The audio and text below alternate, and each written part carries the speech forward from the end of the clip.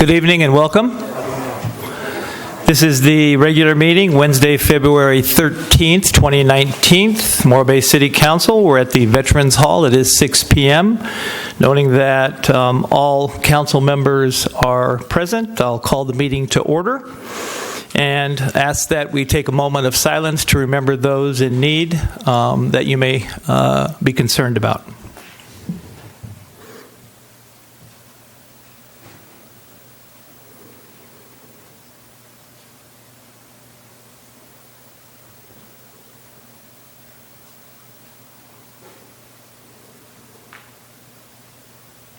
Thank you. Councilmember Davis, would you lead us in the pledge?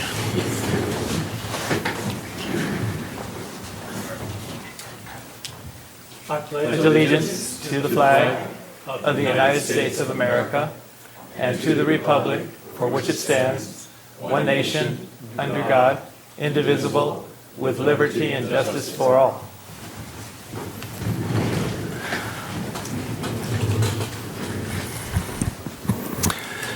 And Chris, do we have any closed session reports, sir? No, Mr. Mayor. Great. And we'll move to council members' reports. Can we start with Council Member Heller? The only announcement I want to make is I want to thank you all for coming to the meeting tonight. I know you take time out of your lives to do this, and we appreciate you coming. Thank you very much. Council Member McPherson. Yeah, thank you, and welcome, everybody. I just have one announcement to make, and that's about what is called a benefit bash, and it's going to be held February 25th right here in the Vets Hall from 1 to 4 o'clock. And the purpose of it is to bring together a very wide group of dedicated providers who provide services for mental health, for low-income assistance, for housing, and it's a great opportunity for those in need to come and find out about all the resources that are available. So the public is welcome, and lunch and dinner will be served. So if you need more information, you can call Veterans Services at 805-781-5766. It is not just for veterans, so thank you. Great, thank you. Sounds like a good event. Councilmember Davis. Thank you. Excuse me. I spoke this morning with Chief Crochet at the Coast Guard. The President has not yet signed the continuing resolution as of 6:30 tonight. No, 5:30 tonight. But the Chief tells me that the Coast Guard personnel are in good financial condition so far. They've received all of their back pay. They will be paid again on Friday for sure, regardless of the continuing resolution. And he believes that they are in a very good position to survive whatever may happen. And as part of that, I want to recognize two of our special Morro Bay citizens, Jason and Lori Shear, for what they did during the government shutdown. Jason and Lori own the Grill Hut on Quintana, and during the government shutdown, they opened their restaurant and provided free meals any time of the day to Coast Guardsmen and their families. That's an extremely generous thing to do, and it's no surprise to anyone who knows the Shear family. So I want to thank them for stepping up and helping out our Coast Guard people. So, thank you, and Councilmember. We'll let you clap for that. Yeah, you can wave from now on, but you can clap for that. Councilmember Addis, please. Yes, thank you so much to the public for coming. And I do want to say that I have a statement I'm going to read tonight, and it really is not appropriate for children. For those that are watching or listening at home, you may find this statement to be offensive or triggering. And it's not my intention to affront, but to daylight my real experience as a woman in local office in 2019. So 33 days after taking office, misogynistic assaults began showing up in my email inbox, and they were sent by a local Morro Bay resident. I'm not naive or a stranger to trolls now. I've been speaking out publicly since the 2016 elections, and the Me Too and Why I Didn't Report movements are my lived experiences. During my campaign, I did face sexist criticism, but didn't let it stop me. Still, I was shocked at the gender-based aggression directed at me. Misogyny is not by far the only offensive or harmful thing about these attacks. However, misogyny is a clear aspect that must specifically be called out. When women and others take the chance to share our voices and leadership in public ways, we should be able to do so without vicious attacks.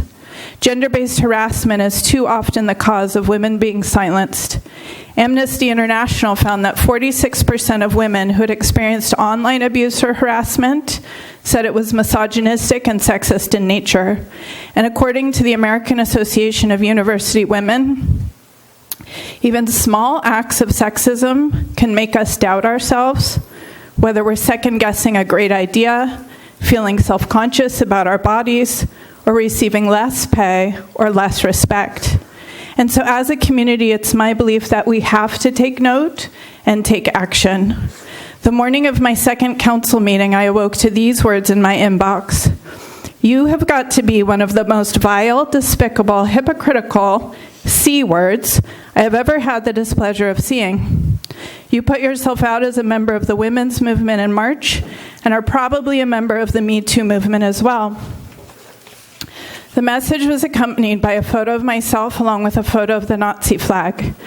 After sharing this email with a colleague who contacted the individual, I received another. So you shared my very correct email and description of you with, and I've redacted the name, hoping they might defend you. What a coward you are. You don't have the ovaries to respond to me directly. After alerting the authorities and asking this man directly to stop, he sent the message below with his photo. So you would like me to stop the personal attacks against you, while I would like you to change your position on a city policy. That policy's been redacted. If you agree to do this, I will agree to stop any personal attacks. You need to grow a pair and put on your big girl pants. Calling law enforcement is so weak and childish of you. I learned later that this person has been posting about me for months, including saying, she appears to be an attractive woman. Maybe she can get a job as a pole dancer. And she is nothing but a crotch taco. I also learned that this person has researched my background, and I believe they know where I live. When women and other victims speak truth, it's my belief that we amplify our power. Silence and fear do not help us, and they do not help those that will be abused after us. Many of you have similar experiences and worse, and I want you to know that I see you and that you don't deserve this. So by bringing abuses to light, we build our collective capacity to end them. We enable ourselves to foster community and to lean on one another, and we create space to be honest and humane. I'm sharing my experience because silence, while easier, is no longer the answer. It is risky to speak out, but it is our willingness to take risks that will help us collectively be better. So to those of you listening tonight, no matter our stances on issues, I ask that you stand with me. And I ask that together, let's say no to all forms of hate, including misogyny. And let's instead work to find our commonalities in spite of our differences. Thank you.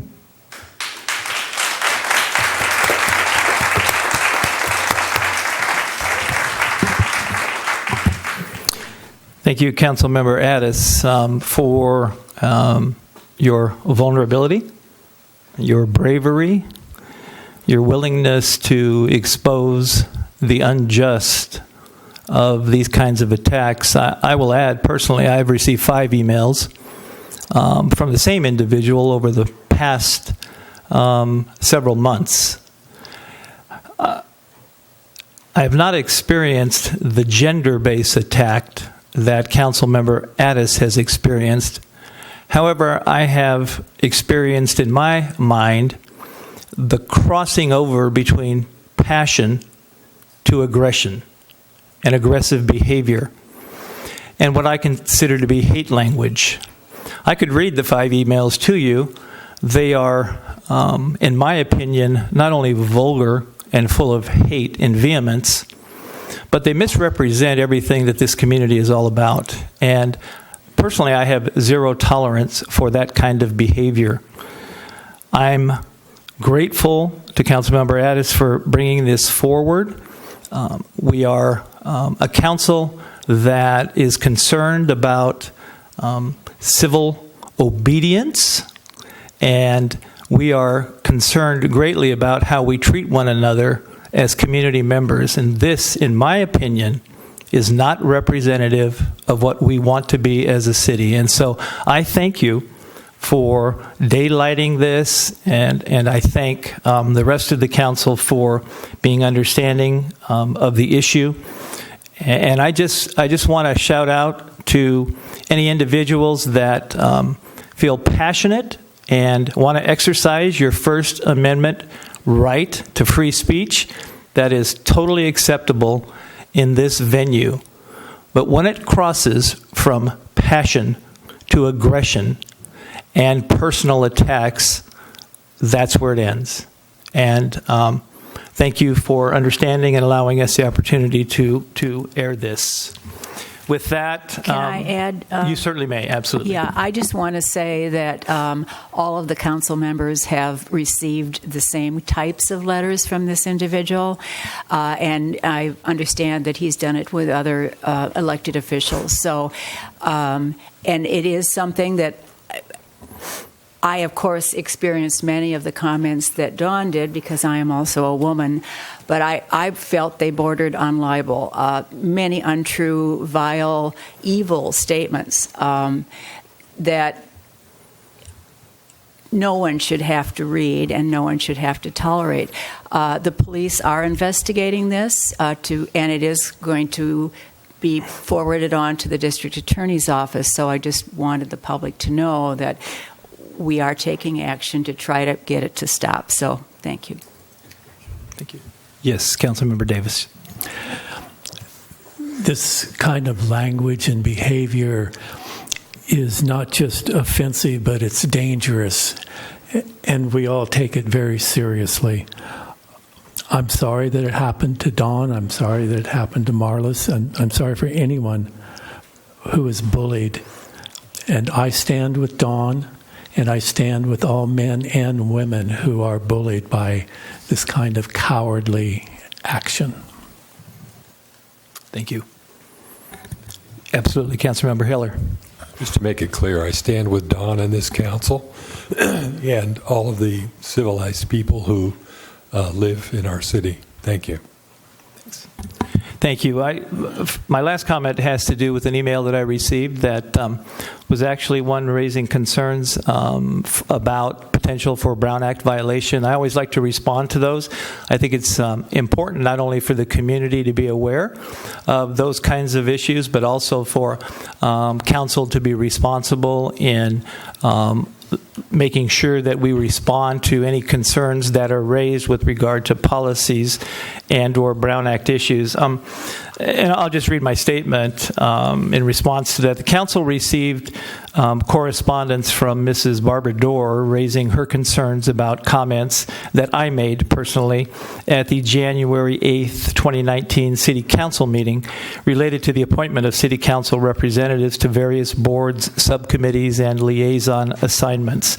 And please don't mischaracterize. This was a positive email, I think constructively trying to assist in making sure that we were on track with the Brown Act. As briefly mentioned at that council meeting, I met individually with each council member concerning each of their interests for appointment to approximately 30 boards, subcommittees, and assignments. During those individual conversations, I also asked whether they had any questions about the various boards, subcommittees, and assignments entailed. I was careful not to discuss what I heard from any one council member to any other council member. that would be a violation of the Brown Act, and I know that. I spoke with the city attorney prior to any of those conversations taking place, and he emphasized that type of communication, as long as I was very careful not to allow it to involve any attempt to have a quorum of council members reach any consensus or discussion on the matter of my and council appointments, was consistent with the Brown Act. He also counseled such a process could be misconstrued as something more than intended. So I'll apologize if my comments made at the January 8th meeting caused such a misunderstanding. Additionally, Ms. Dorr asked for the minutes of the January 8th council meeting to be amended to include specific comments I made concerning those appointments. I'd like to note that this is not appropriate as a matter of city policy. Meeting minutes are intended to record the actions of the governing body, not specific statements made by any one member. The goal is to record points of concurrence and action taken by a majority of the council. At times, the city clerk will also list opposing points of view to provide the framework of dissenting vote. This is generally referred to as brief summary minutes. As to the council policies and procedures, the email went on to suggest that there were infractions against certain policies and procedures of the council. As to those policies and procedures, my reference to Section 6.1 regarding my appointments to those regional committees and boards was accurate, as it is the provision that deals with those appointments. Section 6.5 deals with the method for the council to appoint citizen volunteers to the various advisory bodies the city council established to provide formal opportunities for public participation in city government. And I do recognize Section 6.1 references Section 6.5. However, that reference is only relevant if the mayor were to appoint citizens to serve as supplemental alternatives to the regional committees and boards, in addition to a council member representative and alternative. Lastly, while it was true Section 6.1 does not expressly say the mayor can seek advice from the council members before making his appointments to the various regional committees and boards, it is also true that the section does not prohibit the mayor from seeking that advice. Based on that, it was accurate for my report at the January 8th meeting to say seeking that advice was consistent with the provisions of Section 6.1. Finally, the city's past and recent history of having the council ratify the mayor's appointments to the various committees and boards evidences the current and past efforts to be sure the council as a body decides whom its members would best serve on those committees and boards. If at some point there were to be a disagreement between the mayor and the majority of the council as to those appointments, then, pursuant to Section 6.1, the mayor would have the final say, but only as to the appointments to those regional committees and boards. However, the mayor's authority to do so could be modified if a majority of the council decided to take the necessary actions to amend the council policies and procedures. For those of you out there that are wondering what I'm speaking of, I won't go into detail, but I felt it important to respond to a constituent's very valid email raising concerns, because we always want to be above board with regard to transparency and how we deal with the Brown Act. So thank you for allowing me that opportunity. With that, we'll move forward, and I will look to our counselor, attorney, Chris, could you speak to the MOU issue that was raised at the last meeting? We were going to follow up on that. There were some concerns regarding the MOU being expired, and I believe you have a report on that. Yes, Mr. Mayor. Just briefly, there were questions raised about whether the Tri-W MOU had remained in effect, and upon review of the file, pursuant to the terms of that MOU, which was executed quite a while ago, October 25th, 2016, the city properly provided a timely notice to Tri-W in October of last year of the city's intention to exercise its option to purchase the property under discussion. As of today, the MOU terms remain in effect, and both parties are working in good faith, as required by the MOU, to complete the purchase. Thank you for that report. I appreciate it. And our city manager, Scott Collins, is away getting educated at a city managers conference. And we have our chief financial officer, Jen Calloway, here. Jen, do you have a report for us? I do. I have 3 items to share. First, we wanted to remind the community that starting March 12th, the council meetings will begin at 5:30. We'll be posting information about that on our website very soon. Secondly, we'd like to encourage everybody to join us in the community forums on our goals. That's scheduled for Friday, March 1st, and it's here in the Vets Hall at 4 o'clock. And you can participate online as well. If you go to our city webpage, our utility manager is going to drive through this for us. You can click on the first section under Hot Topics, and you'll get a link to our Polco community surveying tool. So you can sign up there and join in if you can't make the meeting, or even if you can. We encourage you to do that. And then lastly, an update for the council and the community. We've revised our monthly reporting section slightly on our website. So again, if you go to our homepage and you click on monthly financial reporting on the far left banner there, it used to be a listing of kind of all the AP listings. There was no really order, and it was a little confusing. So we've consolidated it and tried to make it clearer. You can now click on accounts payable check run listing. If you do that, you're going to be directed to 3 folders, 1718, 1819, and the new one is specific to the wharf. So we're going to generate all of the wharf invoices in separate batches so we can post those on our webpage for those that are not as comfortable searching through our OpenGov portal. That's easier, as you can search by vendor, and this you have to scroll through, but for those that are not comfortable doing it, this is an alternative. We just started doing that February 7th, so we will be adding to those as we have invoices. And those are all of our updates. Great. Thank you for that. I appreciate it. And we have with us in the audience Ms. Erica Crawford, President and CEO of our chamber, who has a presentation for us this evening. Welcome, Erica. Thank you, Mayor Heading and Council. Good evening, and staff. I wouldn't quite call this a presentation as much as a message received this morning. Can you please come and give an update on the farmers market? So I'm just going to go ahead. I stand corrected. Thanks. But I am presenting next week, or next meeting, I think, for the chamber. I think the best way to do this is to just kind of tell the story of how the chamber arrived at the decision to discontinue the weekly farmers market as a program of the chamber. It does date back. It's 2016. I started my tenure at the chamber, inherited a farmers market program, recognized pretty early on that it was sort of in need of some improvement. Some of the feedback we always have gotten is that it needs more farmers. It doesn't have, it's not really what we're looking for. It's misnamed. So we went through a rebranding exercise. We renamed it the Main Street Market, keeping it on Main Street. Around 2017, we discovered that our market was running kind of out of code for fire department code. The way that it was laid out, we had a 2011 conditional use permit from the planning department for the city that kind of had a layout that was approved at that time. That layout was not being followed and hadn't been for some time. I believe there was some business feedback on Harbor Street. There are 2 driveways, and businesses had expressed concern about blocking those driveways at the time. So the way that we inherited that funky little dip on Harbor Street, that was the reason. So we did ask fire department for a little bit more time on how to figure out how to get compliant. Maybe Matt Biera could be a good resource for that. And we had to explore a way to get 20 feet of clearance for our booths.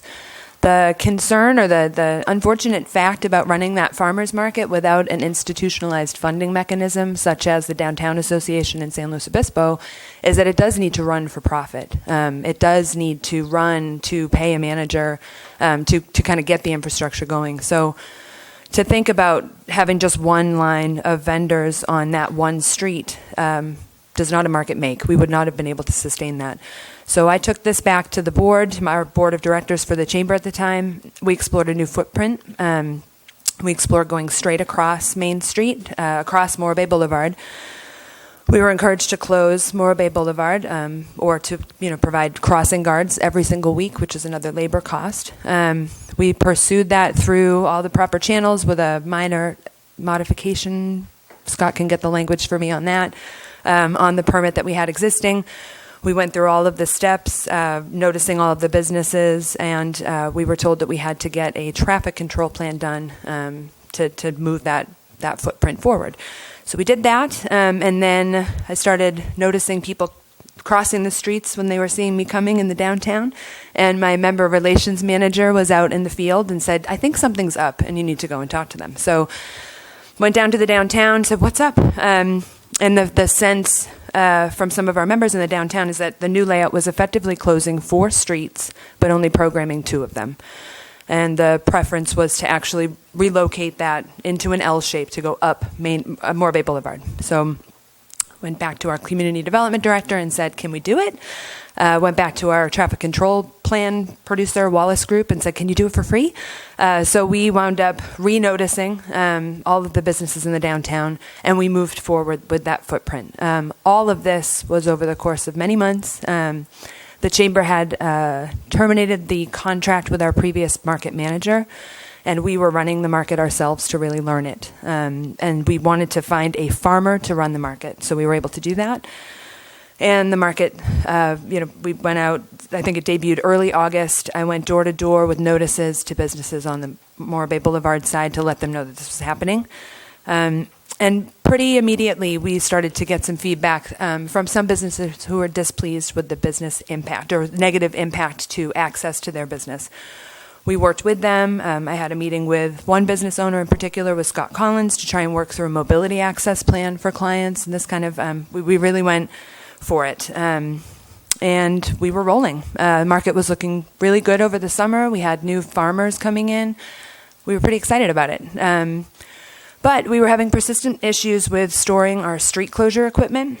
And this was something that, as we were exploring the farmers market extension, we did ask city staff for, how could we work together? Is there any capacity to support closing 3 major intersections in our city every Saturday?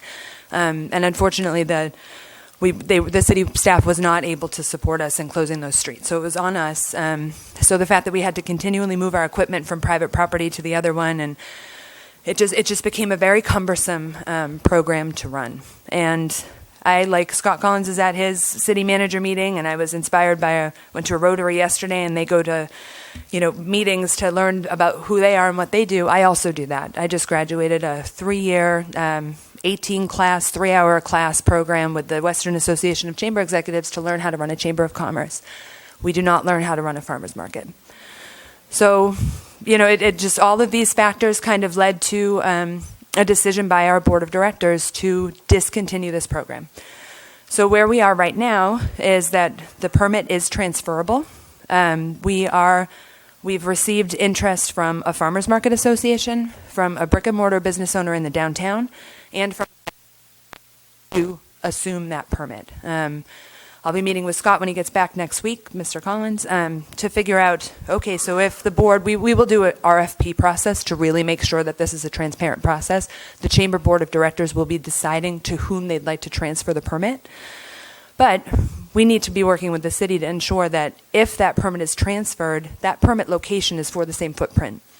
Will that entity be able to move that forward? So I want to make sure that we're not setting something up where we give it to an entity and then they come to city and say, we're ready to go. And say, well, actually, you have to change and you have to amend the permit and get a traffic control plan and kind of move through these steps. So it's a fluid situation. That's my story. And I'm happy to answer any questions. And I understand, believe me, it's hard. It was a very difficult decision to make. It was an emotionally charged decision to make. It's the rhetoric and some of the, it's been very difficult. But our community is very strong and we're here. So if anybody has any questions, I'm happy to answer them. Questions or? comments? I'll just make a comment. One, I did ask Erica to come tonight, and because I've gotten a lot of concerns from the community that were raised, both positive and negative, and just wanted to get the truth out. And I very much appreciate you talking about the history, going through the process and the decision making, and the fact that there will be an RFP process. Who's the primary contact for that? Would that be yourself? Yes. So if there are interested parties out there that would want to run a farmer's market or has experience in that, they would contact you. Well, yes, and we have a board meeting this upcoming Wednesday. We're actually doing our annual board retreat this Tuesday and Wednesday, and we'll be discussing, we're squeezing a board meeting into that, and so we will have the RFP sort of ready and drafted. So I would imagine we'll release that late next week. So if people have interest, they can totally get in touch now, but we will have an actual RFP for them to answer very soon. Great. Thank you, Erica. Thank you. Appreciate you coming out tonight very much. Okay, with that, we'll move to public comment. One caveat tonight, we have one major capital improvement in the city. One of my favorite, there is a 3-minute clock. It's not for your last shot, but it's to get rid of this thing that's red, yellow, and green.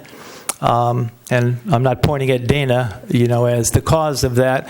But at your place at the podium, there's a 3-minute timer that will help you see. I know it's been difficult to really try to understand when 3 minutes is up, and then that thing flashes and you don't see it, and we're all going, why are they going on so long? So hopefully this will help you, but I also have the 3-minute clock staring me in the face as well. And when it gets down to about 10 seconds to go, I'd ask that you wrap it up. And so with that, I'm going to open public comment for members of the audience wishing to address the council on city business items or matters not on the agenda may do so at this time. For those that desire to speak on items that are on the agenda but are unable to stay for them, you may also address the council at this time. And there will be an opportunity, if you are staying, to address the specific agenda item at that time, so you don't need to do that now if you're going to stay. With that, there's no requirement to fill out a speaker slip, but those of you that did, I'll call you first. Anybody else that wants to come forward can do so. You can state your name or not. If you want your comments in the record, you'll need to state your name if you want them associated with you. If not, they won't appear. So with that, I'll open up public comment. Diane Cogdell first. Diane? Thank you. Mayor, Yes. did you want to do the business spot? You know what? I do. I'm sorry, Diane. It's a good thing we have a city manager associate here. We do have a business spot today. And is Jan here? Jan is traveling. And we have our business spot. Well, there you are. Come on down. I was looking for Jan to do the introduction. My apologies. It's okay. I can introduce myself, especially since Hi, I Ginger. know all of you already. A bit closer? Yes. I know you just like the sound of my voice. Good evening, Mayor Heading and City Council members. My name is Ginger D'Annunzio. Good evening, staff, and everyone here. Some of you might get a surprise in a minute. Just look up there. Thank you to the Morro Bay Chamber for inviting me to present Sandprints as the business spotlight tonight. This spring, we will celebrate our 10th year of business in Morro Bay. Kind of amazing. Time flies. We specialize in extended family portraits on the beach or anywhere in our glorious county. We prefer to shoot in the early morning or at dusk. It's so incredibly beautiful here. You can just scroll, thank you. We also offer compelling on-location business photography and photograph beloved pets and, of course, weddings. The majority of our photography is on location, but we also have a studio for more standard business portraits or newborn baby photography. My background is in photojournalism with a master's degree from the University of Montana, like is very common for people from London, which means there is a journalistic authenticity to my portraits. They are not simply stand and smile pictures, but truly tell a story and hopefully in a dynamic way. Hello, Abby. For the past 11 years, I've also taught photography to hundreds of students at Cuesta College community programs, as well as offering private and group photography instruction at Sandprints. We moved here from London, and Sandprints is literally a dream come true. I wanted to create a boutique photo studio to offer artistic portrait photography as a treasure, not just a grip and grim tourist gimmick. This means I take the time to really get to know my clients even before the portrait session is booked. There you are, with the otters in the background. And it helps me to find out what kind of photography clients are looking for and then make it happen for them. I like to make the portrait session as lively and entertaining as possible so that the smiles are natural and effortless. I've been known to use a squeaky toy hidden in my clothing, moo like a cow, jump like a frog, anything it takes to get your attention, as you guys know. Many leave the session saying, hey, that was a really fun experience. Some of them sound a little bit surprised. After the portrait session, we meet again at the studio and go over the images carefully and talk through sizing and product options so that clients end up with a true work of art on their walls. Some pictures lend themselves more to metal prints, others to canvas or wood. We use the studio to showcase our custom photography and the gorgeous and unique array of wall art products that we sell. Taking the time to discuss the options with our clients directly ensures that they end up with exceptionally produced artwork on their walls, not just a bunch of pictures on a thumb drive. Many clients have come to think of Sandprints as a destination activity here in Morro Bay, much the same way as renting a paddleboard or playing golf. The wildflowers are bound to be extraordinary this year. Start booking us now. To get a good idea of what photographs I'm taking, follow me on Instagram or Facebook at Sandprints Photos.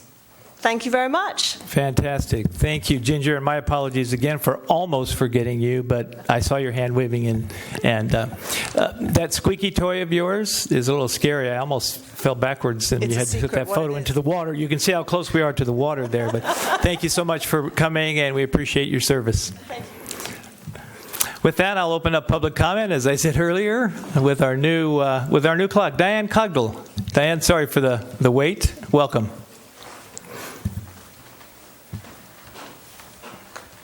Thank you, Mayor and City Council. I'm here to talk about the Surf Street stairs. They were approximately 80 years old, and I'm wondering why we never got any development on them like all the other stairs got throughout the years. Was it because they considered us low income? We didn't interact with the tourists, even though we were right off of a parking lot, and the tourists would filter up because that is a beautiful picture there of the Embarcadero, the harbor, the rock, and then the ocean. It's fantastic, and they've learned that, and all are out there taking selfies with it. The other thing is, we have relied on these stairs for approximately 80 years. That's more than 5. So we are asking you for your help to get our stairs back. And as I look down on the Embarcadero and the parking lot now, it's quite spread out with all kinds of stuff going on. It doesn't look neat and tidy. I have to put my trash cans back so I don't clutter up the neighborhood. Let's clean it up down there. Thank you. Thank you, Diane. Appreciate that. Next up for public comment is Rigmore. Welcome, Rigmore.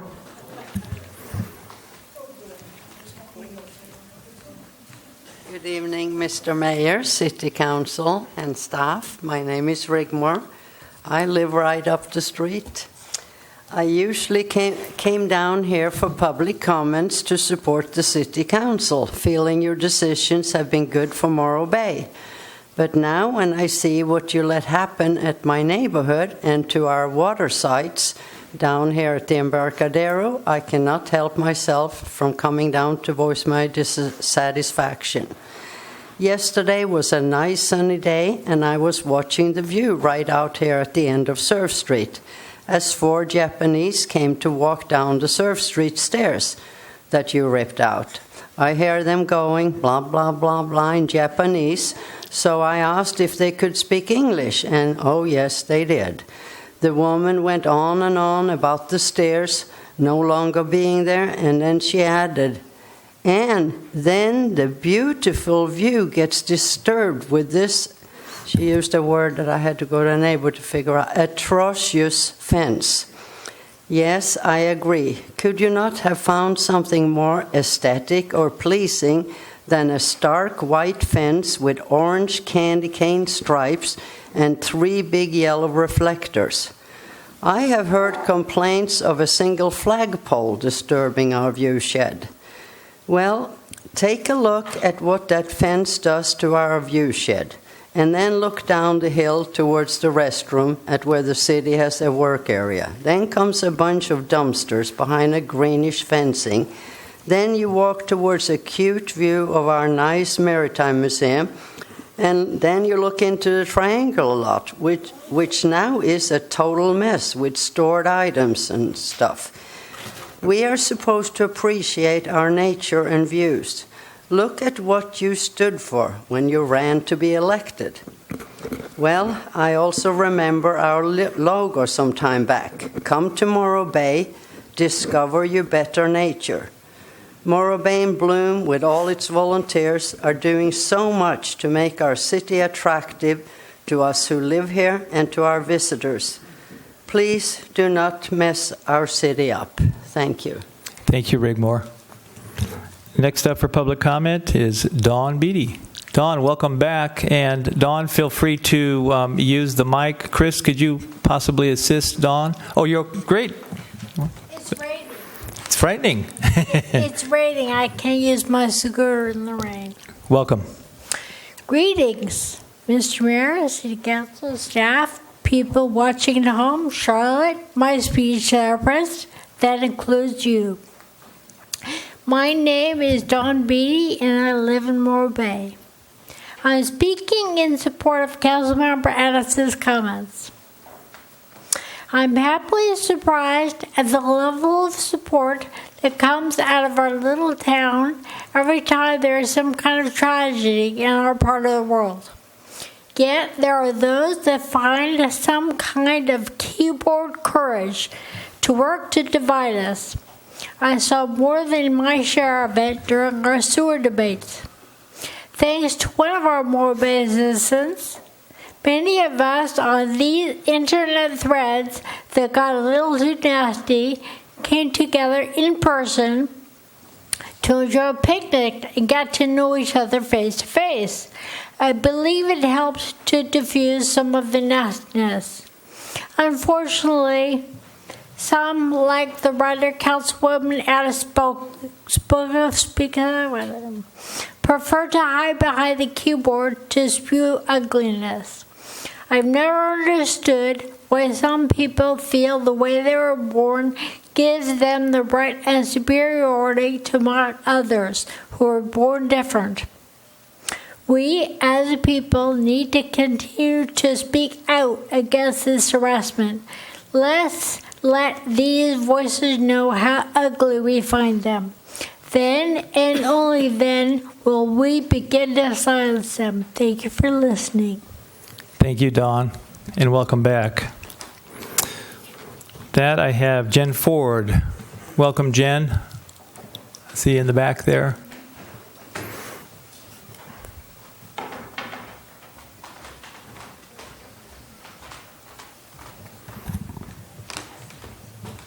Good evening, Mayor Heading and fellow council members. I'm here this evening to address what I believe to be a very important issue. I'm a firm believer in the idea that change on a global level begins in our local community, which includes our actions and our words. As many of you know, I'm a huge advocate of civil liberties, which include freedom of speech. However, I draw a line when it crosses over to hate speech and personal threats. I say this because I've become aware of a disturbing series of letters and social media posts attacking Councilmember Addis. I say disturbing not just because of the ferocity and vulgarity of these letters, but also the gender-specific language used to berate her. I'm standing here as a citizen of Morro Bay, asking my fellow constituents to take a moment and reflect how real change is made in our city. Our city council is comprised of our neighbors, friends, and family. Yes, They took on the mantle of public service to help our community, and even though we give them the titles of leaders, they are also still human beings who deserve the same respect we ask for ourselves. Whenever we disagree with those we have elected, it's important to stand up and allow our opinions to be heard, but always with civility in mind. As the teacher of preschoolers, I remind my young students on a regular basis that when you are angry with someone, use your words, but use them respectfully. Otherwise, your point becomes lost. I also request that our Morro Bay Police Department, city staff, and our city attorney take all levels of harassment seriously. Sometimes we don't get a second chance to act. Please take all harassment for our citizens and council seriously. Thank you. Thank you, Jen. Next up for public comment is John Weiss. Welcome, John.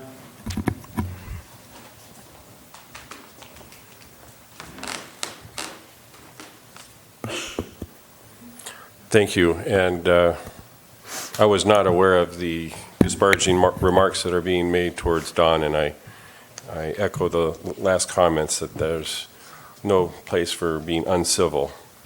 My name is John Weiss. I'm the owner of a business in Morro Bay for over 40 years and over 30 years on Quintana Road, a resident of Morro Bay. I'm deeply concerned and disappointed about the location and cost of our current sewer project, which is no secret, especially the routing of the pipelines along Quintana Road from Highway 41 to South Bay Boulevard.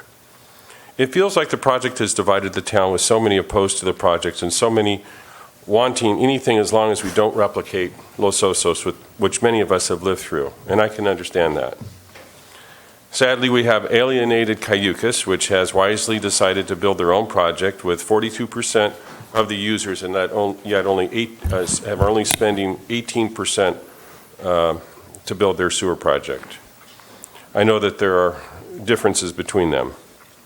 Their current direction for the sewer project pipeline will be devastating to the 80 business owners on Quintana Road and hundreds of employees. There are many reasonable options with millions less costly and a better timetable. I urge that we find a more reasonable piping route pipeline. Let's work together with constructive solutions that make sense for both residents and businesses. Thank you, and have a great meeting. Thanks, John. I appreciate that.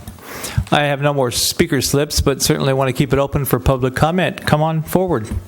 If you feel so inclined, please state your name. If not, not a problem. Thank you. Welcome. Hi. My name's Malcolm, and I'm a resident of Morro Bay, and I'm here to speak in favor of Don Addis and to speak against those abusive emails. One thing I'd like to say, any of you who've come out here to speak, it's scary, isn't it, right? Right? You come. It's scary. We were talking to people, but it's scary. Trying to make it easier for you to feel comfortable. But it's always a little scary to speak up in public. And what the effect of those type of emails, those abusive communications, they add fear to people about speaking up. And what happens then is fewer people speak up, or they speak up less often. And so what's really at stake is democracy, because we need to talk to each other.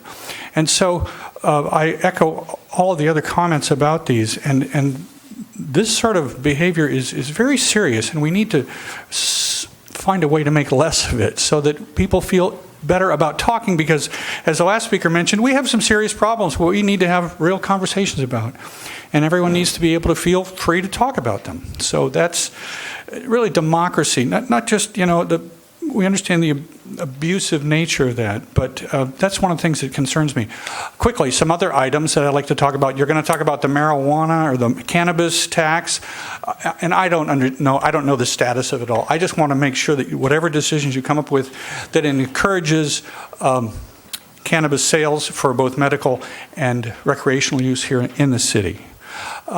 Another item I'd like to bring to your attention is there's that pipeline they're going to revamp that goes down to Refugio that spilled oil many years ago. I'd like to see the city take a stand against that, because that marine resource out there, we don't want it fouled up with oil. So that's another topic I'd like to bring to your attention today. Malcolm, what pipeline was that? I'm sorry, I missed it. What's the name of that thing? What is it? It's the Horizon. What is it? It's the It's been in the New Times. It's, I think you know which one you're talking about. Yeah, and I'd like to see the city take a stand against that, Yeah. and at some future meeting, perhaps. The one that's leaking, yeah. Well, it leaked in the past. I'm not sure. Again, I'm not as informed as I could Got be. it. I think it's I think it might be the All Plains. All Plains, that sound right? Plains All American. Great. Anyway, Thank you. Because I won't have time to stick around for the rest of the meeting, I know you're going to be talking about something about giving out city grants and things like that. And I know sometimes cities give preferential treatment to different populations. Maybe it might be women businesses or minorities or something like that. If you want to give some extra points to return Peace Corps volunteers, that would send a good message that you guys support the peacemakers. Thank you. Thank you. Appreciate that. Public comment is still open. If you feel so inclined, state your name. If not, don't. Welcome. Hi, my name's David Nelson. Welcome, I'm David. President here in Morro Bay. And I'm here tonight to, we're talking about all this discord. Well, my problem is, I see major flaws in what we're building. You people decided to refund another $9 million to check this conveyance system that, from what I read, is going to cost $30 million. Now, I like to be civil, but, I come here and I bring up things and they disappear. It's like, we don't want to be like Los Osos was brought up by a council person. Well, has anybody talked to the water board about how close this sewer plant is to the estuary? Just in the New Bay News, we have a consultant telling us that the estuary is one of our most valuable assets. And we're going to build a sewer plant, which I might add, one just dumped 13,000 gallons of sewage locally here. And that's what we're building. We're building a sewer plant that's going to leak. Now, Los Osos, as you know, ended up out in the valley. Now, they did that because they were close to the estuary. And I guarantee you that I'll be one of the people on the front line at the water board, as I was with the power plant, demanding they not let us put it there. This is just dumb. When you know that something's going to happen, and we're going to spend $9 million for a conveyance system to a lot that is so close to the estuary that you're going to be in trouble. And I'll guarantee you that. I know that our people have talked to the water board, but the water board can't give us advice. It's not their job. So you better understand that that is a fatal flaw and that it's going to be brought up, because right past Highway 1, just across Quintana on the corner, is the estuary. Pace it off and figure out how much it is. Nobody's even brought it up, but I'm bringing it up now, and I'd like it to be part of the record. And like I say, you're calling this a water reclamation plan again?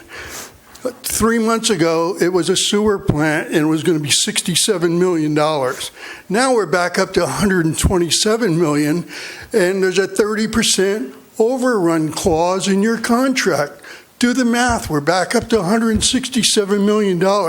Plus, we don't know that we can put the 1 million gallons of water a day in that Morro Valley. I hope you all read Larry Truesdale's opinion on this. Larry Truesdale is one of the more intelligent people in this town. Just look him up. This man has degrees. Thank you, David. Appreciate it. Still open for public comment for items not on the agenda or on the agenda if you can't stay.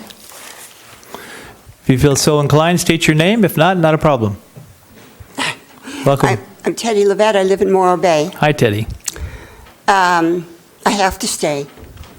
I'm actually trapped. I don't drive at night anymore. Thanks to Dawn, I'm here. But she's staying for the whole meeting.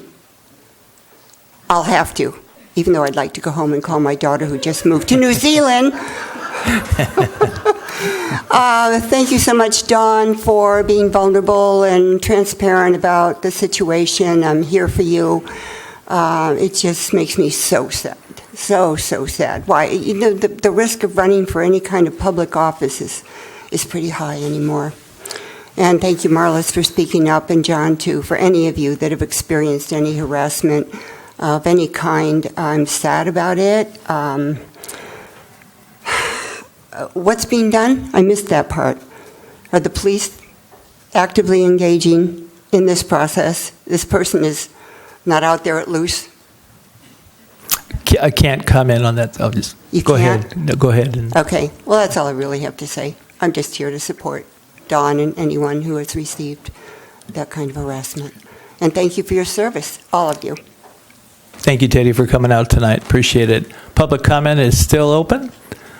Welcome. If you feel so inclined, state your name. If not, not a problem. Oh, okay. My name is Linda Merrill, and I thank all of you for all of your efforts in making Morro Bay a better place in which to live.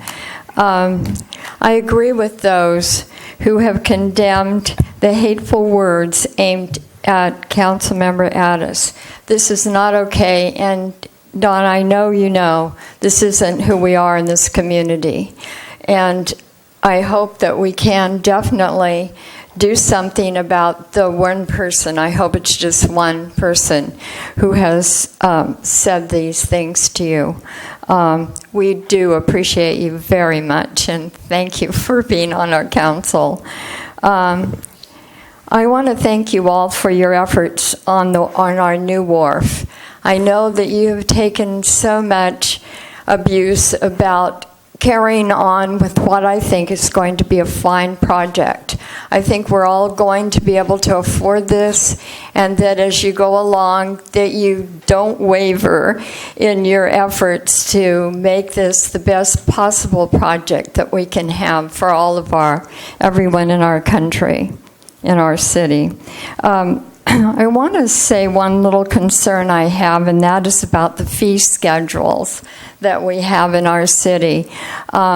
We have a delightful stage play group in our community now, and I understand that they can't afford to pay to use the stage that you all are sitting on tonight. And I would like to have someone look into that. You know, I think for like 30 years I've been complaining about this, so anyone in the audience who's been around knows that I think that we should be able to afford our facilities. I think we should be able to have a little group of sewing women or someone like that that can afford to use the community center. You know, I think our seniors should be able to have exercise groups without having to pay a lot of money to just, do their exercises in the mornings. So I would like to have whoever's doing the management partners kind of work. I know it's a new group, but I hope that whoever is overseeing that will give some thought into we're a small community, we aren't a rich group, and we really do need to be able to afford our facilities. So if you could look into that, I'd really appreciate it. Have a great evening. Thank you all for your service. Thank you, Linda. Public comment is still open. If you feel so inclined, state your name. If not, not a problem. Not afraid to state my name. Susan Stewart. Welcome, Susan. I own a business on Morro Bay Boulevard, and I've been a resident for over 30 years. Lots of interesting comments tonight, and again, for all of you who are volunteering to listen to us and to guide our town, I'm very sorry for the ugliness that, again, as somebody said, hopefully it was just one person, but hopefully that's taken care of. I wanted to speak a little bit to the market, the farmers market. I really understand the reasons for the changes that the Chamber Board felt they had to do. But I also want to say that having been, before I had a business, a shopper at that market, because I worked a Monday through Friday job and couldn't go to the weekday farmers markets. I loved that one, especially when it had more farmers for Saturday afternoon. As a business there now, I've certainly seen it go through many changes and incarnations and challenges. And I personally was a little dubious about the changes, the latest ones. Really loved it. I did like that L shape coming around the corner, loved the closed street, the festive atmosphere. I did feel like it brought more people into that part of town. And certainly into my business, both locals and visitors. And in the last 2 weeks, I've had people come in asking about it. Where is it? When is it happening? I was in San Luis Obispo today and ran into somebody who said, what happened to the market? Where is it going to? So I'm hopeful that it can find a new manager for it. I'm going to throw out a really radical idea. Consider having the rec department run it. It does sort of fall under the economic development category, the whole idea of bringing traffic from the waterfront up to that part of town. There are ways to make that connection with signage and lights. And so I would consider that. You know, is it something the city could do? Another thing I wanted to touch on, Teddy, I can bring you home if you want. And also with the Surf Street stairs, that was kind of a sad and shocking thing, but I really understand safety issues and the concern for the public. I'm also a member of the Morro Bay Historical Society, and we are looking at developing a historic preservation ordinance. If that were in place and we had identified districts and features, there may have been other ways to deal with that, you know, maybe walling it off in terms of until it's safe, you know, you can't be on it, but at least it wouldn't be totally gone because it was kind of a historic feature. I think it was probably built during World War II as part of the amphibious training base. And I will leave now because it's beeping at me. Beep, yes. Thank you, Susan. Public comment is still open. Any members of the public that would like to speak? Welcome back. Erica. Thank you. I just wanted to make a couple of event announcements. The Chamber, as I mentioned, I think to some of you, we have a government affairs committee that's just been populated. Great business community leaders on that committee. We are working our gap scores is sort of how I'm looking at that. We did a membership survey and discovered that our members had expectations of how the Chamber was interacting with government, and we were not meeting those expectations. So we are now going to be working that. We're taking this opportunity before your goals and objectives setting that it's to occur on March 1st. So the Chamber will be hosting a happy hour at the Inn at Morro Bay from 5 to 7. It's an informed happy hour. Topical kind of stations that we can explore some of the items that are important to the business community. We're trying to keep it fun, and we're calling it the Squeaky Wheel Happy Hour. So you are more than welcome to come. I encourage you to. I hope that some city staff might be manning some of those stations for information so we can really get deep on some of the issues. And part of our 4MB contract with the city, we do workshops every month. Our next workshop for business education, we're calling it the Training to Succeed series, is on 2/27. It's hosted by SCORE. It's on bookkeeping for small business, sort of daylighting your shoebox. It's okay to have a shoebox, but maybe we can have a little bit more order. And then on March 6th, we'll be doing an Access to Capital workshop with the MCSC Women's Business Center. Thank you. The timing on those, 227 and 36? 221 is 5-7. That's the Squeaky Wheel. The workshop is 227, 4 to 6 at the golf course. And then the 3-6, I just got the flyer today, and it's at the Inn at Morro Bay, and I believe it's like a lunchtime, but we'll have it all on our website. So Great. Thank you. We'll look at your website. Thank you. Public comment is still open for... Come forward, sir. State your name if you so desire. If not, not a problem. Thank you, Mr. Mayor, council members, staff. My name is Marcus Jackson. Welcome, Marcus. I don't have a prepared statement. I'm just going to speak from the heart, and I'll try to keep it brief because it's an issue that's it's a little bit emotionally charged for me. But in short, I just wanted to thank you for your service to the community, even if the comments that were referenced earlier weren't directed, at my wife and the mother of my children. I'd like to think that I'd still be here to just thank you for your public service. And wholeheartedly encourage members of the community to participate in public discourse, but certainly, the kind of hateful, misogynistic, hate rhetoric that's been directed at all of you at various times.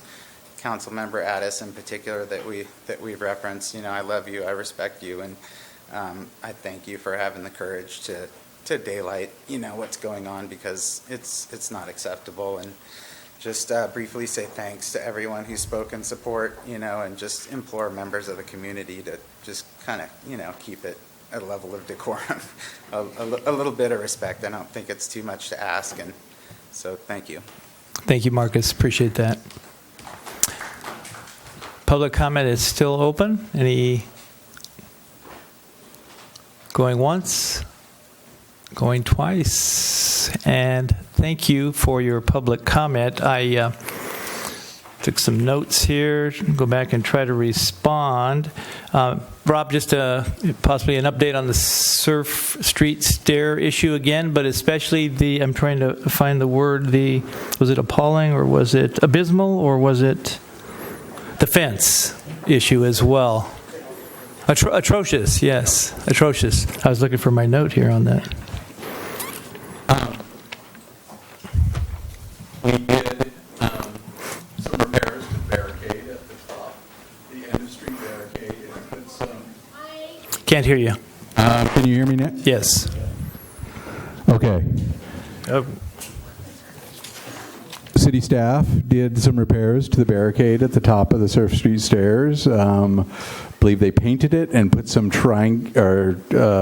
diamond-shaped reflected markers, which would designate the end of a street in accordance with our traffic regulations. Those need to be there. The Surf Street stairs, again, were removed because of their condition. The foundations were rotting, the treads were loose. We were advised by our risk manager and our insurance provider that those needed to be removed immediately. To put them back is an extensive project because it's not only providing access to those folks that can walk up and down stairs, we need to provide access to those that can't walk up and down stairs. So it will require installing some retaining walls and basically a switched back sidewalk down that slope. Not an inexpensive proposition. In the temporary barrier, temporary, long-term, just... The barrier at the end of the street, that'll be there until Surf Street goes down the slope. I doubt if that will ever happen. I believe our crews completed installing a fence at the bottom. That'll remain there until the vegetation is reestablished there. Folks have tried to trailblaze up the slope there, which removes the erosion control that we installed there after removal of the stairs. So once that vegetation is reestablished, likely remove those. That fence won't be needed there because it won't be an erosion issue. Okay, thank you. Also, Mr. Nelson's comment about the sewer plant, WRF facility being too close to the estuary. Did we talk to the State Water Board? Quote unquote, the plant is going to leak, etc. Maybe comments regarding those issues yourself or? We have spoke to the Water Board regarding the plant location. They are as supportive as staff can be from a board that is made up of elected and appointed officials. So they are helping us work through those issues. The plant will have provisions to should a spill happen on site so that it's contained. The facility is located after going through a rigorous process of site selection. It was the selected site, and we're proceeding with that project. Let me look at my notes real quick. I think Mr. Nelson should listen to the presentation regarding so we get the costs right. The conveyance system is likely not a $30 million project. Should we go with the recommended option? He indicated the price tag of the WRF project has gone from 67 to 127 with a 30% overrun. Maybe you could clarify that. $126 million is what we estimate the project could cost if we were to use all the contingencies. Should we not need to use all those contingencies, and we're planning on that, the price tag will be less and the rates will be adjusted down accordingly. But the 67 is really the construction of the $67 million is construction of the on-site wharf facilities. There's two additional components to that. There's the conveyance system and pump station, and then also the injection system. Which brings the total, along with capital improvements, to $126 million. Right. Thank you for that. Comment by, let's see, on the fee schedules by Ms. Levette regarding the theater group, and I'm not sure which one, but the fee schedule and looking at that. Jen, maybe just a general comment about what we're doing with that and some of our programs that we have. Sure. We do have a fee consultant on board now conducting a study.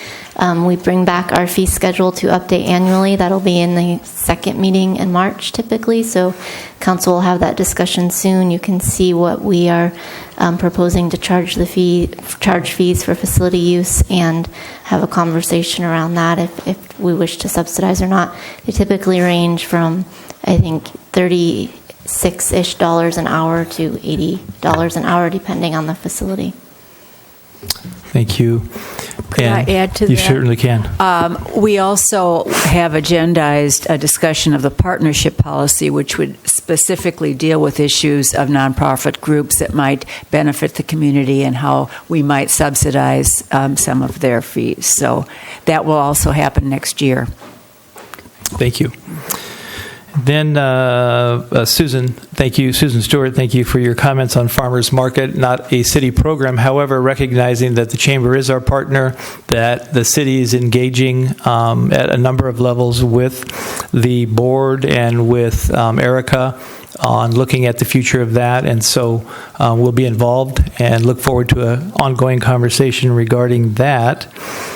And with that, did I miss anything? Could I make a... Certainly. Something about Absolutely. the stairs? Yeah, you can. Just we've heard a lot of concern about the stairs, and if the public wants to hear about competing priorities, city goals, budget matters, it seems like the workshop on March 1st.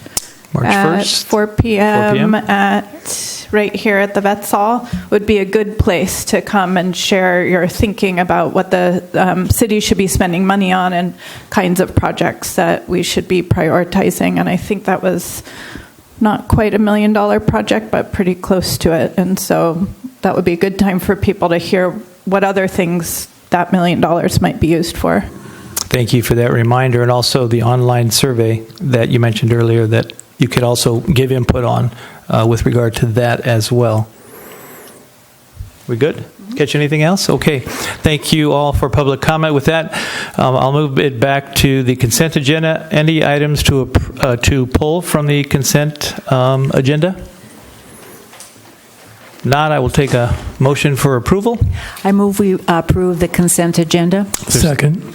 We have a motion by Councilmember McPherson, second by Councilmember Davis to approve, and a roll call vote, please.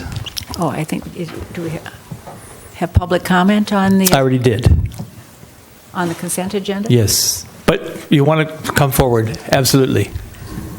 My name is Nancy Bast. I'm a Welcome, Nancy. Morro Bay resident. I'm sorry I didn't hear you say, ask for comments on the consent calendar.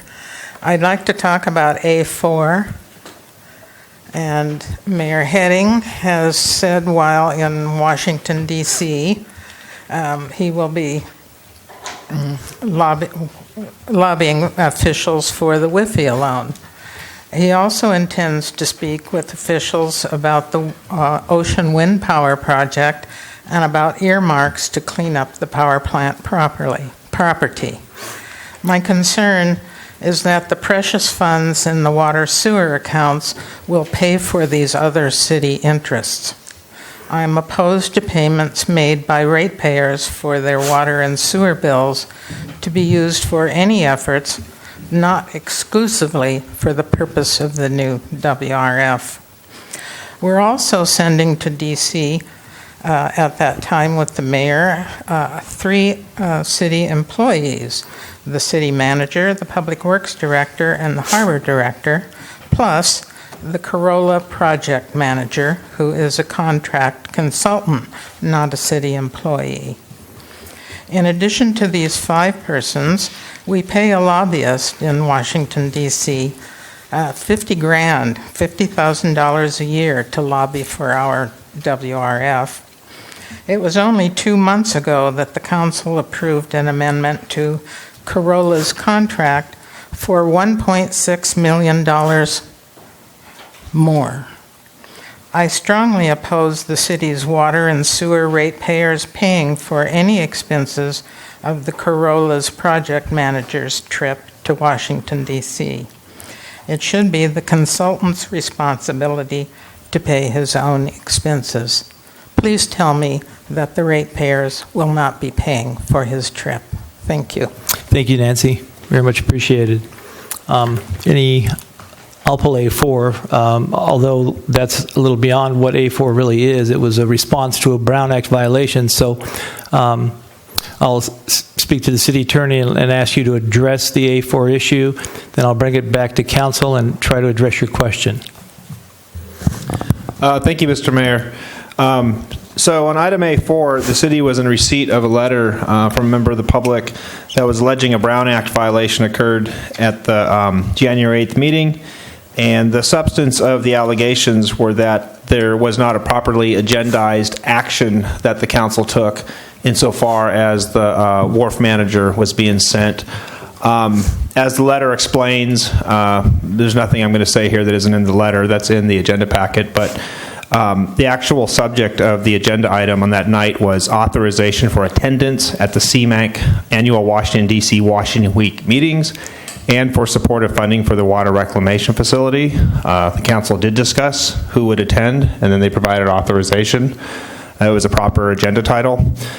As for once the mayor is already in Washington, D.C., and he has his tasks that the council has authorized, if he chooses on his extra time to not go see monuments but to engage in city business and to actually lobby for city interests, that's being a good mayor, and any action that needs to be taken on any possible contracts, loans, agreements, of course that would require council action, and that would be brought back to the city council for discussion and approval.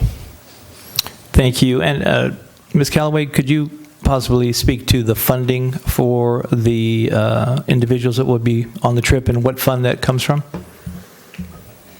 Sure. So the harbor director in attending in his role is typically paid for by a grant. Should the grant not be received, it would come from the harbor fund. Those that are going on behalf of the wharf would be charged to the water and sewer fund through that capital project. The project manager is part of that project. While we may not pay directly for him, it would likely come through an invoicing from Corolla, and that would be the normal expectation and something we would expect to see. And would you anticipate any increase in rates as a result of this trip? No, this would all be included in what we perceive to be the budget cost for the project. Thank you. With that, since I pulled A4, I'll move approval of A4. I'd like to make a comment. Absolutely. So the Brown Act, this is a specific example of Brown Act issues that we have on a routine basis. And I've talked with our city attorney about this issue as well as our city manager. And I have a feeling that we can do a better job from the agenda side of things so that the subject line is clear about what's going to be discussed and addressed in the meeting. And I think a lot of the Brown Act issues that come at us from the public are that that first paragraph are not clear, and somehow the council varies from that topic and approves items that the public would prefer being here and discussed. And that's really the gist of it, I think, 90% of the Brown Act issues. So my thought at this point, and in talking with the city attorney about it, and Mr. Collins, our city manager as well, that I'd like to sit down sometime in the next week or two with those two and our city clerk as well, and talk about how we can tune up the agenda so there's less ambiguity and the subjects are very clear. And we're looking for samples from the public. If you know of a city where you really like the way they do their staff reports, please send them to us. And I think maybe we can reach a middle ground here so that we don't have Brown Act claims at every meeting, which is just an unfortunate situation that I think we can remedy. So, thank you. Thank you. Any other comments? Not, I'll move approval of A4. Second. And roll call vote. So I believe we have two motions on the table. Is that correct? Sorry? We have a motion on the table to approve the consent agenda. I'll withdraw that. Or I'll withdraw that motion. Okay. Great. And Roy, Councilmember second. Davis would withdraw the second? Yes, I do. Okay. So I'll move approval of A4. Second. Further discussion? Roll call vote. Mayor Heading? Yes. Councilmember Davis? Yes. Councilmember Addis? Yes. Councilmember Heller? Yes. And Councilmember McPherson? Yes.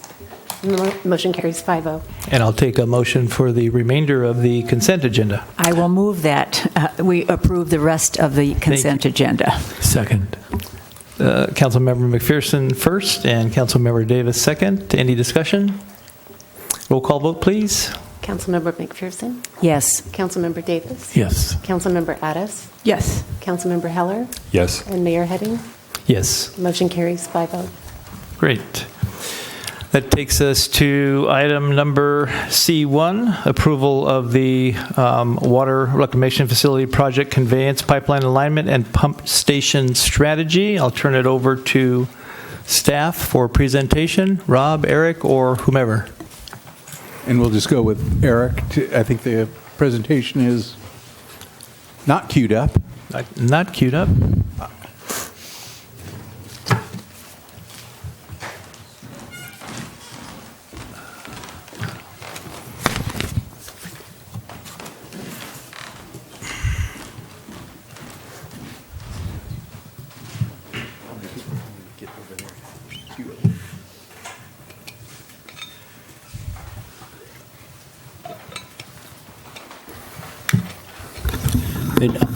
Thank you, Rob. Mr. Mayor, Council, Eric Caceres, the WRF Program Manager. Thank you for having me here tonight to present on item C1, which we'll be talking about approval of the WRF project conveyance, pipeline alignment, and pump station strategy. I prepared a brief presentation. We're really here to ask the council to take action to approve staff's recommendation to proceed with what we call the West Conveyance Pipeline Alignment and the use of the dual pump station option for the water reclamation facility project. So as you may remember, at the council meeting on January 22nd, we made a presentation discussing our recommendation for the conveyance facilities for the WRF project. We gave a status update and asked for comment at that time. The recommendation coming out of that meeting was for the west alignment and for the dual pump station option. So I'll go over at a high level a summary of what was presented at those meetings. The presentations for the January 22nd meeting, as well as the WRF CAC meeting that was held on December 17th, were also included in the staff report. Just a brief breakdown of some of the key milestones as it relates to the conceptual design activities for the conveyance facilities. So we've been working on this project in earnest from about November 2017 when the city selected the design engineer, Waterworks engineers, to design the conveyance facilities, the pipelines and pump stations for the WRF project.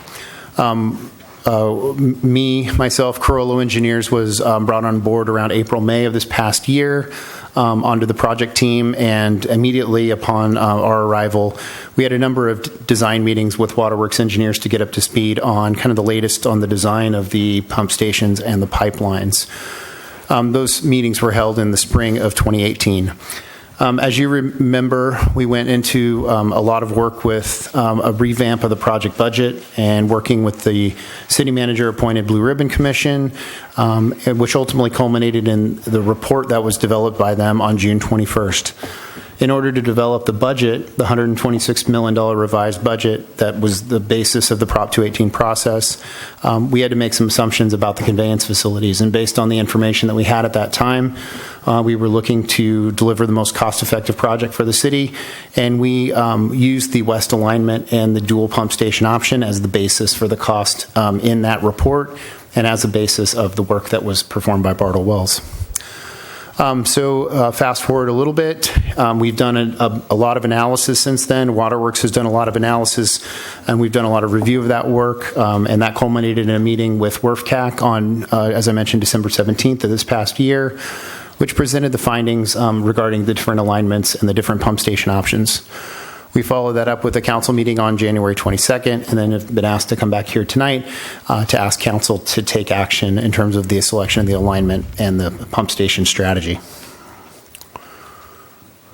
This graphic here shows the different alignments that were evaluated by Waterworks. Again, I'm glossing over a lot of the details here because of time and because this information has been presented previously.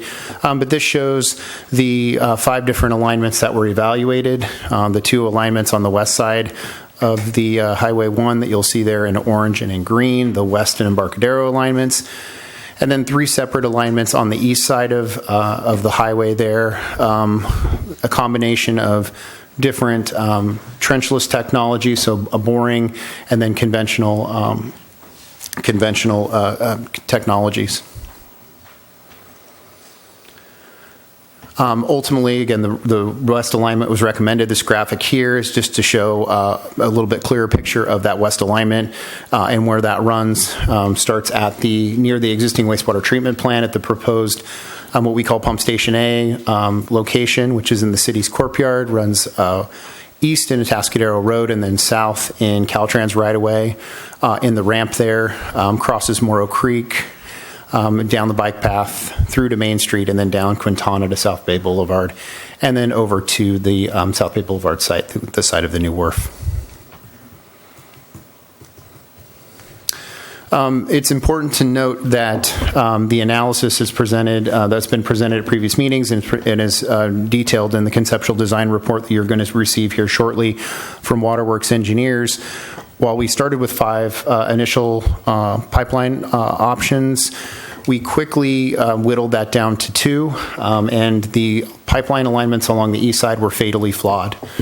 So for primarily 3 separate reasons, these different options were not carried forward. First, the east alignment, the open cut alignment. We're going to talk a little bit about cost here in a second. That's an alternative that we couldn't even put cost to because it's not physically possible to accomplish. There is no way to run completely on the east side of the highway because of the issues with the Morrow Creek crossing on the east side of the highway. That alignment was fatally flawed for 3 particular reasons. One is hydraulics, the other is environmental permitting, and then constructability. As I mentioned, not only is this would be difficult to construct, it's virtually impossible to be able to cross the creek there on the east side of the highway. In response to that option being completely infeasible, we looked at a hybrid east-west option where we go along the west side of the highway for a certain point, and then once we cross Morrow Creek, we jog over to get on the east side of the highway. That alternative was fatally flawed due to constructability issues. And then we've got 2 other alternatives that we looked at, the Hills Creek and the Hills Radcliffe options. Again, these all had issues with hydraulics, constructability, and environmental/permitting issues. We can go into more details with those if you have questions. We developed detailed cost estimates, as I mentioned, for the 2 alignments on the west side of the highway. Those 2 alignments are the west alignment and Embarcadero alignment. The slide, which Joe is pulling up here shortly, has a summary of kind of the qualitative analysis that was completed on those 2 alignments. So taking aside economics, these 2 alignments were scored against each other or ranked against each other in terms of different aspects. Thanks, Joe. Some of the key ones there are hydraulics. A few that are of particular note are cultural resources. There was some additional cultural resources sites that were problematic for the Embarcadero alignment. Constructability is one to highlight that the Embarcadero alignment was actually favorable for.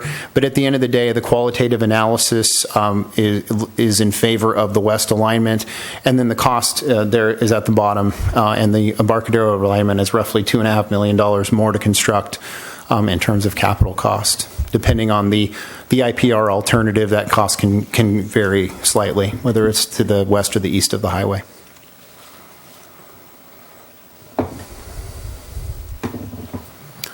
So as I mentioned, we performed a cost comparison for all the alignments, and I want to note, for full transparency here, as you will read in the report that's forthcoming, there was a lot of detail that was put forth for the West and Embarcadero alignments, as those were the alignments that were deemed the viable alignments to move forward. And you can see the cost estimates there. The West alignment is approximately $13 million. The Embarcadero alignment is about $2.5 million more than that.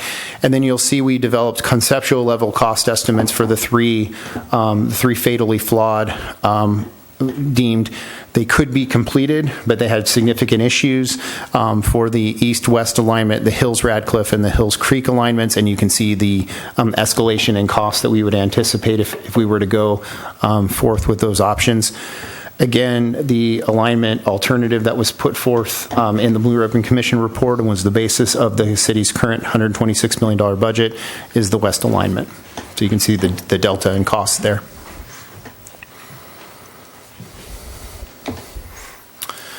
I'm going to shift gears here and talk a little bit about the dual pump station option. So that was some of the high-level information on the alignment selection.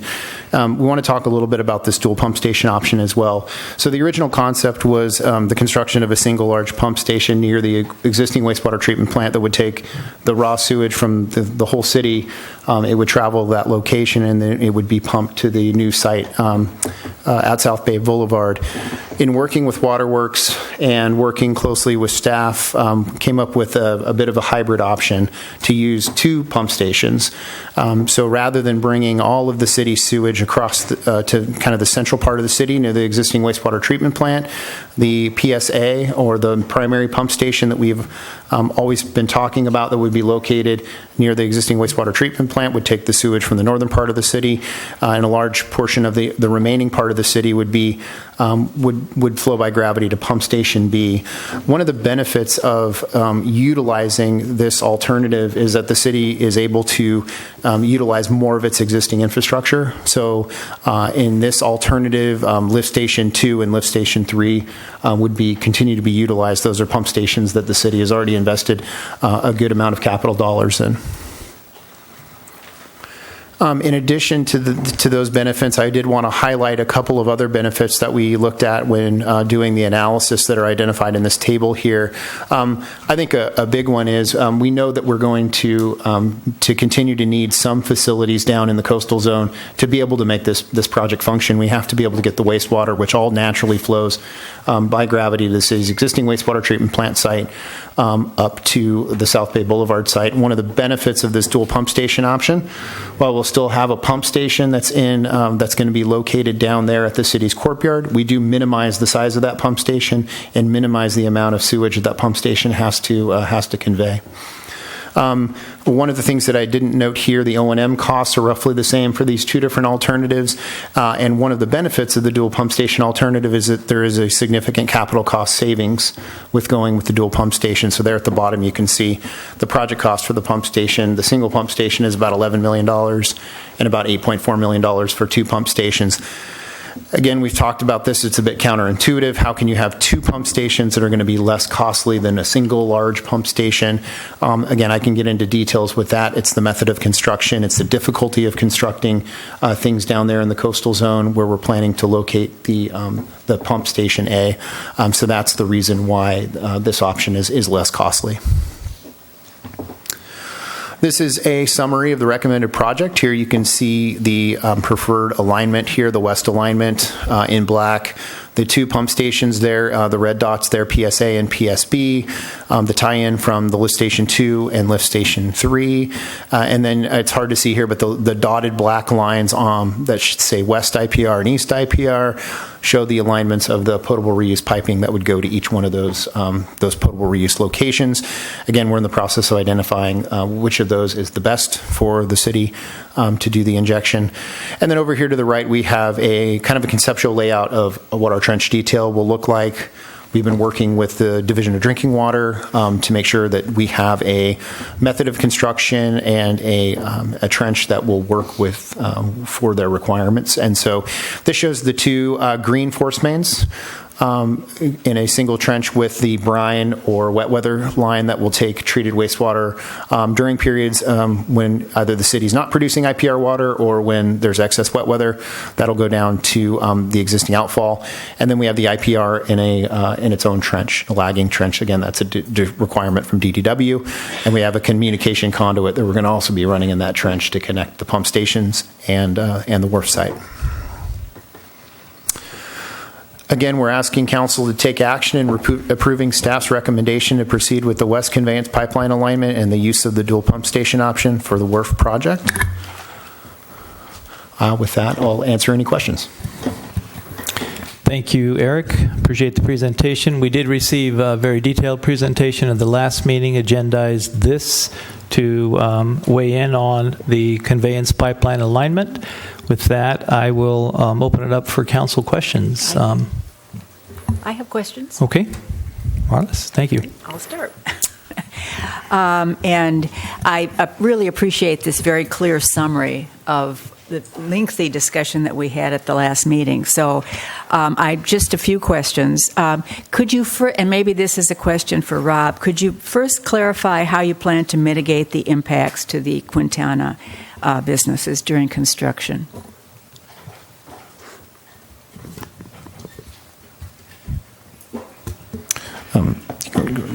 First, I don't want to make light of the impacts to the alignment. There will be impacts to not only the businesses, but residents that use that to get across town. So with any construction project, there are impacts, whether it be a paving project or a utility repair project or construction of these new lines. There are impacts to those folks, and everybody has experienced those, and nobody likes them.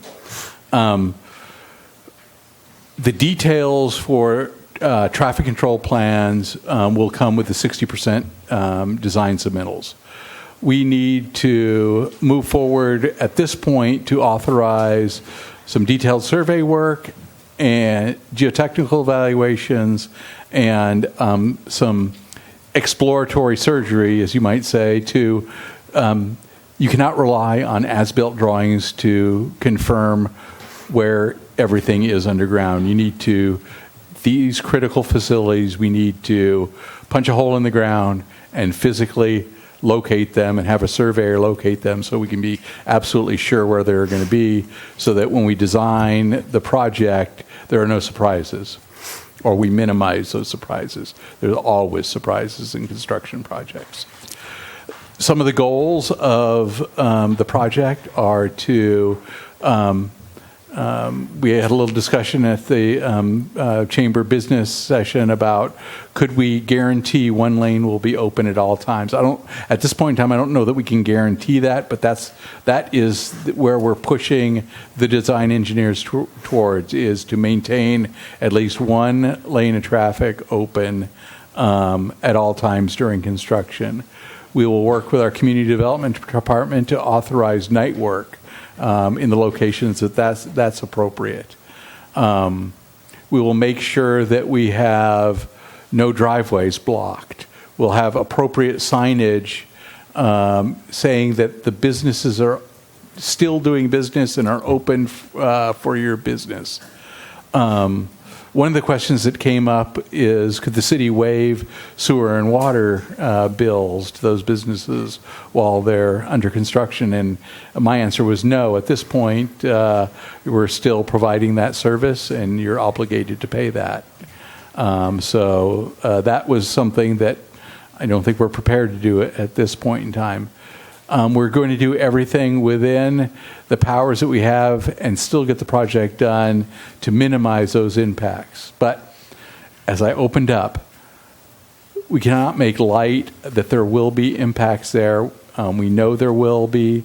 There are always impacts during construction, and living in a improved urban environment. Construction repairs are maybe not anticipated, but they are a necessary evil to being in a city. Right, but you don't plan to tear up the entire Quintana No, Road. we're not going to open You're a going trench, to be doing this a little... couple miles of trenches. It'll be open in segments. In segments.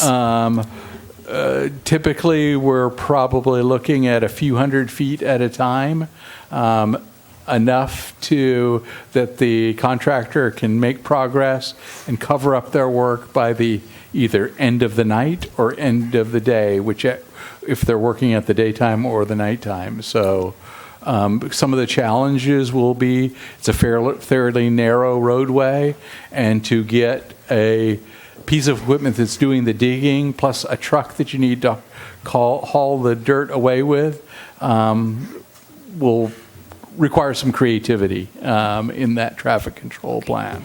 And when do you plan to begin this construction? On the Likely pipeline? in spring of 2020 is when the construction will be started for the entire project. The segment where the businesses are, I believe that's after Harbor Festival in 2020.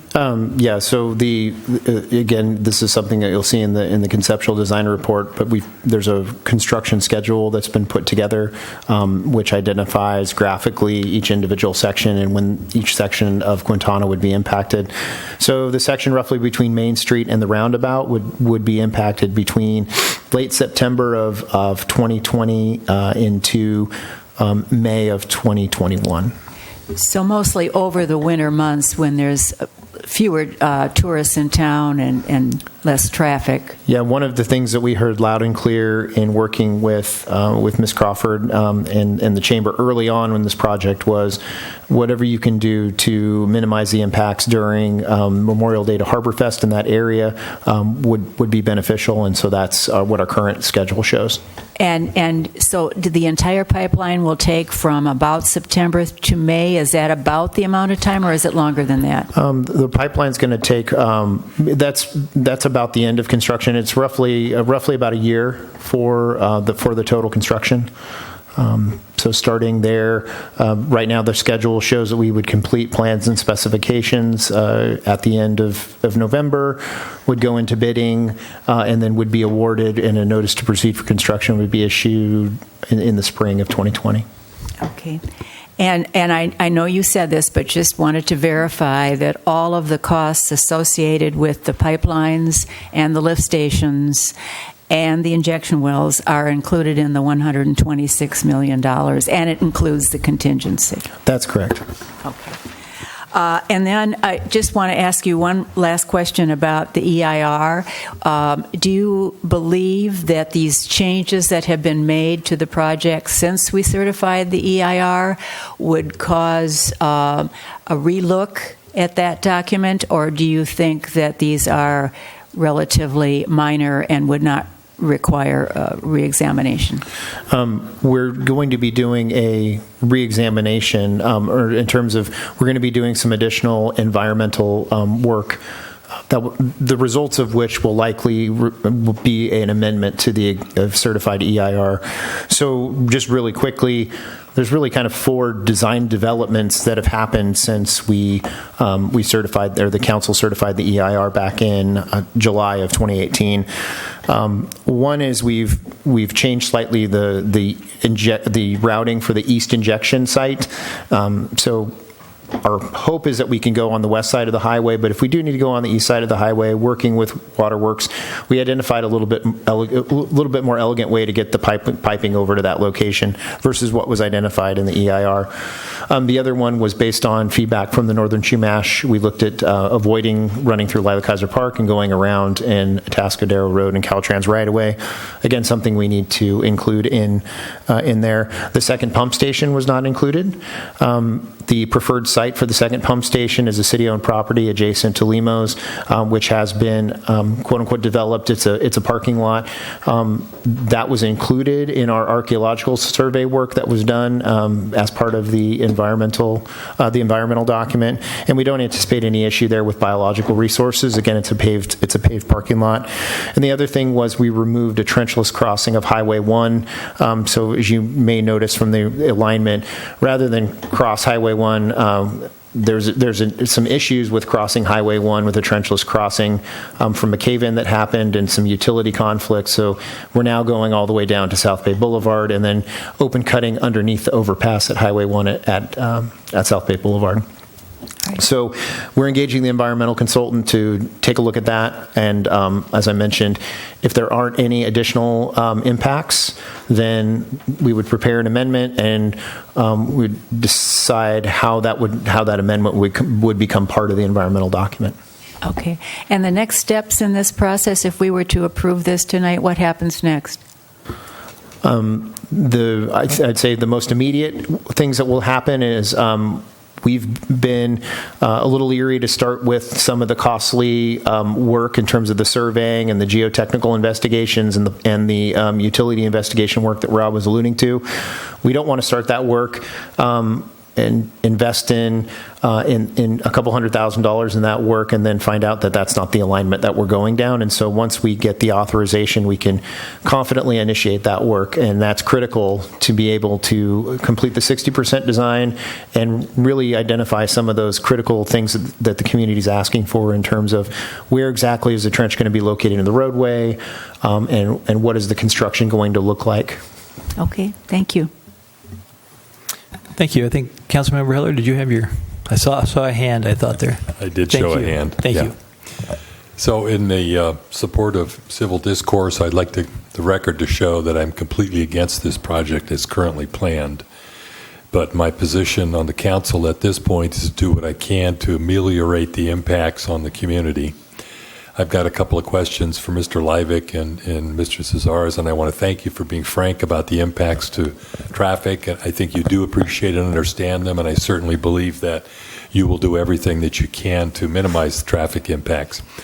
And I know you've talked about the more developed traffic management plan being developed as part of the next package, the 60% schematic design package. I'm wondering if you can, because I believe you, but I'd like to get these words as part of the conceptual package document.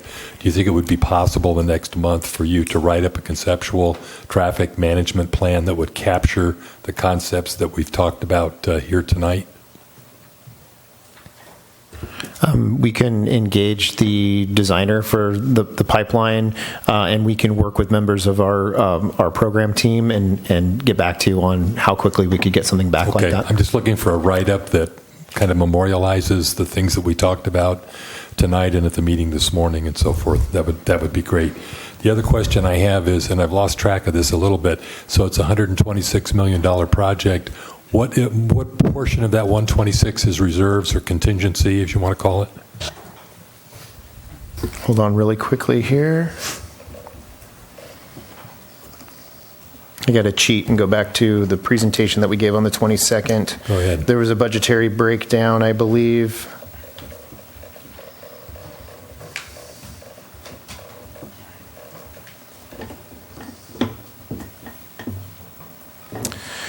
So the $126 million budget is broken into, we'll call it 5 buckets roughly.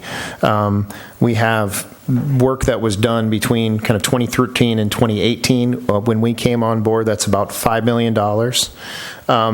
We have some additional general PM services that we've identified. That's work for us and then other folks that are involved in the project. So, excuse me, I'm just looking for the reserve amount or the... Oh, you just want the reserve amount? Yeah, the contingency amount for the entire program. Perfect.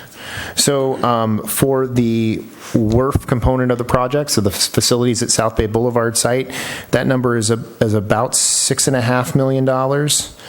And then we have roughly another another $2.5 to $3 million of reserve as well to cover the conveyance facilities and then the offsite recycle water facility, so the injection wells. So the total contingency is about 9.5 or 10 million of the 126? Yeah, roughly. I can get back to you with the exact breakdown, and I think that was included in the staff report from, I believe, from the last council meeting. That's in the staff report. I think we broke out the reserve amounts, but if not, I can get you that detail. Okay, yeah. Thanks. That's all the questions I have. Thank you. To my left, questions? Yes. Councilmember Davis. Thank you. First, I want to thank Erica Crawford for bringing together this morning a group of Quintana Road business owners, and 3 members of the council attended that as well, and we listened, Jeff and John and myself. It was a good turnout, and there were great questions, and I want to thank the business owners for bringing your concerns to us, because those become my concerns as well as our colleagues. So, first question, what will Pump Station B look like next to Limos? If I could get, Joe, could you open up the presentation and then go to some of those bullpen slides that we had in there?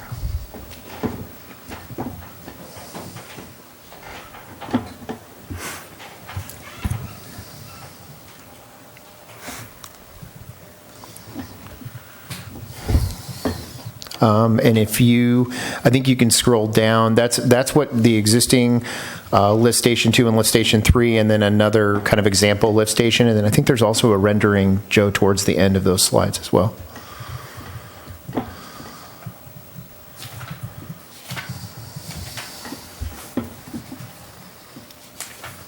One more. There you go. So just to orient you a little bit, and again, this doesn't exactly look like Limos, but we'll have some better renderings as we move this forward. But in the interest of time for our meeting on the 22nd, this will be put together. So the red building there is Limos, and then you can see there adjacent the light tan building with the pitched roof. That's the actual pump station electrical room. And then you can also see there, which would be to the north, there's a white box, which would be the emergency standby generator that would be located there. That would power the lift station in the event of a power outage. Oh, okay, I'm having trouble picking out the generator. I don't know if you can see the okay, got it. It's a white. Okay, so these are going to be kind of neutral industrial looking buildings. I think a good example would be the city's lift station 2, which is down by the Embarcadero. Last one. It would have a similar appearance. Okay. And are there going to be any odors coming from that pump station? The lift station will have active odor control, so that's included in the budget for both Pump Station A and Pump Station B locations. Okay.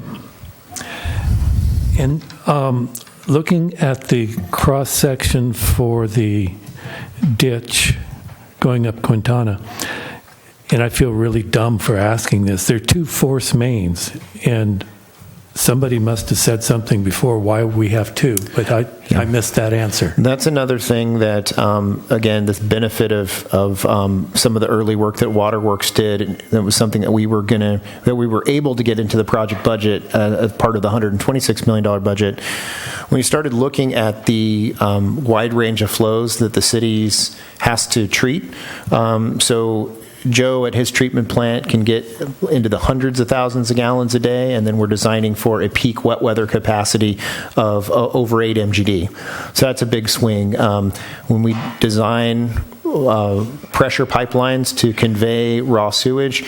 One of the things that we're always looking at is the velocities in that pipe. Those pipes have solids in them, and if you don't move that water fast enough, those solids will deposit, and you can get a lot of issues, potential to create odors, and then issues at the treatment plant itself. So in order to be able to manage those different, that wide range of flows, we're looking at two separate force mains, one that would be used the majority of the time when the city is treating kind of dry weather flows, something between a couple 100,000 gallons a day to in the high, 1, almost 2 MGD range, 2 million gallons a day.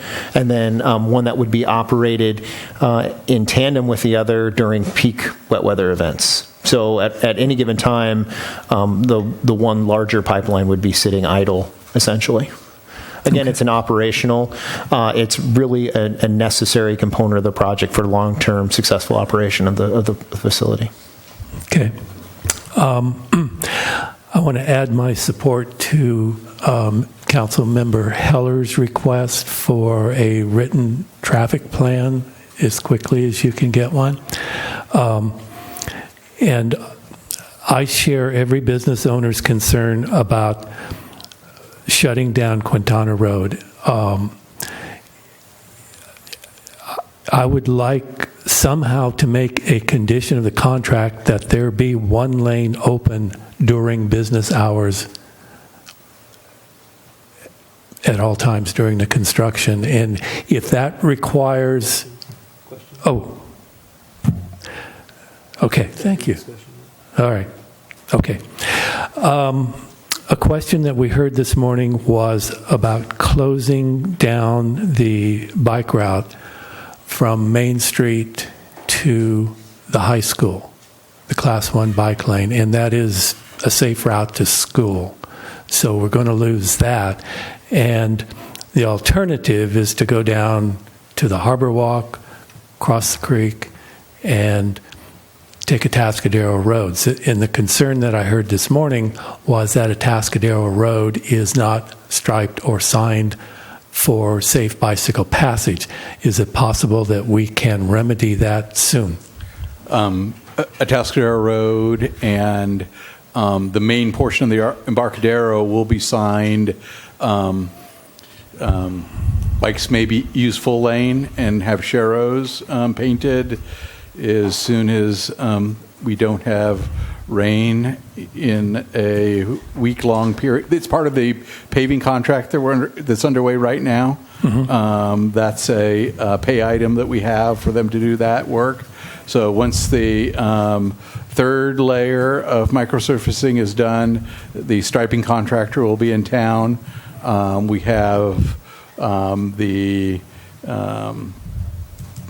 basically the bicycles may use full lane, sharrows and signs that will be installed, and then also that section that transitions from the really wide Atascadero Road to the narrow section. Mm-hmm. We're striping some delineation there that will have a dedicated right turn lane into the parking lot, a bike lane, and a striped through lane there to kind of designate where people mm-hmm. need to be, because it's kind of a free-for-all at that particular location. So that will make some improvements. Not everybody feels secure in riding on roads that cars drive on. I realize that.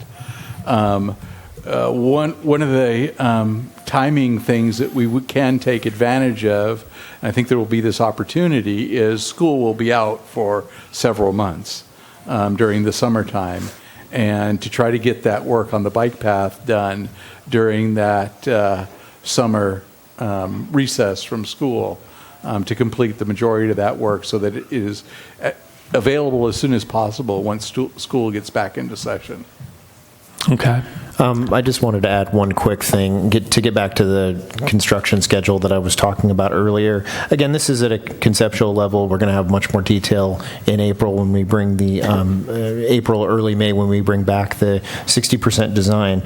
But that segment that impacts the bike path Right now, we're looking at the impacts being from about May of 2020 through October of 2020. So again, looking at targeting as much as possible the summer months to do the work on the bike path. One of the reasons for that is obviously the impact the bike path has on the high school students. The other is some work that needs to be done there at Willow Creek, and we need to do that work when it's dry as well. So. The other thing that we will likely end up with is a bike path that doesn't flood when this project is completed, so that we have, we'll do a surface restoration that probably doesn't look like it does right now, because there's really no reason to put it back the way it is, and end up with a couple inches of mud on the bike path for several weeks of the year. You said likely. Can we be a little more? We will put it back differently than it is right now, within the confines of our wetlands permit that we'll be getting for that crossing. Okay. All right, thank you. That's all my questions. Councilmember Addis. Can I just address Councilmember Heller's question really quickly again? Certainly. I was looking at my notes, and the $126 million budget that went into the rate study, that had a total reserve of $9.4 million. So that was of the 126, 9.4 of that is reserve. Thank you, Eric. Okay. I'll do the easy one first. On the pump station near Limos, I'm not familiar with the other pump station that you referenced in terms of what it would look like, but is that the extent of the greenery that will shield this in the That's a pretty conceptual. Rendering. There could be some additional landscaping that could be used to screen it from the road potentially. Some of these things will be, I'm sure, addressed in the coastal development permit that the city is going to be getting for the project. But that rendering was put together by engineers, not by architects or landscape architects. So we like to show boxes and. Does it take council action to get more greenery, or is that something? No. Okay. Definitely not. Okay. We know it will be a requirement of getting a permit there, so we'll show it with the submittal that we go to for permits. Okay. Yeah, I did want to mention one more thing that came up in conversation last week. We talk a lot about 30% design, 60% design, 90% design. What we mean by that for folks in the audience and those that are watching, typically with this type of project, this type of design construction project, we have a staged delivery or completion of the plans and specifications. So typically we'll have a preliminary design report that sets the concept for what we're going to do, and then usually the second deliverable that we would get from the engineer that we would produce or the design engineer would produce is a 30% set of drawings and specifications, and it kind of hits the major aspects, and specifically for a pipeline alignment job, it's showing kind of the lines on the paper, not necessarily the profiles and everything else. And then typically we'll come back with more detail at the 60% design level, where we'll have things like traffic control plans and a little bit more information. We'll have survey information on the drawings. Then we have kind of a 90% level, which is the kind of the last chance for all the stakeholders to look at it, to make comments and those kinds of things. And then we typically come back with a bid-ready set of documents that are quote-unquote 100%. So that's kind of how this process this process works. So we focused a lot about the pipeline alignments and the traffic control plans at the 60% design. But to your question, Councilmember Addis, will also have additional design detail on the lift stations. So right now, we don't really have a lot of drawings. We have some renderings, and we have some 3D models of the pump stations, but we'll be able to see some of the civil details and those kinds of things. So last time I asked about the communications to the community, and I know there's going to be a plan coming, but I was wondering if you could elaborate a little bit around the timeline for that plan, and then how the schools, specifically since bike lanes will be affected, Del Mar School, Los Osos Middle School, for kids that ride to the bus stops, and Morro Bay High School will be involved in receiving communications or having input, and then if Spanish language communications will be part of the plan. Absolutely. So we've engaged, as a member of our team, a public outreach consultant that's very adept at handling projects like this. They also are very good at handling recycled water and potable reuse projects, which is why we brought them onto the team. Yeah, absolutely. So multi-language is something that would be accommodated as well. And then definitely the high school, that's a really good point. There will be impacts to, as you mentioned, the bike lanes and the bike path. And so we would engage them as well. And also the elementary school, Del Mar, and they may not think of Los Osos Middle School since it's not here, but all of the Morro Bay middle schoolers just about go over to Los Osos Middle School, and many of them would ride their bikes. Thank you for that. I did not know that, but thank you for that. Okay. And then I just wanted to echo Red's comments and thank Erica and thank the Chamber for the meeting this morning, and then appreciate the need to physically locate facilities. I know that can avoid injury and other kind of catastrophes. That's something that Rob mentioned. But I also wanted to briefly share correspondence that we received from one business owner who went to the Chamber meeting this morning and said that she has no doubt that construction of the sewer line will have a measurable negative impact on their business, but the privilege of living in a modern society with an impressive new sewage treatment plant will serve them well. And so I just want to appreciate the prior work of this council and the former council. And I think it's important that while we respect the negative impact on businesses, we also recognize that there are business voices out there who appreciate the movement forward. Do you have further questions? And I'll let you re-echo that on question and when we have discussion, but thank you. Sorry for being the purveyor of process. I know, yeah. Right. Thank you. Appreciate that. And a couple questions that maybe weren't asked. Can you define fatal flaw? So a fatal flaw would be something that, in this case, it's something that made an attribute of an alternative that would make it substantially more difficult or more expensive to construct than another alternative. So I guess kind of one of these things is not like the other. So if you looked at all 5 of those alternatives together, very easily you can see that there are 3 of them that are significantly more costly in terms of construction, carry a lot more construction risk, have a lot longer timelines because of the issues with permitting and those kinds of things. So that's the analysis that we did. That's how you could identify, or that's how you could define fatal flaw. What are the impacts of not approving this one or the other alternative this evening? Not moving forward this evening would certainly have impacts on the schedule for the conveyance facilities. We've talked a lot about schedule and the importance of the WRF project and the design build aspect of the WRF project, bringing that design builder on board, negotiating that agreement, getting through the design phase and getting into construction for that. We want to try to keep the conveyance facilities and not make that the tail that's wagging the dog, meaning we don't want to put the conveyance facilities on the critical path for the project.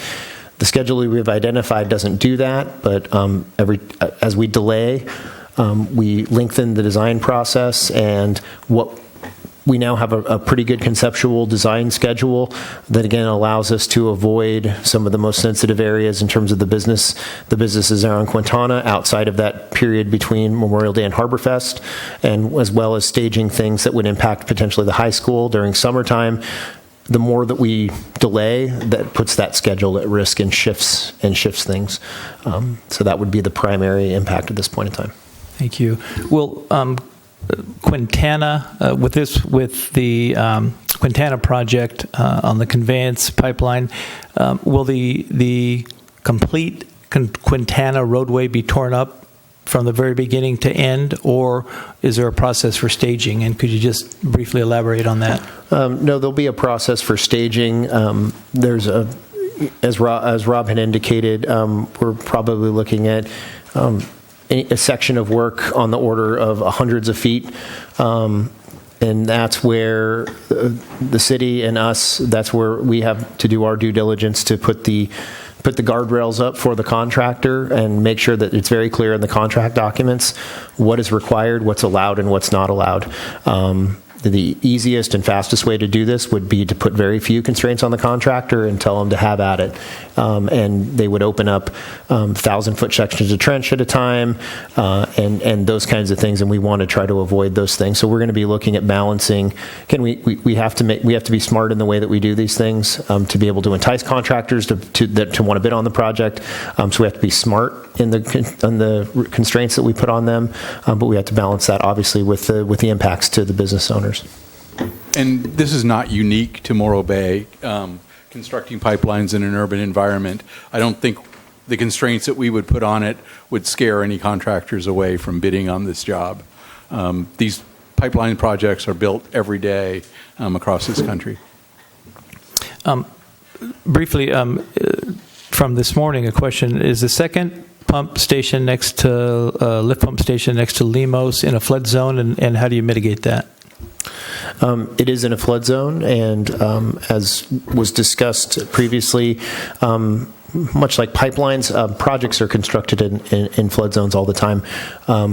We are looking at locating the elevations for electrical equipment and other mechanical items above that flood elevation. I believe the city code requires 2 feet above, 2 feet of freeboard above the flood elevation. So the rendering that was shown, a lot of information that's going into the coastal development permit is concerned about the height of facilities. All of that's being taken into account with the elevations that are going to be required to comply with the city code and to keep things out of the flood zone. If you look at the Limos building, that is also in the flood zone, so the pump station would likely be at a similar elevation to that building. Okay. My last question is, will there be a single point of contact for concerns that business members have regarding interruption issues? If so, who might that be? If not, what is that plan? That's something that we are going to be refining as we develop, as Councilmember Addis mentioned, the public outreach plan. So one of the things we talked about is having a dedicated phone line and with somebody that would be fielding questions and getting them to the right people and those kinds of things. We're going to be looking at a couple different options and weighing the cost of those and if those are necessary. Great, thank you. Thank you for your presentation. I'll open it up for public comment. I do have 2 speaker slips, not necessary to fill one out if you want to speak after these 2 individuals. First up is Mr. Barry Brannon. Welcome, Barry.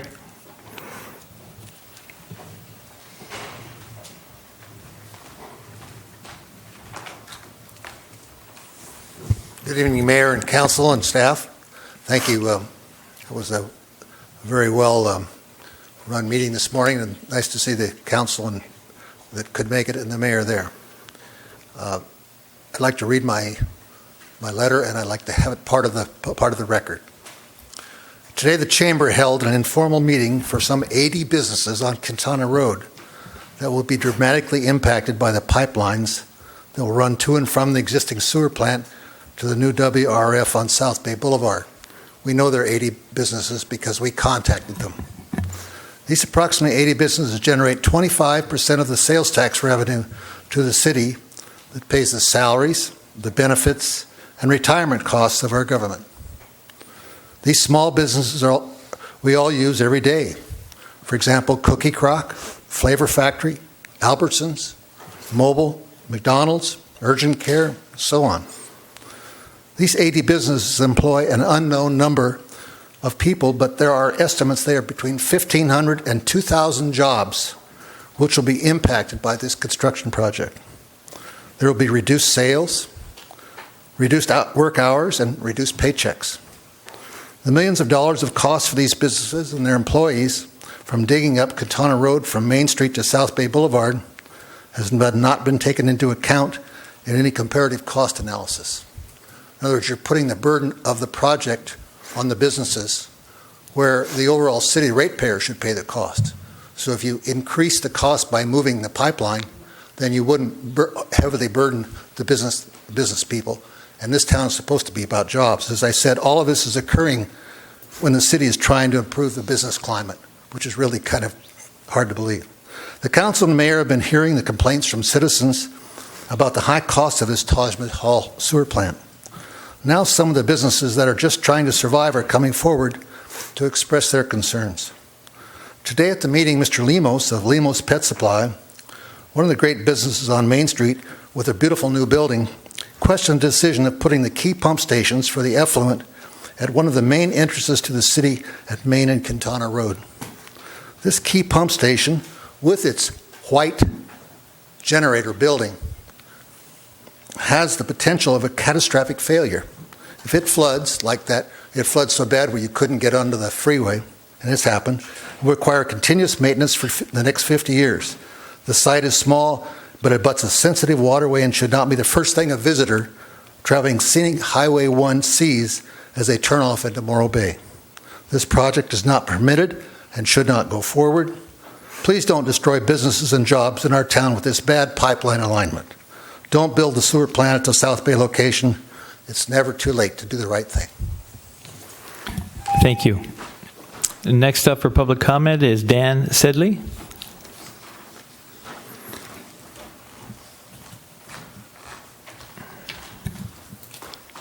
Welcome, Dan.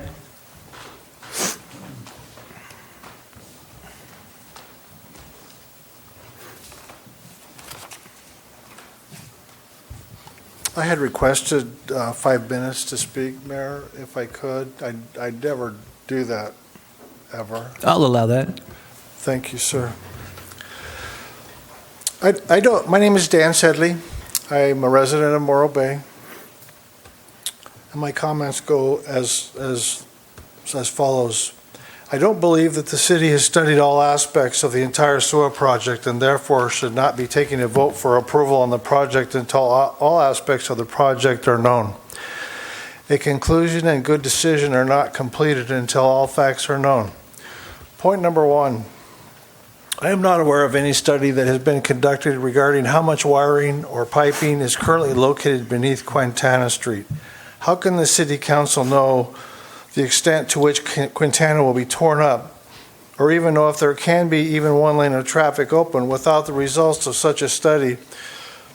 Shouldn't the city have the answers to be reasonably sure before they say that they will try to have through traffic before saying that they will try?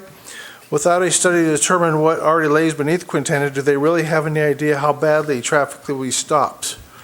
Without an answer to this, can the city council say that the west plan using Quintana laid in the piping is the best plan? Without such a study, isn't the proposed project planning incomplete at this point? Point number 2, there has been no study that I have seen to attempt to identify the loss of business to all businesses located on Quintana as a result of tearing up Quintana Street. How can the city council say that the west plan is the best option without conducting a study identifying the probable loss of revenues to those businesses? Surely a probability study could be conducted via measuring similar road closures in other cities. Isn't loss of business and revenues and tax revenues and loss of jobs important facts in considering the total cost of this project? Shouldn't loss of business revenues and loss of tax revenues due to construction on Quintana be included into the cost of the West Plan? Isn't it possible that including the loss of business revenues, the closure of businesses, bankruptcies, loss of jobs, and loss of tax revenues in addition to the construction costs would make the West Plan the most expensive and most fatally flawed plan and not the cheapest plan as is currently being stated?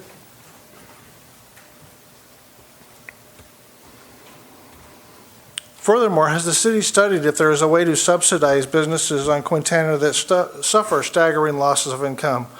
I am told that Quintana businesses produce approximately 1/4 of all Morro Bay business and associated tax revenues. How can the city of Morro Bay operate given a loss of tax revenues that are so significant?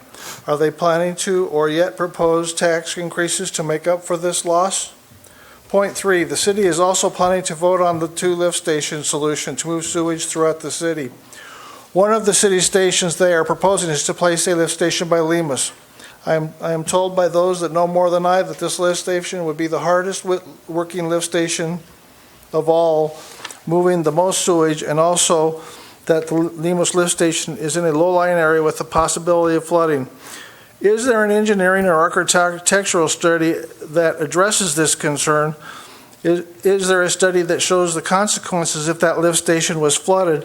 If that station was flooded, would Morro be able to move sewage throughout the city? Point 4, the city is planning on promoting a consolidated permitting process. How can the city say that this allows Morro Bay residents the same amount of participation?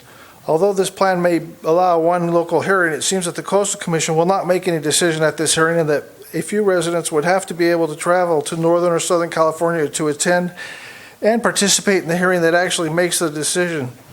How many residents could take the time off or afford the expense of traveling to such a hearing? Wouldn't the normal permitting processes allowing approximately 4 or so local hearings that our residents could easily attend and participate in, isn't that the best option? Why does the city want to limit residents' participation and comment? Does the city think that one non-decision-making local hearing by the Coastal Commission provides the same participation as 4 localized decision-making hearings, providing the same opportunity for participation and comment? Why does the city want to expedite this project at the expense of our citizens' ability to speak out? Doesn't limiting local participation stifle democracy at its core? In conclusion, the city has not studied all aspects of this project and should not be voting on an action until they have thoroughly studied all aspects of a $126 million plus project.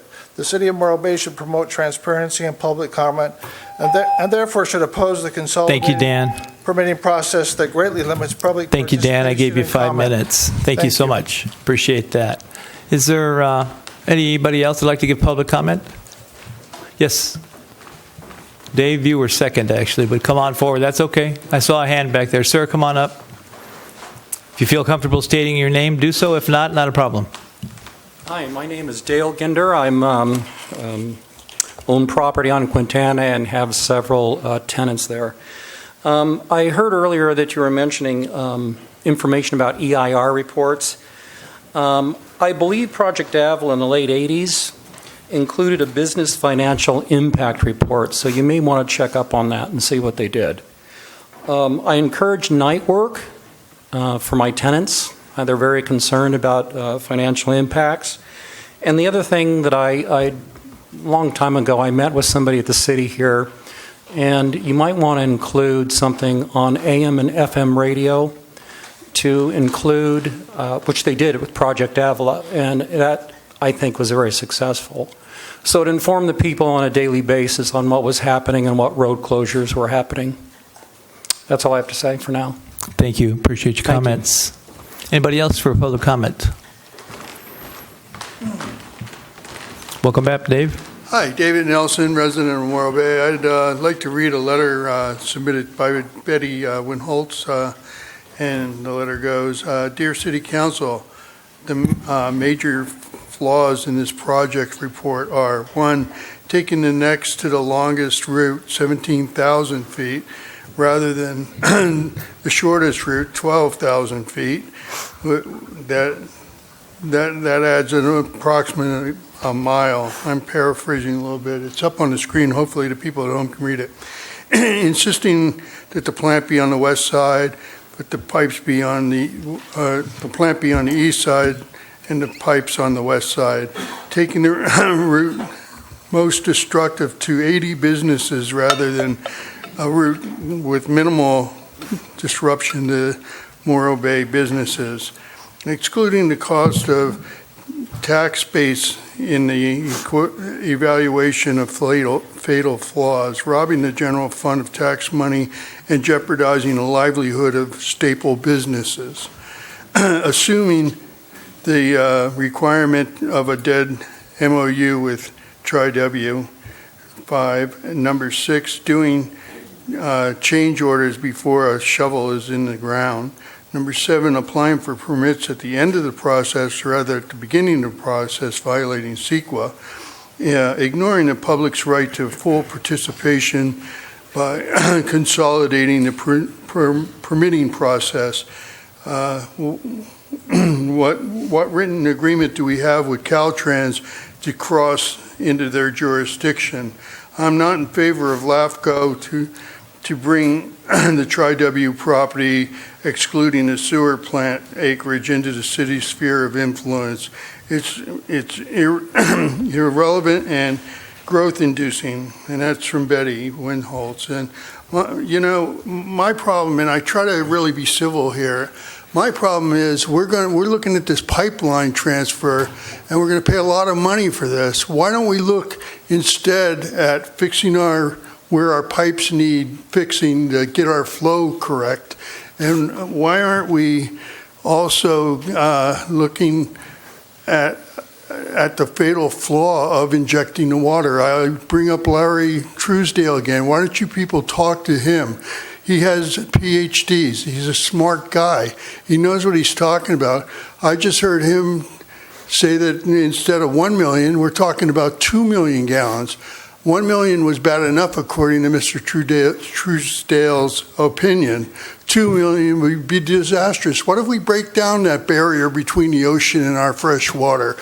That is what we should be thinking about. And if I'm wrong on that and Larry's wrong on that, let's talk about this. But this is crazy. Thank you, David. Any other public comment? Public comment is open. Seeing none, I'll close public comment and bring it back to council for discussion. I'd like to make a motion. Absolutely. Okay. I'd like to move that we approve the west alignment piping for the WRF project contingent upon 2 things. One is the creation of a conceptual level traffic control plan to be part of the conceptual package that's to be delivered in March. And 2 is to earmark $4 million of the $9.4 million reserves to provide financial assistance to businesses along the piping route and to rectify sales tax losses to the city. There's a motion.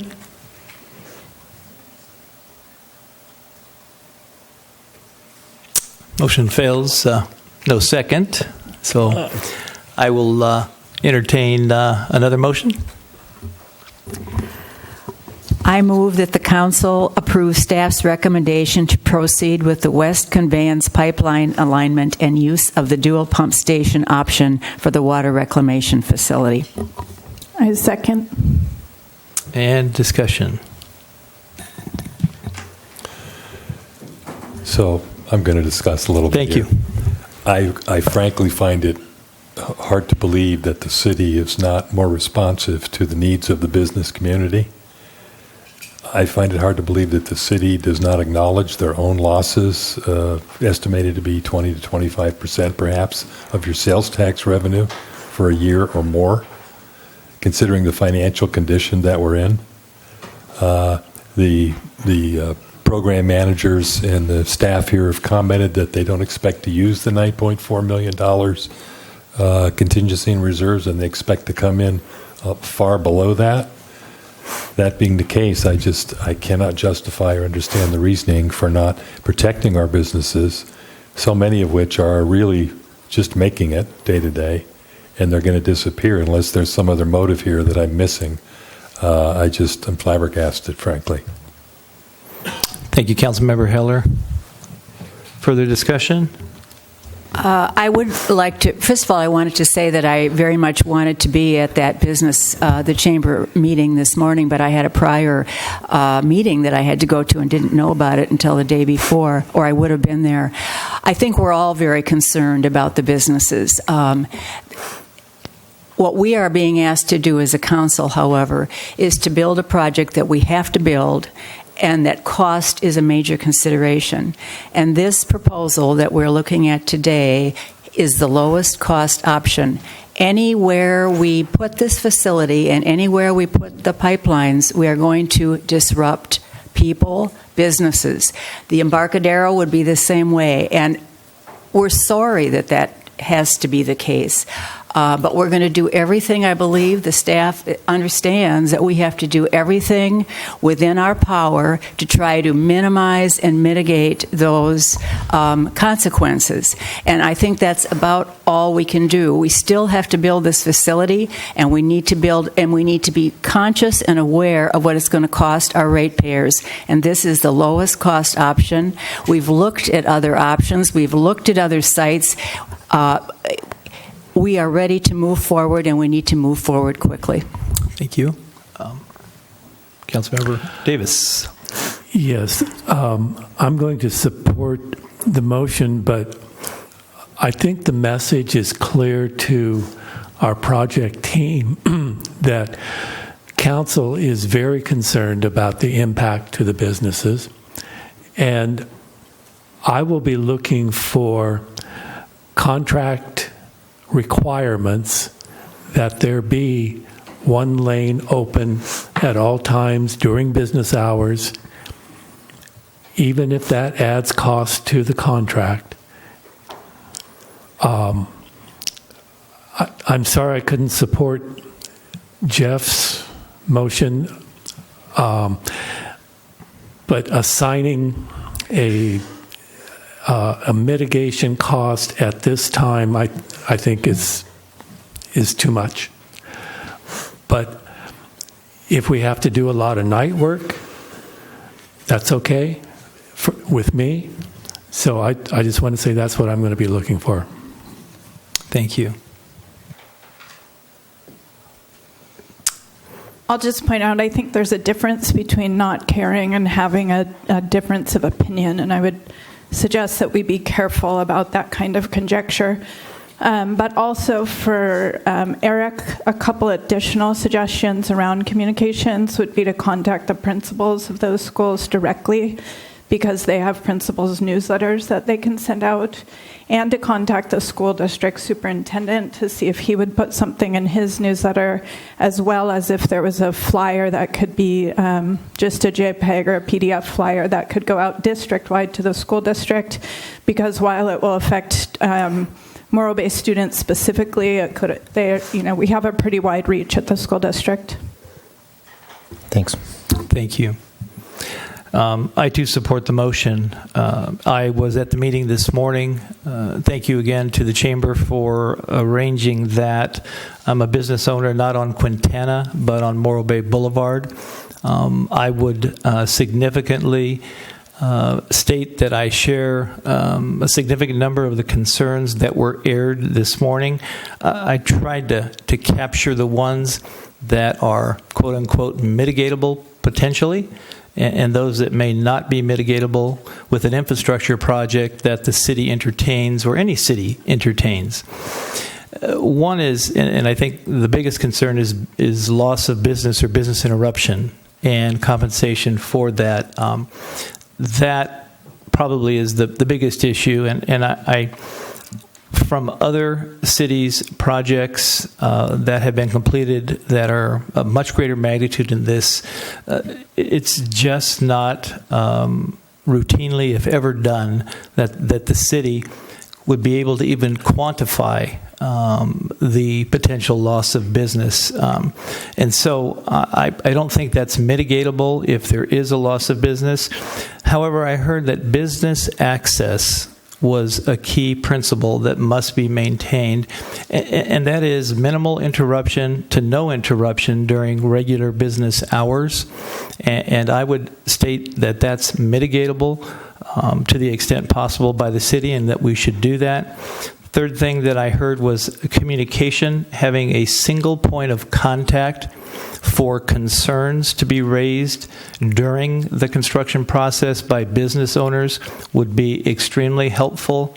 And I would recommend that we consider, I heard hotline or a number, but that we have a knowledgeable individual that would be ready to respond immediately to business concerns. Fourth thing I heard was signage to to assist during downtimes.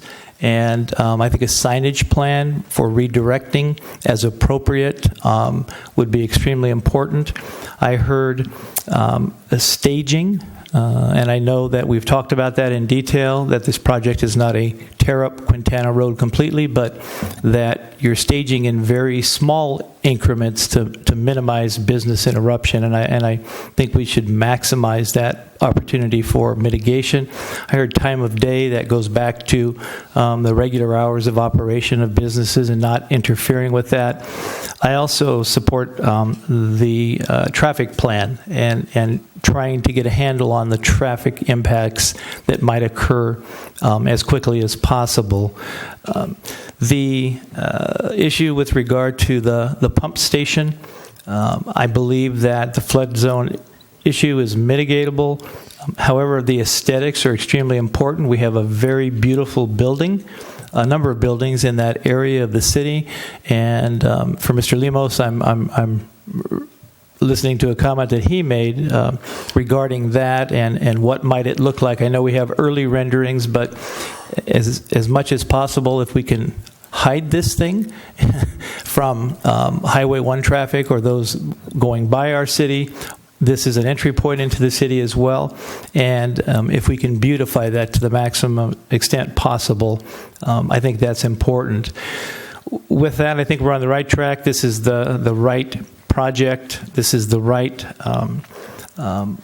portion of the project to approve at this time to keep the ratepayer costs where they need to be, and that is to not see further increases in the future, but also have the opportunity through low-cost income loans to even decrease rates in the future. So with that, I'll ask for a roll call vote. Excuse me, Mr. Mayor. Just a point of clarification, is the council voting on the motion that is provided in the agenda report, or will there be any additional requests that the council wants to add to that? The motion stands as stated with comments noted, I think, by staff, is what I heard. I took down all the comments. I think I captured them, hopefully. Okay. So, is that, yeah. So the original motion, and we'll take a roll call vote. Can you please sit down for a moment? And I heard that, and could you read back the motion, please? I would appreciate that. Councilmember McPherson moved to, excuse me, I'm on the wrong item. Approve staff's recommendation to proceed with the West Conveyance Pipeline alignment and use the dual pump station option for the water reclamation facility. And the motion was seconded by Councilmember Addis. Exactly as it appears in the staff report. Roll call vote. Councilmember McPherson? Yes. Councilmember Addis? Yes. Councilmember Davis? Yes. Councilmember Heller? No. And Mayor Heading. Yes. Motion carries 4-1. And with that, we will take a health break. We'll be back in 5.5 minutes.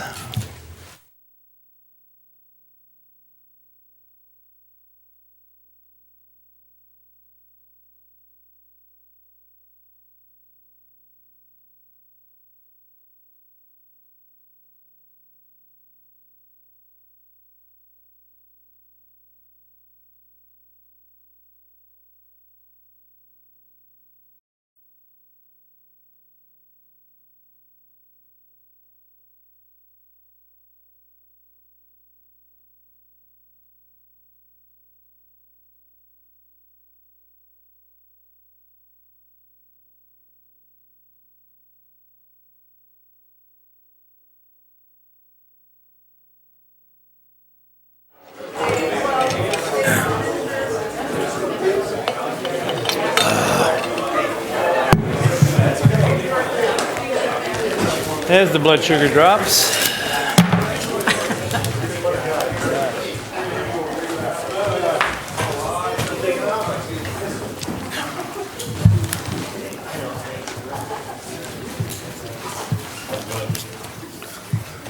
Where are we?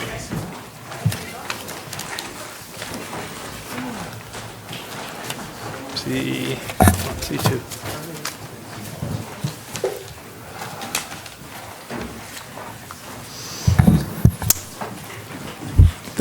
Great. We are back from our break, and we are Ready to entertain item C2, presentation and discussion of the fiscal year 2017-18 comprehensive annual financial report. And I'll turn it over to Ms. Callaway. Thank you. Good evening. It's that time of the year again to go over our prior year's fiscal results. First, I want to take a moment and acknowledge our budget and accounting manager, Sandy Martin. She's sitting behind me on my right-hand side. She took the lead on assembling all the work papers and working with the auditors while they're here. And so, thank you, Sandy, for all that work. And just so that the council and the community knows that she put a lot of effort into this. And it's a unmodified audit opinion. We have one finding that's a carryover from the prior years. But I don't want to steal the thunder of our auditor on site, so I'll let him proceed with his presentation. And then, of course, if there's any questions, this is Mr. Kenneth Poon. He's a partner of the Poon Group. That is our audit firm. And he can go through the results of his audit. Welcome. Good evening, Mayor, member of the City Council. Again, my name is Ken Poon. I'm the managing partner of the firm and also the engagement partner of the audit of the City of Morro Bay for the fiscal year end June 30, 2018.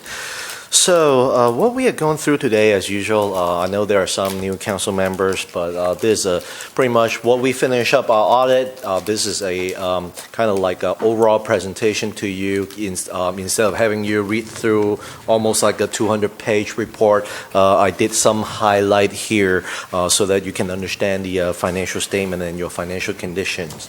So my presentation actually covers the scope of work, what we were engaged by the city to perform as required by the auditing standard. There are some information that I need to communicate with you, especially the audit responsibility by both management and myself being the auditors. Couple things about, very importantly, is about the financial statement. We also do share with you our analysis on some of the key financial indicator. And then also, there are a lot of sensitive information in these financial reports. It's about pension and OPEB.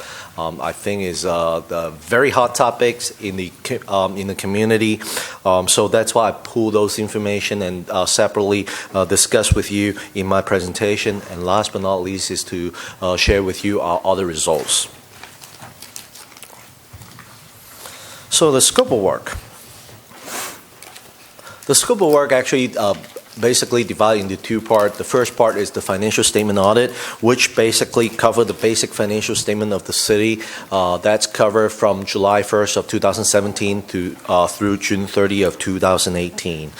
Also, you do have a couple compliance audit because you do receive the TDA's fund. So there are local transportation funds for the roads, transit enterprise fund, and then other local transportation fund for non-transit, which is the bike path audits on the TDAs, which is more likely is the compliance audit, making sure that you are compliant with those regulations from Caltrans. So the audit responsibility.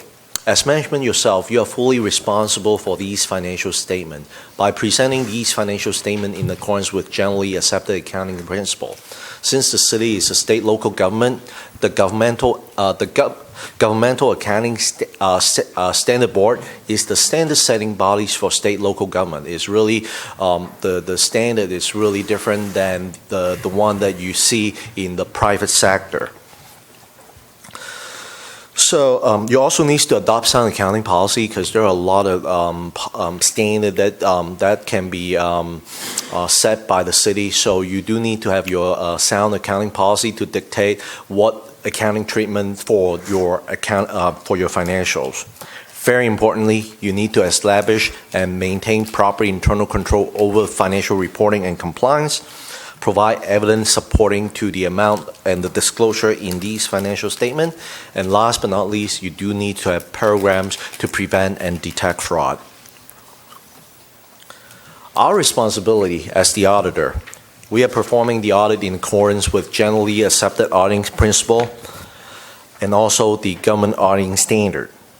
We also communicate with those charged with governance and in our determination, the City Council is what we call those charged with governance. And tonight I'm here to answer any questions that you may have regarding the audit. And then also I'm sure you receive our confirmation letter asking some information during our audit process. We also do assess the audit risk of internal control over financial reporting and compliance, determine the fairness presentation of these financial statements, and last but not least, to render our audit opinions. So let's take a look at the audit report. So the comprehensive annual financial report, in another acronym that I use is CAFR, we actually divide into 3 different sections. The introductory sections, which include a letter of transmittal, which is a letter talking about the city, talking about the reporting requirements, and then also some city's information, which include the list of elected officials and the city's officials, and then the org chart. Our focus as the auditors is really the second part, which is the financial sections. The financial sections, the first part is the independent auditor's report, which actually details out our scope of work, our responsibility, your responsibility, our opinion, which is very important report that we have. Management discussion and analysis, which is a requirement supplementary information under GASB 34, which implement about like 15 years ago. So even though this statement, this document is an unaudited document, but that gives you a lot of information of telling you the story, what's going on during the year, giving you the highlights, talking about some financial numbers, and give you the whole entire story that's happening at the City of Morro Bay during the fiscal year end June 30, 2018. The audited financial statement, which is included as follows. The basic financial statement, which includes the government-wide financial statement. In another word, this is a consolidated financial statement of the city as a whole. I call it a primary government financial statement. Under the fund financial statement is what you use it on a day-to-day basis, which include the general fund, the special revenue funds, debt service fund, capital project fund, all the enterprise fund, that you actually adopt the budget on those funds during the budget season. So also you can see the fund financial statement, which is really helpful because which is the what your management's been using and present to you on a monthly basis. The notes to the basic financial statement actually give you a lot more detail of what's included in the within the numbers. Under the required supplementary information, you also see a couple things. One is the budgetary comparison schedule for the general fund. Also, the schedule of change in proportionate share of the net pension liability and the related ratio. The schedule of contributions to your pension trust fund. And then also the schedule of change in total OPEB liability and related ratios. Last but not least, the supplementary information for those funds that did not classify as non-major, as a major fund, those will be presented in details in the supplementary information. Even within the supplementary information, you also see the individual fund. If you adopt the budget for those governmental funds, you will also see a budget comparison schedule within the supplementary information.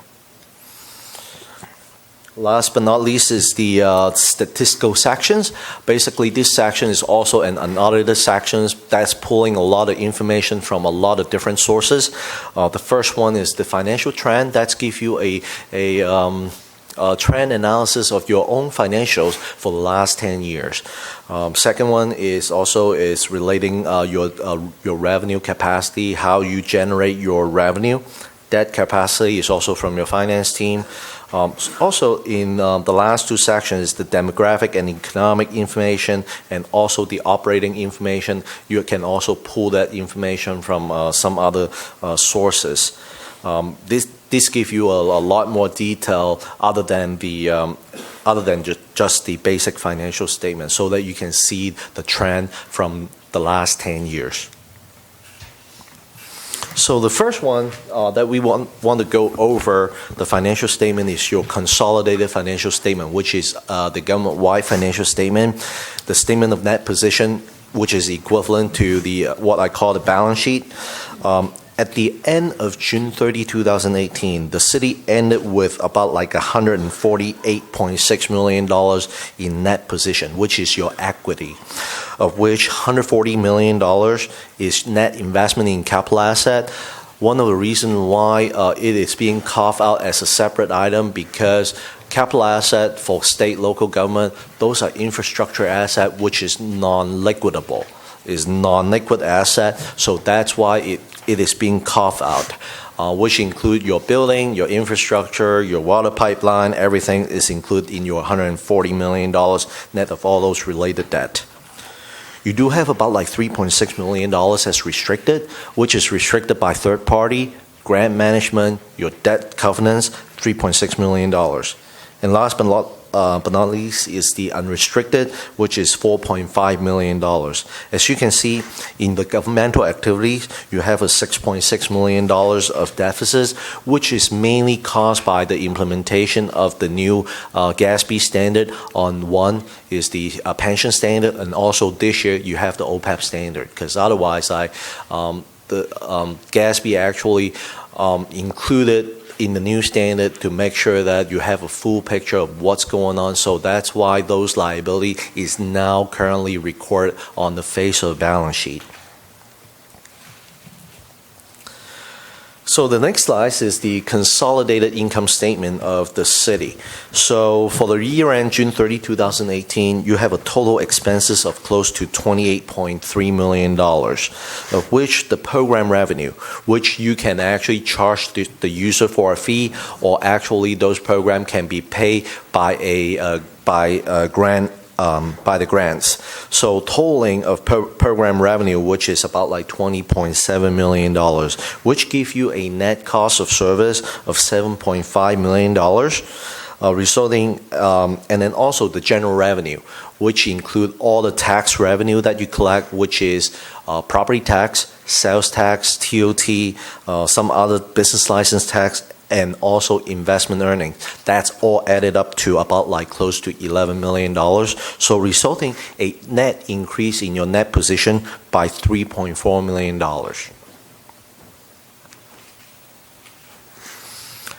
General fund is your main operating fund of the city. So the balance sheet at the end of June 30, 2008, you have a total fund balance ended at close to $8 million. $3.9 million are what we call non-spendable. Why we call it non-spendable is basically we do have some long-term asset included in the general fund, which include majority at this time is your land held for resale. So that's include a majority in your $3.9 million. The council also set aside $134,000 for a certain program, and resulting in an assigned fund balance of close to $3.9 million. The income statement for the general fund, you have a total revenue of about like $13.2 million. Total expenditure is close to $13.5 million. So that's create a operating deficit of about like $253,000. You do have some other transfer in, which actually pay by other funds for the indirect cost allocation. So at the end of the day, the general fund actually have a net change, like increase in your fund balance of about like $500,000.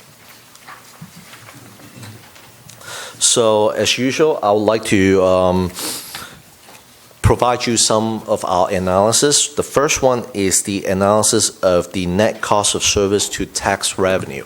One of the reasons why we would like to do this analysis is because the basic service of the city provided should be paid by taxes. So the net cost of service for the governmental fund are about like close to $13 million. Tax revenue for the year is about like $10 million. So given the fact that your ratio is about like 127%, what does that mean? Is basically the cost of service that is provided to the city cannot be recovered by either the fee and also your taxes. So that's why you have a 126%. Our firm is actually currently going through our financial survey for 2018 because of the implementation of the GASB statement number 75. I see that this year a lot of cities has gone up quite a bit in this ratio, but your ratio is certainly higher than other cities that I see. So this is something that the city really needs to pay attention to, is to keep the cost down. The other ratio that I would like to look at is the unassigned fund balance to the annual expenditure for the general fund. This is another word. This is the rainy days fund reserve that we looked at for the general fund. So the unassigned fund balance for the general fund at the end of June 30, 2018, you have close to $3.9 million. Annual expenditure is about like $13.4 million. So resulting, you have about like close to 29%. GFOA have a best practice and give everybody's a benchmark, which is about like 2 months of expenditure, which is equivalent to 16.67%. The city do have about like 28.99%, which is about the best practice recommendation by GFOA.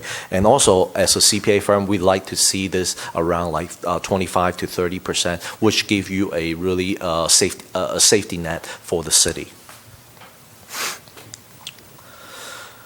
Our next slide is actually talking about GASB statement number 68 and 71, the new pension standard, which was adopted almost like this is the third year implementing the GASB statement number 68. Keep that in mind. This is the first year that CalPERS actually dropped that discount rate and value the net pension liability at a discount rate of 7.15. They dropped 0.5% compared to what you've seen last year. So as a result, your total net pension liability has gone up as of June 30, 2017, which actually reported as of June 30, 2018 financial report. You report close to $25 million of net pension liabilities. Also, keep that in mind, the pension liability is an estimate.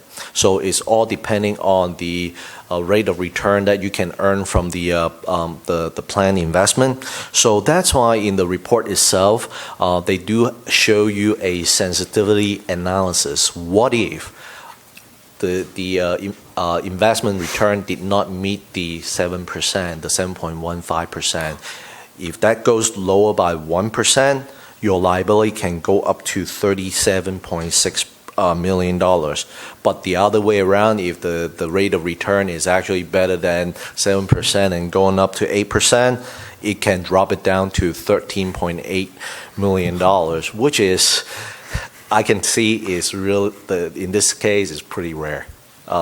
Based on the historical trend that I see with CalPERS, the last 2 years they did a pretty good job of staying about like 10-12%, but with like so many years that they did not meet the 7%, so that's actually take quite a bit of hit, and that's one of the reasons that you see your general fund expenditure also higher than the revenue, because the city is expecting more contribution to CalPERS to pay down the liability. So that's why your general fund is your expenditure is it's actually higher than before.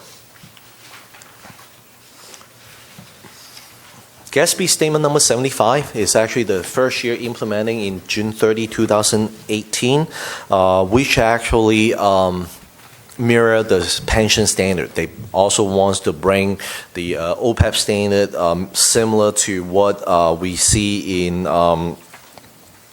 pension. So the city has a pay-as-you-go plan. So the net OPEB liability as of June 30, 2018, because we can use the same measurement date, you have a total of $2.5 million based on the discount rate of 3.8%.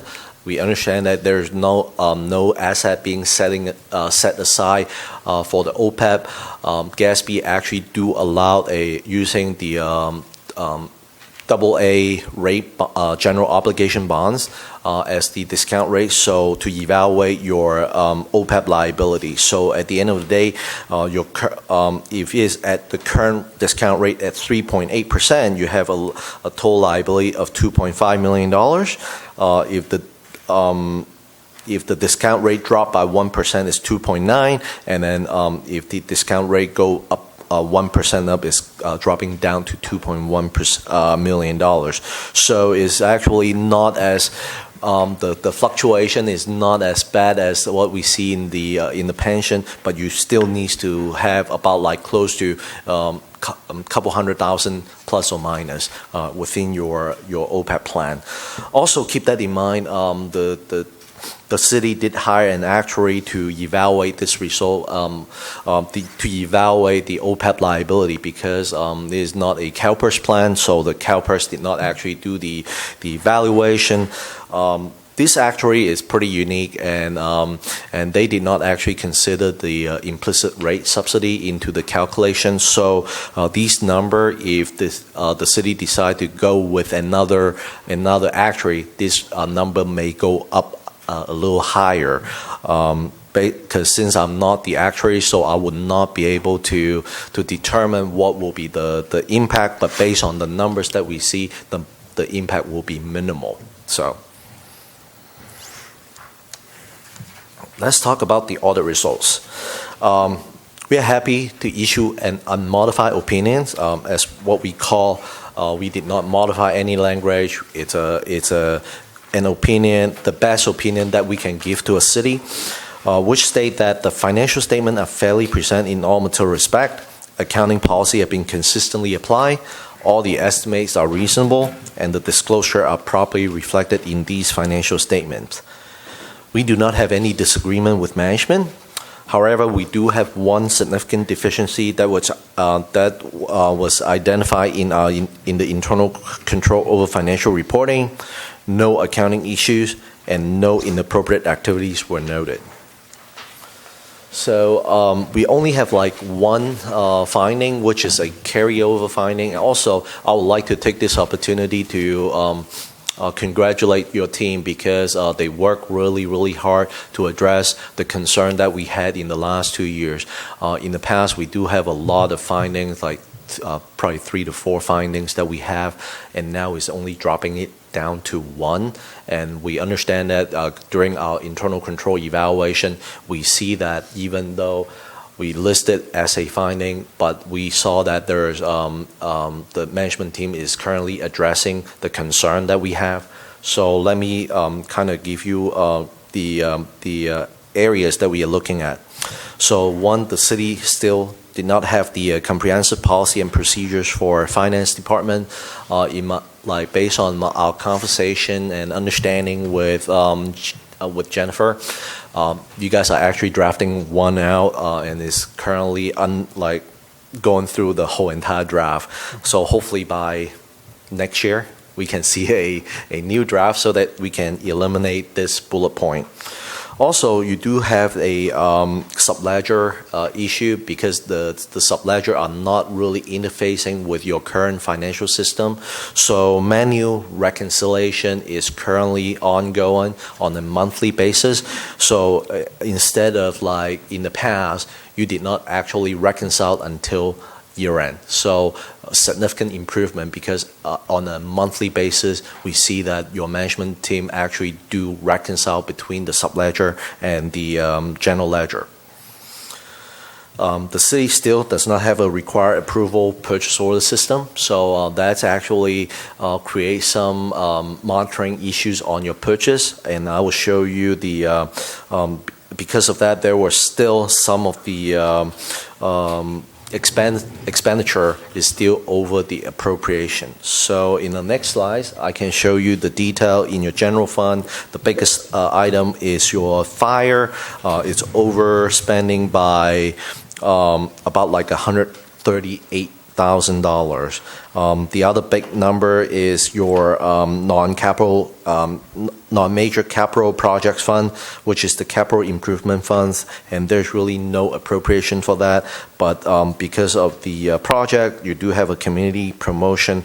The city do expand about like $382,000, which is not budgeted. So other than that, the rest of them are pretty small number. So I think this is a significant improvement from what we see in the past. Okay. That's conclude my presentation for tonight, and I'm happy to answer any questions that you may have regarding the audit and the financials.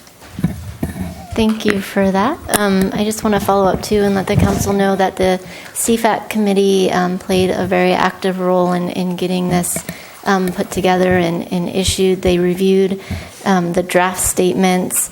We were able to substantially incorporate all of their suggestions and recommendations into the final draft of the CAFR. I say substantially because I think we missed 2 or 3 typos or spelling errors, but that was at the last minute rush to get this produced by the end of the calendar year.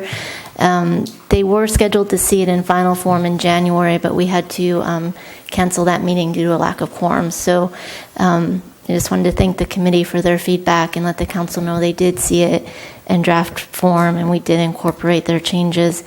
And then also the CFAC committee has worked hard over the last couple of years to get this in a format that it's in so that we could submit it to GFOA for recognition, and we did meet that deadline of December 31st. So when we hear back from GFOA, we will relay that news to the council and to the CFAC committee. Also, thank you to Mr. Poon and his staff. We did have a good working relationship, and I think the one finding that we had, still we've talked about, we're implementing a lot of those throughout this year, and because they weren't done by June 30th, that would be why it would remain. So we expected that one in here. But any questions, either Ken or I can answer, or Sandy's here as well. Thank you very much. Thank you, Mr. Poon, for your presentation. You're welcome. Jen, thank you for all of your work. And Sandy, thank you for your work. And Barb Spagnola is here from CFAC. Thank you as chair for your work. I really appreciate that. And with that, I'll open it up to any council questions you may have. Looking to my left, Councilmember Addis, yes. I think it might be more a question for the finance department. But it was on the comment that purchase of interfacing systems at this point is not feasible for the city. And just what would it take to be able to have interfacing systems? Because it seems like there's a lot of people power hours being put into these manual reconciliations. It is a substantial workload. Sandy's doing that monthly now. Probably, 3 to 5 days, depending on how many items. It's just like doing a bank reconciliation. But we do that for Recreation Harbor, any of the independent systems that don't interface. We would have to research software to see how it would work, do probably an RFP of some sort, possibly, and then the staff time to implement that. And given the rest of our workload, well, it's 3 to 5 days every month. That's a shorter period every month than to go through that whole process. So it's not that we are opposed to doing it, finding the resources to do it, and then also the cost associated with that as well. It's not something that we've accumulated for. And I can't say for 100% certainty that we don't have maybe some other mechanism within our finance system that we could use, and we haven't. I don't know that we do or we don't, but there's just different options we could explore. So this is kind of our current control that's in place that I think meets the concern of the finding, and we can maybe improve on that, in a year or two as we kind of get some of these items checked off our list. Thank you. Great. Could I just follow up on that? Because I had that question also. Is it possible to bring those, the recreation and the finance, the recreation and harbor into the our system? Is that an option? So one of the issues is Recreation has, it's called, I think, Active Network is the name of the program that they use, and it's, they can pay by credit card. They have their own system over there to keep track of the reservations and the bookings. I don't know if we could utilize our billing system as utility billing. That's what the module is referred to in our finance system. But again, we could explore possibly doing that, or if there's a way to incorporate it. I'm not sure that it can fit at the moment and work for what recreation uses it for as well. Same with the harbor system. They use it for different purposes, right? They're keeping track of reservations and that kind of thing. Our system's not going to do that. I see. But we could explore if our system could be modified to incorporate some of those things, or maybe even PayPal, which is a common way that people pay and whatnot. And yeah, we'll continue to explore whatever options are out there that would be most cost effective and that makes least staff time involved. Yeah, right. Okay, thank you. Thank you. Great. I have some other questions too, but Go ahead. oh, go It's ahead. questions, yeah. Oh, all right. I'll go. This ahead would with be questions. Councilmember, yes. Since we just looked at this, could you tell me how we are spending this amount of money that was not budgeted for community promotion? What is that? Actually, the CDBG grant that came in, so we received grant money. The budget didn't include didn't carry forward the appropriation for it, so it wasn't general fund money that we didn't get appropriation for. It was the grant money that was received and the timing for that to be paid out. Right. So we didn't spend this amount of money on. It wasn't community appropriation to begin with. That's what it's grouped into and called as, but it was the CDBG grant. I see. Okay. And I also wanted to get a little bit more information about this other post-employment benefits. Can you tell me what those are exactly? And I realize that now they're included in the financial statements. So if we could know what they are, I don't know what we pay our employees beyond retirement. So it's the city of Morro Bay pays for retiree health up to the age of Medicare.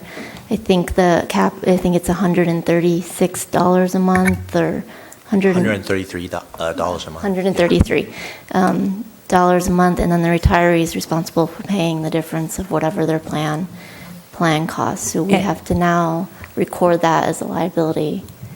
And is that all employees? For the retirees? Yes. Or is it just certain of our? I know that the benefits given to our employees vary by which employee group they're in, which union. But so I'm just wondering, is it all employees that we do that for? It would be the retired employees that meet the requirements at the time of retirement, and the $133 or $139 per month is the minimum allowed by CalPERS. Some cities would have an agreement with CalPERS that they might pay amount above the minimum. The city of Morro Bay pays the minimum contribution, which currently is $136 or $139 per month. Okay.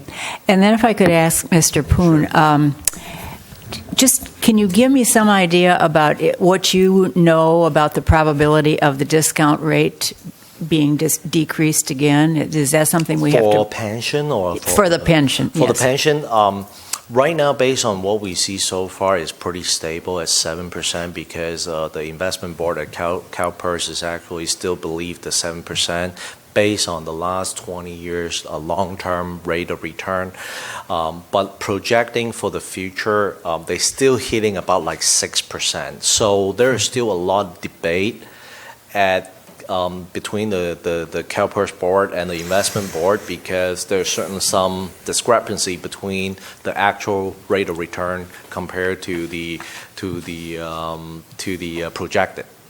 So they're still keeping an eye on it. So, but also it's very it's a political decision because once you drop the rate, it also impact the contribution, which is also impacting majority of the city's financials. Of course, right. So there's a lot of argument between the actual rate of return and the discount rate being used. So as of this point, based on what we see so far, they're not going to drop it, but they are currently keeping an eye on it if the investment earnings did not hit the 7% for the next couple of years, they may have another discussion to drop it to 6.5%. Okay. And do you know how other cities are addressing this issue?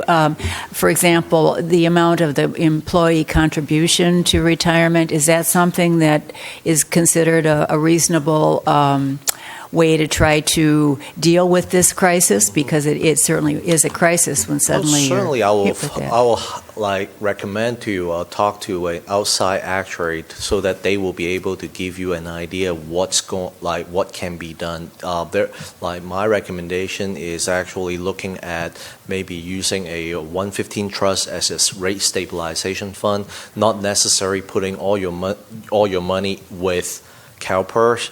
Or maybe doing a composition between, okay, we pay down some of the unfunded pension liability and then also setting up a 115 trust to pay on that. But I highly recommend not to do pension obligation bonds, because it's pretty much you are gambling with the interest rate, like between the interest rate that you're paying and the investment rate of return that you are going to get. So my recommendation, pension obligation bond, is really not an option. I see. Yeah. And Jennifer, I am correct that we have paid down some of our unfunded liability. Is that correct? Correct. We prepaid our side funds. And then we did get a little bit of savings this year for prepayment and the one-time lump sum. But we'll be bringing back to council some options with that. Moving forward, you can see that our fund balance increased by $500,000. That's great news. Right.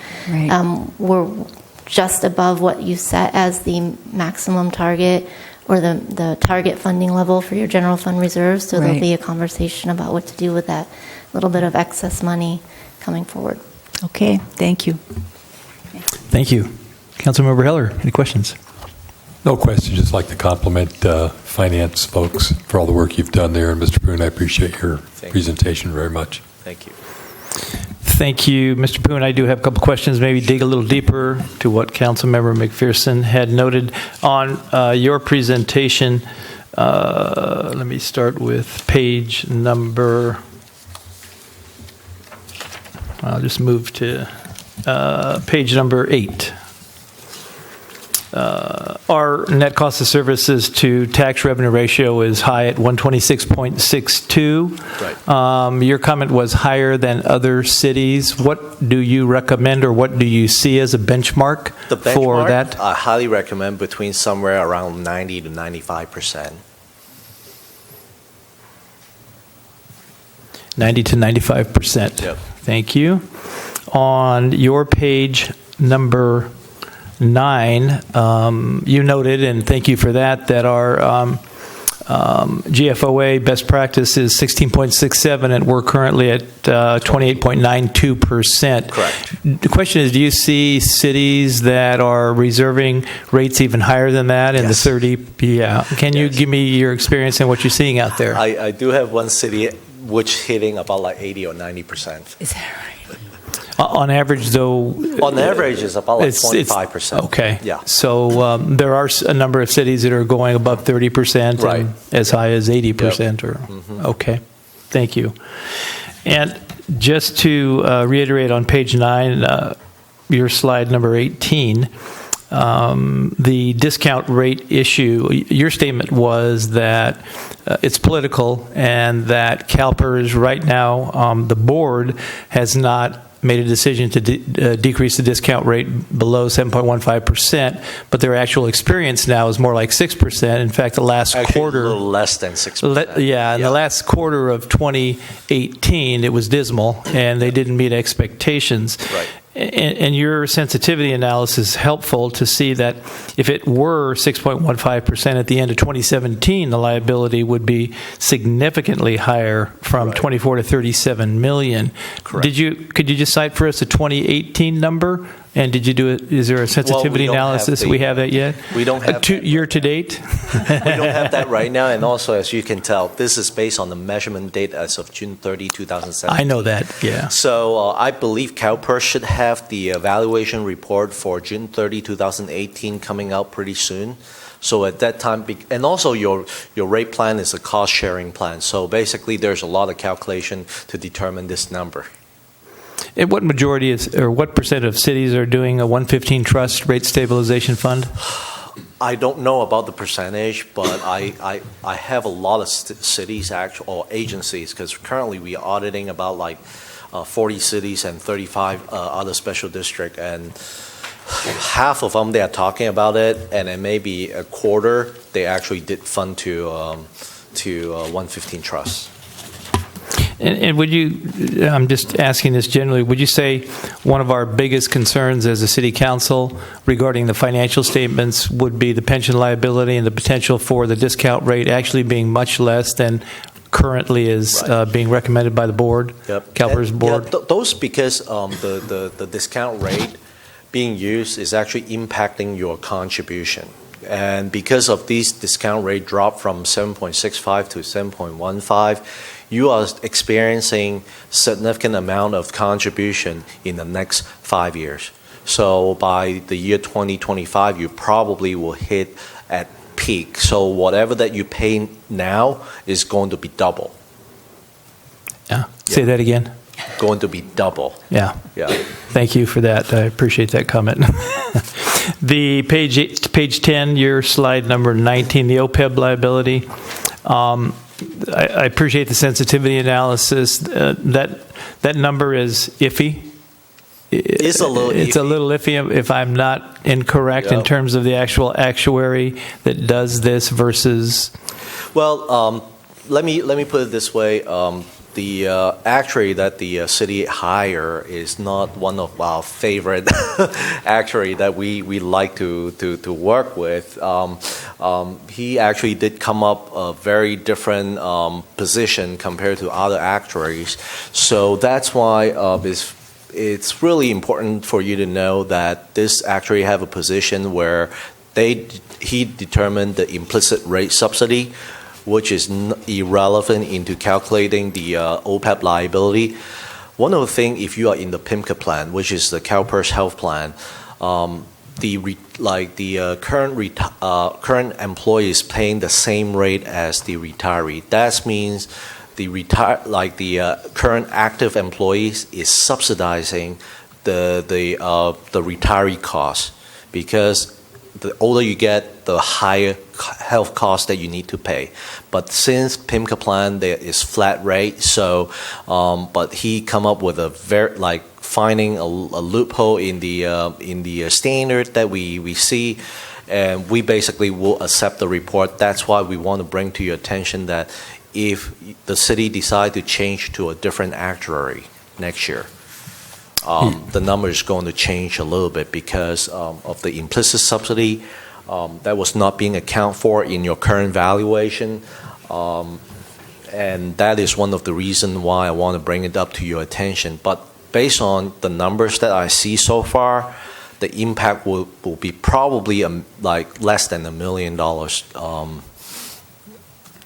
for the differences. So okay. I'm not too worried, and also this number is the implicit rate subsidy is more of a non-cash item, and then also at the same time this is really like an estimate. So that's why our firm position, the whole entire CPA community, we do come up with a solution, kind of like, you know what, we accept this for this current year, and probably let the boards know our concern.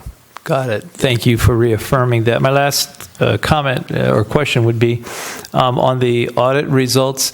Would you say that moving from your last 2 audits or 3 audits and with the significant number of material and substantial findings, that this is one heck of an improvement? Yes. Thank you.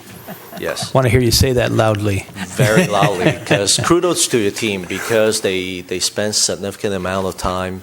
I know you have a very limited resource in your finance team, but there's a lot of work, not only like dealing with the audit, dealing with the budget, but also there's a lot of policy to write. So that's why we understand that it takes time and not necessary to clean it all up. But within my last couple of years being here, every year, like this year is the biggest improvement that I've seen.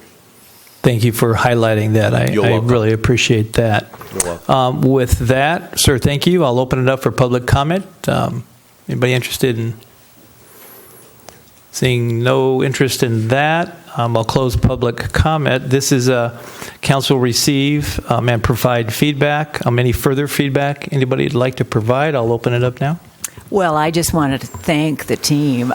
This is really, the tremendous improvement is just so much appreciated, and we know how much work you've put into it, and so all of us are very grateful. And just to see that you've addressed those deficiencies and all the policies you've written, we are really totally impressed. And I also want to just mention for the benefit of the public that just to see how much you have increased the fund balance over the years, and it's been significant every year, and that's the money we need for a rainy day, and we are really in a very good position, so thank you so much. Councilmember Davis. Yes, I want to thank you for the transparency that you have brought to our budget, presenting it to the public, putting it on the website so everybody can see every transaction. That has helped a lot, I think, during a contentious public works process to restore a good deal of trust in city government. And so we appreciate you doing that. Councilmember Addis.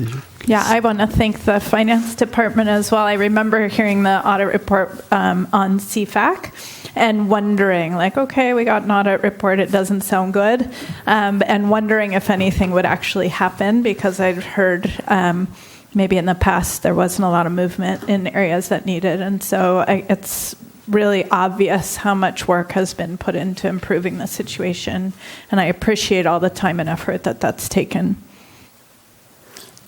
Jeff, did I miss you? I'm sorry. Did I look far right? Is there? Okay, great. Thanks. I too, I've actually headed a number of organizations and received audits, and this is one of the greatest movements that I've seen in my career with regard to this team and what you have done. And I'm just going to echo 10 times what everybody has said here. Thank you for your work. Thank you for your diligence. Thank you for the time that you put in and all of the progress that you have made in making us feel comfortable, not only as a community, but a city council, in what we see and the improvement in our position. Secondarily, I want to thank Barbara Spagnola, who's in the audience, and her team. Thanks to CFAC for their review as well. We very much appreciate our finance committee. I do want to make one comment about the pension liability. I'm not so rosy with regard to the financial condition of the city. Because of that, I think there's some work we're going to have to do this next year. I think it's been well noted by our audit team as well as our staff, and that's something that I think we'll need to pay particular attention to. So with that, I'll just say thank you. Thank you. Appreciate it, and move on. That ends item C2. Move to item C3. Discuss and provide direction on rate setting for our cannabis tax in Voter Chapter 3.7. This is from our city attorney. Chris, I'll turn it over to you, sir. Good evening, Honorable Mayor, members of the City Council. Council is being asked tonight to provide direction on tax rates for cannabis, and specifically to provide rate setting for tax collection, penalty, and interest. As a matter of background, the Morro Bay commercial cannabis tax was approved by the voters, which is a requirement for local taxes. And it's estimated under the currently authorized 2 medical dispensaries to generate anywhere from $25,000 to $225,000 in revenue for the city. And of course, the city also right now is only allowing 2 medical dispensaries. And the voters approved this tax back on November 6, 2018. And what the voters approved were basically maximum rates. They approved up to 10% of the gross receipts of the businesses. They also approved up to $25 per square foot for cultivation. They approved up to 25% of the amount of the tax owed if it's not paid on time, a penalty, and up to 10% interest for taxes that aren't paid. Now, with the voter approval of those rates, council can set them lower. If they set them lower tonight, they can certainly readjust the rates later, now that the voters have approved these maximum rates. The Morro Bay Council Cannabis Subcommittee met in January, which includes Mayor Pro Tem Robert Davis and Councilmember Marlis McPherson, met with City Manager Scott Collins, Finance Director Jen Calloway, Community Development Director Scott Graham, and myself, City Attorney Chris Newmeyer, to discuss recommendations to the City Council on what to set these rates at. And factors that were considered included both commercial competitiveness for the businesses and also generating reasonable revenue for the city. And the recommendation from the Cannabis Subcommittee is to set the commercial cannabis operation tax rate at 5% of proceeds, keeping in mind that the voters approved up to 10%. Right now, to basically table the commercial cannabis cultivation tax, because cultivation commercially is not allowed in the city. Set the penalty rate at the maximum of 25% for late payment of taxes, and to set the interest rate for late payment of taxes at 10%, and to affirm that that is monthly on the principal of the unpaid tax. And to put this in context, there are some samples from other cities in the region on their current commercial cannabis tax rates. Grover Beach, May 2018, has approved a 5% retail tax. City of Santa Barbara, January 2018, approved 5%. City of San Luis Obispo, November 2018, approved a 4% tax with a 2% annual increase until it reaches 10%. Coalinga has a 10% tax, and Atascadero has a 10% tax. So council's being asked tonight to consider the recommendations of the Morro Bay Council Cannabis Subcommittee on setting these rates. And if council provides direction on either accepting these rates to come back for approval in a resolution, or wants further information, or would like to set different rates, staff is awaiting direction. Thank you. Thank you. I'd like to, if possible, just hear from our subcommittee members before we ask questions, and if I could just get a brief report, if you have anything to add to the staff report, Councilmember Davis and McPherson, who are on our subcommittee. Anything to add to the... Not really. I think Chris covered it. We did try to think about how we need to be competitive. We don't want to charge more than other places charge, and so that's why it was really important. And he did provide us with the comparisons, and they were very helpful. And we did talk about the penalties and modified them somewhat, especially the interest rate. But it seemed fair and reasonable and comparable to other cities. So that's how we got there. Okay. Councilmember Davis. Anything? Yes.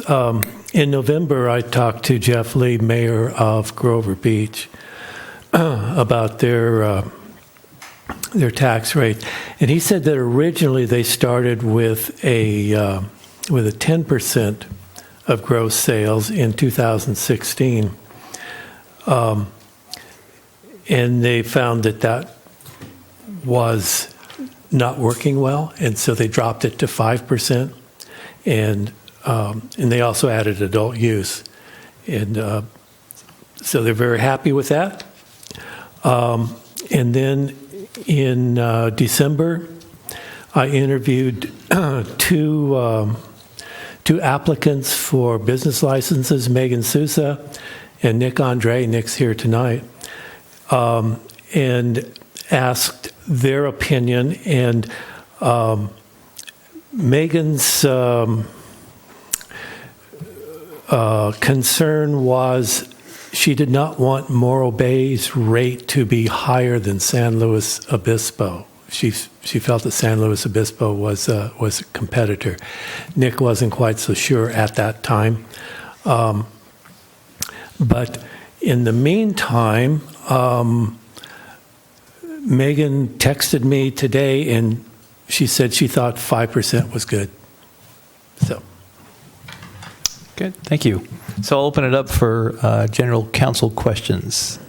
Councilmember Heller, any questions? I don't have any questions really, but I want to thank the two council members who have dug into this and done the homework on this. Appreciate it very much. Thank you. Any questions? I do have a couple questions. Yes, I do. First one is for Scott.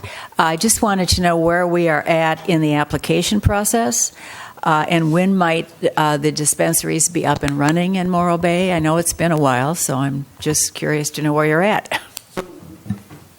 Is working? There we go. Yes, so we are in the process of vetting the applications. We have 7 applicants. I think I've mentioned that in the past. We've hired a firm to do the initial evaluations, HDL. They've completed the first round and provided deficiencies to all applicants, and then all applicants resubmitted their applications to address those deficiencies. And we were working through rating the applications. And as part of that process, I raised several questions to the tune of about 5 pages worth of commentary that I sent to HDL, basically saying you need to justify the work that you're giving me, because there's going to be questions asked based on the ratings, and the idea be that you have to score at least 80% to move on to round 2. Round 2 would be moving it on to the department head group to make the decisions, the department head group being police chief, fire chief, and finance director, along with assistance from city attorney and myself. But they will be the ones making the recommendation on to the city manager. And so I'm waiting to hear back from them. I gave them that letter a couple of weeks ago, and they acknowledged receipt and said they'd be getting something back to me here in the next, few days. So. And do you intend to interview the top applicants, or? So any of those that move through to the next round, that is the intent, is that we would set up an interview process, that they'd be able to give a little bit of a presentation about who they are, what they are, and how they do business, and then just like any other interview process, there'd be questions that are asked, and then we go from that standpoint, and then it'll be kind of up to the department head group what they want to do next. I know there's a desire, at least on the part of the police chief and fire chief, to for those applicants that have operating facilities elsewhere to maybe visit some of those, and then maybe have interactions with their counterparts in those jurisdictions, which makes sense from that standpoint, as how you would go about any vetting of, say, somebody for a job. I mean, it's similar to that. So that's how it's going to look. I don't have a great feel for the timeline, because you're talking about department heads in a city that's fairly stretched for resources and time. So I could imagine it's not going to be fast once we get to that point. And I've made the applications available to our department head group, and so some of them have been looking at them. I don't know if all of them have at this point. Okay. And the next question, I think, is for you, Chris. I believe I've read that there's a possibility that the state tax may be reduced. Is that accurate? There has been discussion in Sacramento on a number of bills that have been introduced to lower the state tax. It has not happened yet, but that is certainly possible that could happen. Okay. And what are the implications of the ruling that just came out that basically any licensed facility can deliver recreational marijuana anywhere in the state? Is that correct? That is correct. The Bureau of Cannabis Control just issued their final regulations for statewide cannabis commercial activity.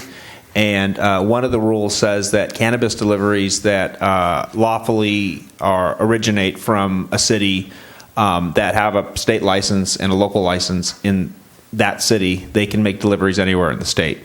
And so the implications for Morro Bay and for many cities is that local laws that prohibit either medical or adult use deliveries into the city are now preempted by state law. To be clear, Morro Bay's local law right now, Section 5.50.140, allows medical deliveries and prohibits adult use deliveries. The prohibition on adult use deliveries is now preempted by state law. And what do you see as the implication then for our brick and mortar dispensaries? Well, at present, the city is only allowing medical dispensaries, and so the city also has been allowing medical deliveries. So I don't necessarily see an impact on the medical business because the medical deliveries are already allowed. But as of that state law regulation being issued, the enforcement of a local prohibition on adult use deliveries is now preempted. And so if and when the city were to allow adult use dispensaries, it would simply be allowing brick and mortar stores to operate and provide a business transaction that is legal in the city now anyways, through deliveries. All right, thank you. Thanks. Thank you. Any questions, Councilmember Davis? Councilmember Addis. Maybe this is for Scott. I haven't followed well the communication plan around the dispensaries, and so I'm wondering how the schools have been included in the discussion. And of particular concern to me is students who are 18 and seniors and able to leave campus and have gotten a medical card somewhere, and so head to the dispensaries at lunch when they don't have after-school activities. And so how we're communicating with the high school once the dispensaries open, and how, so then the principals can get information out to parents about what's happening in the community. Well, I don't know if there's any particular communication plan in place at this point. The schools are aware of it. It was passed through voter initiative twice now. So I don't. There's not a surprise to them. They're aware that it's happening. We haven't had any particular request on their part to do anything beyond implementing the ordinance that we have in place. Council hasn't provided direction for us to do anything other than what we're doing right now. What would you need from council then, as a high school parent, as well as a council Specific member? direction as to what you would like us to do. So let me just interject and focus the discussion on the agenda item, which is to provide direction on rate setting. And I think as we come back with criteria for approval, that's the appropriate time for that discussion, and it's a very important discussion to have. But if I could just focus this on the rate and that. So, did you have any further questions? Yeah. One question I had, maybe for the team, the cannabis team on council and or staff. I noticed that San Luis Obispo had an escalator, and did you discuss that? And why was that not a consideration for Morro Bay? In other words, they're starting with 4% with a 2% annual increase that sets in until they reach 10%, and we're going with just a standard rate. Just wondered if you had a discussion about that.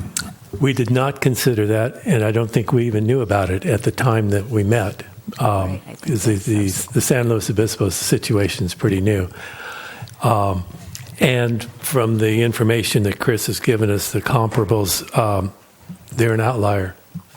So, and we can change it at any time we want. So to put it in law that you're going to increase it, you can always increase it if you want to. So, Mr. Mayor, if I could, to be clear, that was just approved at the November election in San Luis Obispo, and that's what their tax, as approved by the voters, is set at.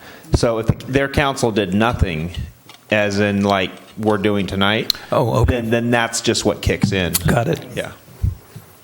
That's much clearer then. Appreciate that. I have no further questions. With that, I will open it up to public comment. Opening it for public comment. And we do have public comment. Welcome. If you feel comfortable, state your name. If not, not a problem. I will more than state my name.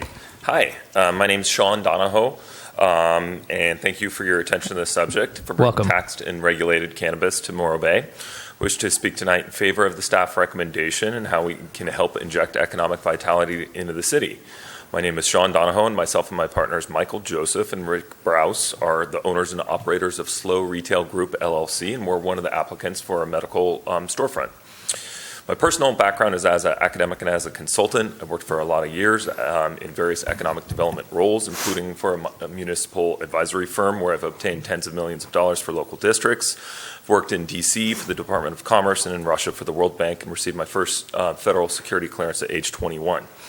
My master's in science is from the London School of Economics, and I have an unfinished PhD dissertation in anti-money laundering activities and intelligence studies.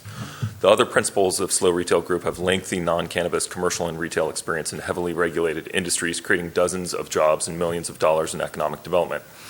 My partner Michael has operated commercial fishing operations here in town as well as all over the world, and currently operates his commercial cattle ranch up in Santa Margarita, in addition to several cannabis businesses. My other partner, Rick Brous, works currently at the Mortgage House in San Luis Obispo and has provided home financing for local families for a generation. In terms of cannabis qualifications, I've worked extensively in our state and national capitals for the last 6 years. So I know something about chambers of commerce. I talked to Erica earlier. I've served as the founding deputy director of the State Trade Association for the last several years, served as this trade association's legislative committee member, as well as our National Trade Association State Regulatory Committee. I think in large part because of our group's professionalism, after successfully clearing federal and state criminal background checks, Slow Retail Group LLC received the first cannabis business license issued by the county for our delivery service. Our group has a medical advisory and community affairs advisory board filled with doctors and community leaders. Operating in tandem with Michael's other businesses, we are also the only group in the county fully licensed with cultivation, distribution, and retail licenses. I would note that while other applicants have other cannabis business interests, out of the local applicants, we are the only group that have gone fully through the land use permitting process. Lastly, thanks to our effort, we have also brought the first analytical testing laboratory to the area, which will be opening soon out on Highway 41. Hope that I have tooted my own horn a little bit, as well as that of our group, as well as provided an idea of what type of businesses you may be taxing in the future. While you may not have heard of us yet, we've been meticulously preparing for our primary retail location here in Morro Bay with a thoroughly compliant, vertically integrated cannabis operation ready from day one to provide locally sourced craft cannabis and cannabis products, as well as access to specialized products from my statewide network of contacts. I remain available for questions. I have a couple comments on AB 286 is the one bill that would alter from 15% down to 11% the excise tax. Thank you. And those funds can be used for drug treatment programs. Appreciate so it. It comes straight from the taxes. Thank you. Thank you. Any other public comment? Indeed. If you're comfortable, state your name. If not, no problem. Good evening, Council and Mayor. My name is Nick Andre, speaking today on behalf of Natural Healing Center in Grover Beach. I first want to thank Councilman Davis and Councilmember McPherson and all of city staff for your hard work on this cannabis ordinance and working out these tax rates. As you know, we operate a cannabis dispensary in Grover Beach where the tax is 5%. The 5% tax seems reasonable to us on our side and seems to be raising a significant amount of money for the city of Grover Beach. So we feel that the 5% rate here is a good idea, and we support staff's recommendation. It's important to balance the competitiveness, as was stated before, and not raising the tax too high. Setting it just slightly above other cities, I think, would be okay, but you go too high, you might start to lose business to other cities. So something to consider in the future if you ever do consider increases. The city, though, should look into how you're going to actually accept the money. That's a big piece of it. In Grover Beach, the city did negotiate with a bank to take cash from those dispensaries that chose to pay in cash, because not all dispensaries have banking relationships. The situation is fluid at the federal level. So I recommend reaching out to your counterparts in Grover Beach to see how they did that, because we do actually deliver cash to a bank directly, and it goes right into their account. So definitely something to look at. And then one other thing, just to address Don Addis's comments, we'd be happy to engage with the city and the school districts to put in some kind of restrictions or some kind of program to prevent teenagers from leaving school and purchasing product during school hours if we were selected as one of the applicants. So again, I thank you for all your hard work. Look forward to continuing in the process and to continuing the discussion that we've all been having. Thank you. Thank you. Any other public comment? Seeing none, I'll close public comment, bring it back. Looking for just general direction, not a motion or direct recommendation. So in discussion, if you can comment on your thoughts with regard to the issue of collection percentage, penalty, and interest. And so who would like to start us off? Well, I would like to follow the recommendations that were made by the Cannabis Subcommittee for 5% operations tax and the penalty for late payment at 25% and interest rate for late payment at 10%. Figured you might say something along those lines. Thanks. I, of course, have to agree with my fellow subcommittee member. Okay. Got that. Any other comments? I'm in agreement with You're in that, agreement? and I appreciate the work of the subcommittee. Great. Thank you. Councilmember Heller, any comments? No comments. And I also am in agreement and appreciate the work of the subcommittee and staff and everyone involved. I would state to our interim momentary city manager assistant here that this is a revenue opportunity and time is of the essence. I know that staff is extremely busy and there's a tremendous amount of vetting, but the sooner that this moves forward, the more quickly we realize revenues, and that's, I think, very important right now given our previous speaker on our audit. So with that, do you have enough direction and where we're set? Yes. Yes, thank you. May I add one Absolutely. comment? Yes, you may. The delivery of adult use cannabis is already legal in Morro Bay by state law. I would like to mention that the city of Grover Beach, which is taxing at 5% of gross sales on medical and adult use, expects to receive $750,000 in tax revenue this year. Thank you. Okay. All right. With that, we will move to item C4. Ms. Callaway. Thank you. This is a little bit out of order from what we had proposed for our financial and accounting policies. This is the community grant policy, and we brought this forward now as internally we're gearing up for the budget cycle and the fiscal year 1920 proposed budget, and this has an impact on one of the line items in that budget, which is the council bequest. So this is specifically addressing the grant or the pool of money that the council has each year that is awarded to local nonprofits, typically for community type services. There's not really a defined process in place at the moment.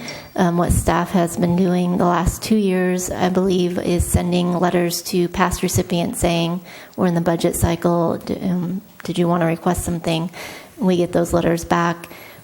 We get some follow-up either mid-year or at the end of the year, but it's not certainly consistent in terms of reporting back of how that money is being spent, and guidance and information for the council to base future allocations on. So we did a survey of other cities in California, what their policies were if they had one. We didn't get a great response, but we did get several of them, and then drafted the policy, the application, the report back, and the agreement for that. Based on that feedback, we tried to consolidate and simplify it to some extent to make it not quite so burdensome on the local nonprofits. Our grant awards or bequests are rather small, so we do recognize that, and thought that by providing an application and a report format back, it would maybe be a little bit easier for them to just fill in the blanks, and also provide some structure as the information that the council's receiving on how that money is being used and spent within your community, and what you're getting for that request or bequest that you're making. A couple of things to note. and highlighted in the staff report is Community Resource Connection. That's typically been awarded $1,000 in this line item. We're pulling that out, and that really is a volunteer service under the city. So in the 1920 budget, you'll see that as a line item outside of this bequest process. The other one is the Monday night dinners here at the Vets Hall. We don't write a check to that organization to provide those services. We waive fees for that. And in our view, that's more of a partnership policy rather than a grant. So we also wouldn't have that come forward under this kind of application process should the council approve it tonight. Just for a little bit of context, it's about $16,500 was the bequest amount for the current fiscal year. Per the policy, we would come back and let council know how much is available to be allocated out, and then you would have the applications in front of you with how that money would be spent and what you'd like to allocate, for whatever's being requested. But happy to take comment and feedback and direction as necessary. Thank you. So I'll open it up for council questions. Looking to my left or right. Anybody? No? No? Well, I believe, and I had the, excuse me. Thank you. You weren't on there. I think it would be very helpful for the new council members to know who we've given this money to in the past, because when I looked at this list, it includes some very disparate organizations, and they all seem to be county organizations, and so it's helpful to know it only applies to this little pot of money that the council has discretion over. So that's my first question. If you could just give us a little background on who's received it. Sure. So this year the amount again was $16,500. Economic Vitality Corporation was awarded $10,000. SCORE receives $500. Home Share Slow receives $5,000, and Community Resources receives $1,000 under this year's program. As proposed, the Community Resource Connection would not be included and would just be a line item. Okay.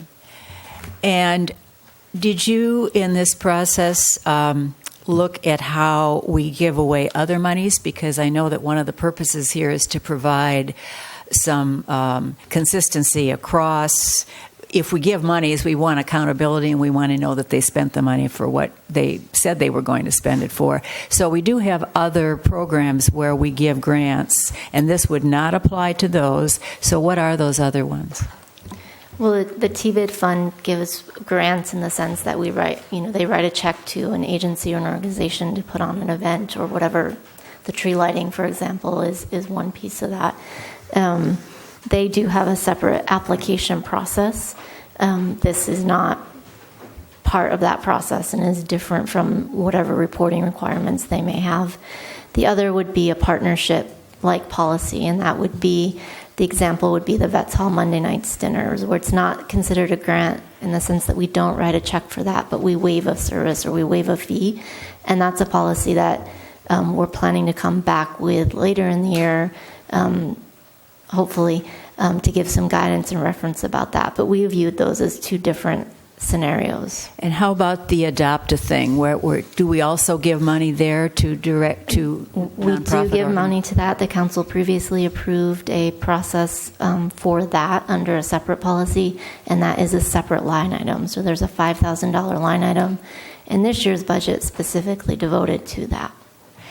And would it be possible for us, if we wanted to spend a little bit more time working on this policy, to actually just have you come to us during the budget time and tell us how much money you think we have to spend on these community grants?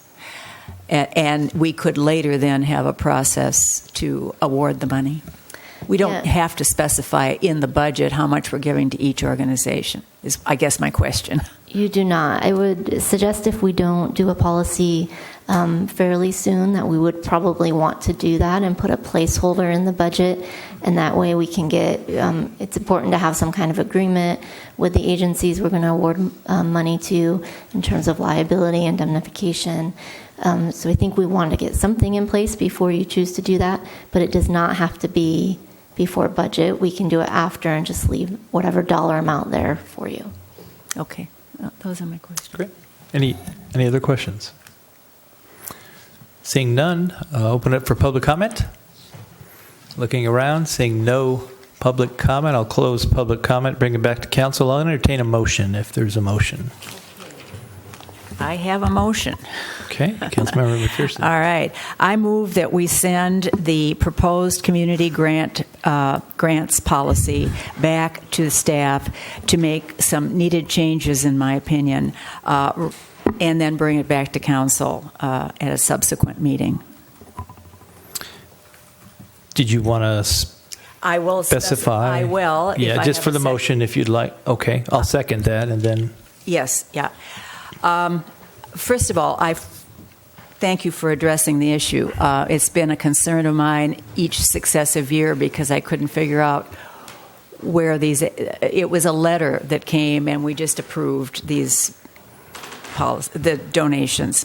So I support having a policy, and I think this is a good first start, but I just don't think it's ready, and I'm going to give you some of my reasons. First of all, I don't believe that we have clarified the purpose of this pot of money, and it contains very disparate organizations, some that are economic development and some that are social service, and the grant application and the required documentation seem very oriented toward just a social service agency that actually provides services to clients. So I don't see how the Economic Development Corporation, for example, would manage to address this grant application. I also think that if we're giving money, and TBID is a very good example, but so is the Adopt a Thing, that those requirements should be similar across. Not that the application itself needs to be the same, but we should get the same kind of background information so that we know the organization is legitimate, we know it has a 501c3, we know they tell us exactly what they want to do, they tell us what the benefit's going to be to the community, and that we have some process then for holding them accountable at the end so that we know they spent the money the way they said they did, and exactly how much benefit we received, how many people they may have treated if it is a social service agency, but we need to know exactly how it benefited the community of Morro Bay.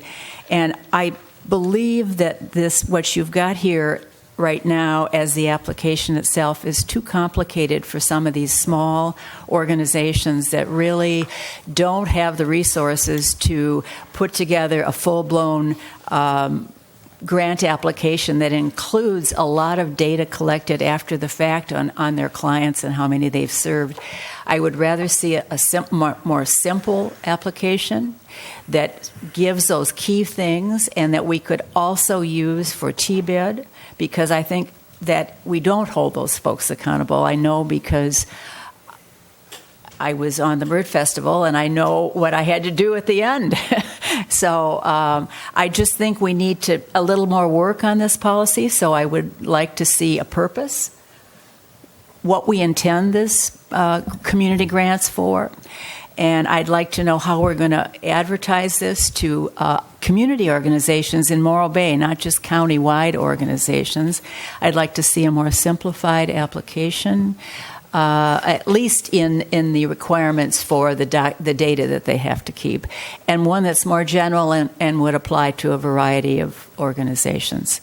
I do appreciate the work that's been done, and I appreciate the kinds of organizations that you suggested should be considered for this money. I think that's a very good start, and so that's my rationale for why I would like to bring it back. Is everybody clear on the motion, by the way? I want to make sure you're okay. Further discussion. Thank you. Yes, I'm going to agree with Marlis. But I wonder if it is not up to us to define the purpose. at the time that we send this back to staff. I think I fully agree that we should define the purpose. Okay. Councilmember Addis, any comments? No. Councilmember Heller? No comments, okay. I agree with the motion and what I captured. I'm going to ask you, Madam Clerk, to read the motion back, and then I'm going to capture some of the recommended potential looks for changes, some of the changes that were recommended. So. The motion is Councilmember McPherson moved we send the proposed community grants policy back to staff to make needed changes and then bring back to council at a subsequent meeting. Okay. And you didn't specify a timeline, did you? I did not, but I was, as I mentioned, if it can't be done quickly before the budget process, we could put a placeholder in the budget for the total sum of money and then later approve the policy and receive the grants. Let me just kind of test the temperature of staff about bringing it back with the statements I'm about to make potentially before the budgetary cycle. Is that? And I'll read what I captured. The purpose is not clear. There are disparate organizations, and it should be uniform in terms of the stated purpose across those organizations. The requirement should be the same across other grant programs. The requirements should be for the benefit of the community, and the analysis is too complicated in terms of the reporting mechanism that they're asked to complete after the end of the grant period, and the general application is too complicated and should be simplified. And then Councilmember Davis indicated that he agreed that it's up to council to state the purpose or clarify the purpose of the and policy. I have a stab at the purpose. Okay. So we have a motion and a second with some clarity and direction for staff. Can I go ahead and call for a roll call vote on that? And then if there's another motion associated with it, we can do an add-on. Is that everybody cool with that? Okay. Councilmember McPherson? Yes. Mayor Heading? Yes. Councilmember Addis? Yes. Councilmember Davis? Yes. And Councilmember Heller? Yes. Motion carries 5-0. Okay, Councilmember McPherson. Okay. Here's my first attempt. The purpose, this is discretionary money allocated to the council for making monetary grants to community nonprofit organizations that provide a direct benefit to the city and or provide needed social services to City of Morro Bay residents. Is that a motion you're moving that be the purpose? Well, you can discuss it. Oh, you can make a motion. Okay, and then I'll make a motion that we have that as the purpose of the community grants program. And I'll second. Oh, we have a second? We have a motion by Councilmember McPherson, second by Councilmember Davis. Any discussion? Could I just hear it again? Sure. Absolutely. This is discretionary money allocated to the council, to the city council, for making monetary grants to community nonprofit organizations that provide a direct benefit to the city and or provide needed social services to City of Morro Bay residents. And I said a direct benefit because we have in here some cultural and arts organizations that could qualify for this money. I just was wondering about saying social services. To me, it denotes a certain kind of service. If there's a way to broaden that to include, because of what you just said about including arts and other kind of, if it's a like community benefit. Services that benefit the community. That's why I said provide a direct benefit to the city. I just don't know if, I don't want to die on this hill, but I'm not sure about social services. That we could just say. You could leave social off, is that? And provide services to City of Morro Bay residents. Leave social, just services. It does have a connotation to it when you talk about social services. So take social out. Or provide community benefit. I say that. Yes, she did. I said, Read it back. Why don't you, let's see, you want to withdraw your first and with second, and I'll withdraw my second, and then you could restate the motion.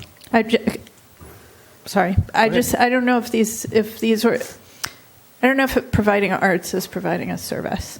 It is providing community benefits. I just don't know that it's providing a service. That's my concern about saying social or service. Got it. okay, I'll read it again because I do initially say direct benefit to the city and.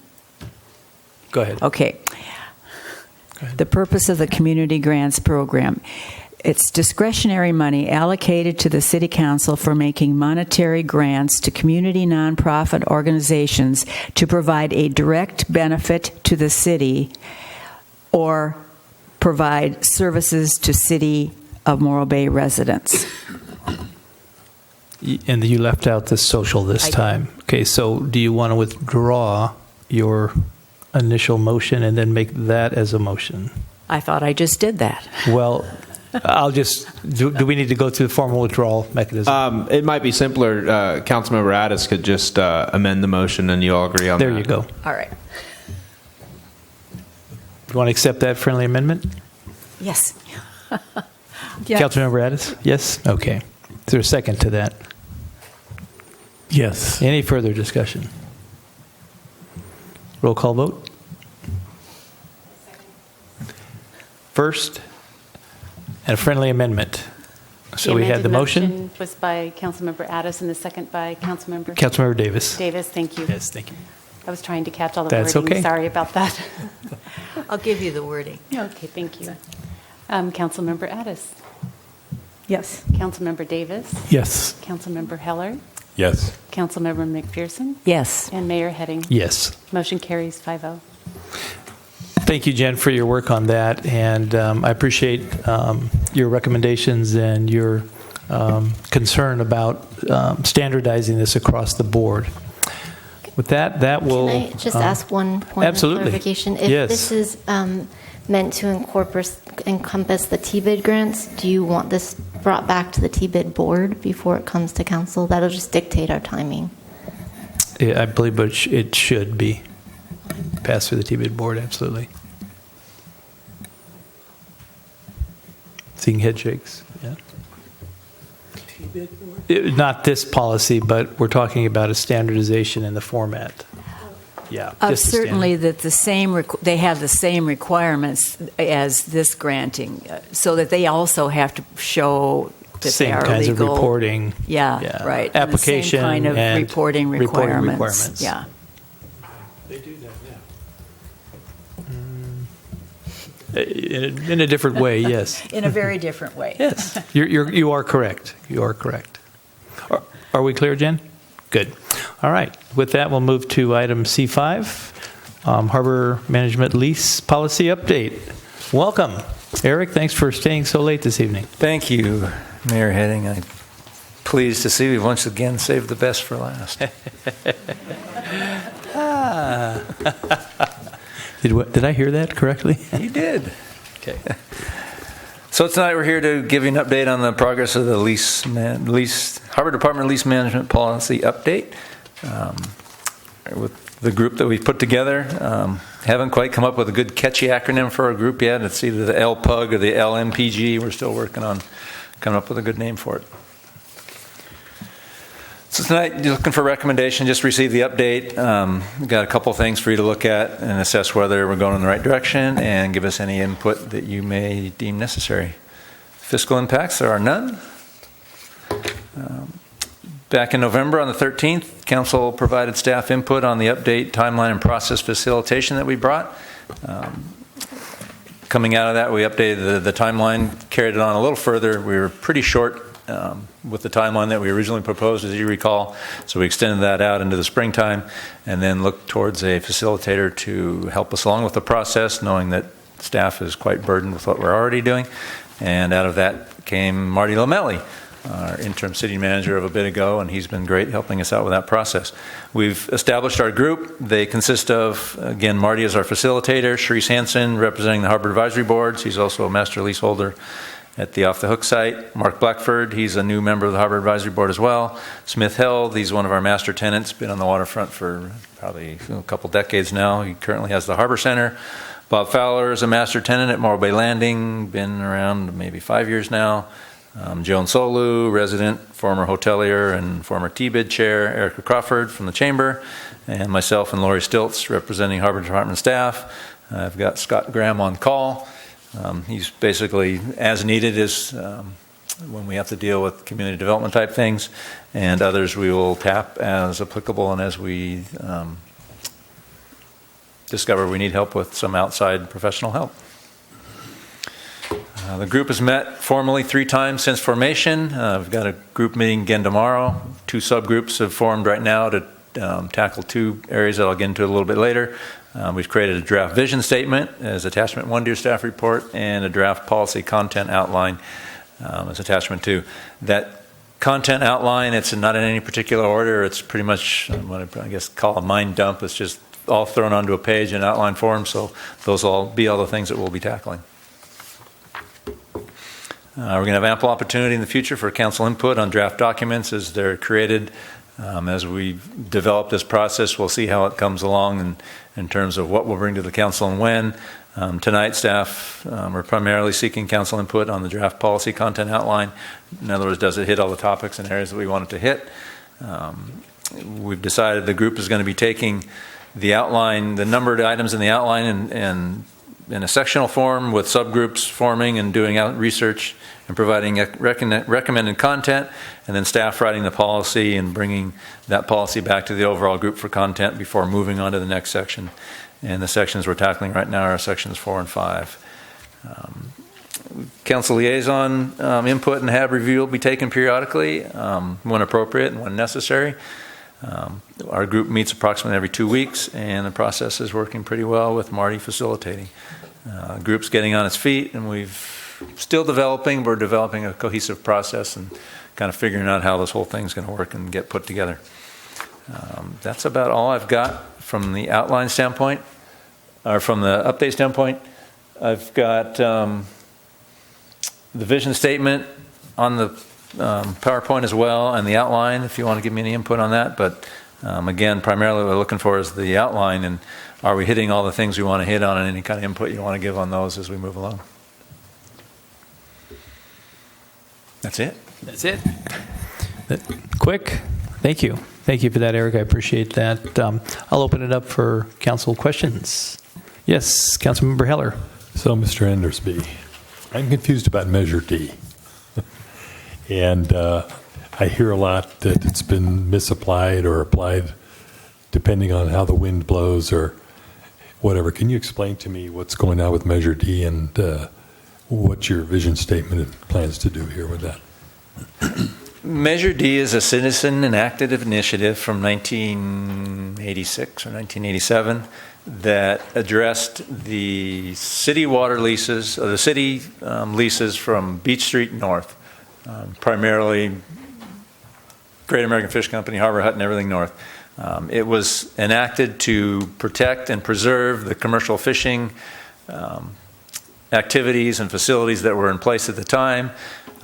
In the 70s and into the early 80s, there's a pretty big push along the waterfront as things were changing from sort of working waterfront servicing type facilities, fish markets, and there were machine shops or all sorts of things along the waterfront, and leases were changing to restaurant retail and those sorts of uses. And so commercial fishing interests back then formed a group and formed an initiative to put on the ballot to get that passed, and so that got passed. And so Measure D is enacted. It's about a one-paragraph measure that basically says the existing non-conforming, non-fishing uses can stay, but they can never expand or enlarge.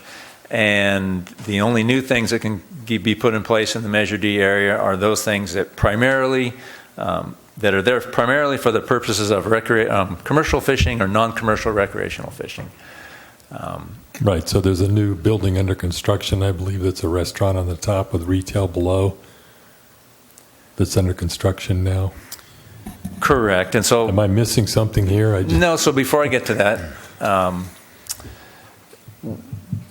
in the GPLCP process, the subcommittee of the Harbor Advisory Board and Planning Commission got together and attempted to get some clarifying language together that they could agree upon to put into the GPLCP to try and help the city define and manage Measure D. Because the big question always is, what does primarily for the purposes of mean? There really is no definition, and there's nothing to go by other than what past precedent has been. The existing redevelopment that is occurring at Morro Bay Landing, it used to be Verges Landing, that went through the full Planning Commission and City Council approval process, and Measure D was applied. There was non-compliant use there before that carried across into the new building, but that facility is primarily of sport fish landing.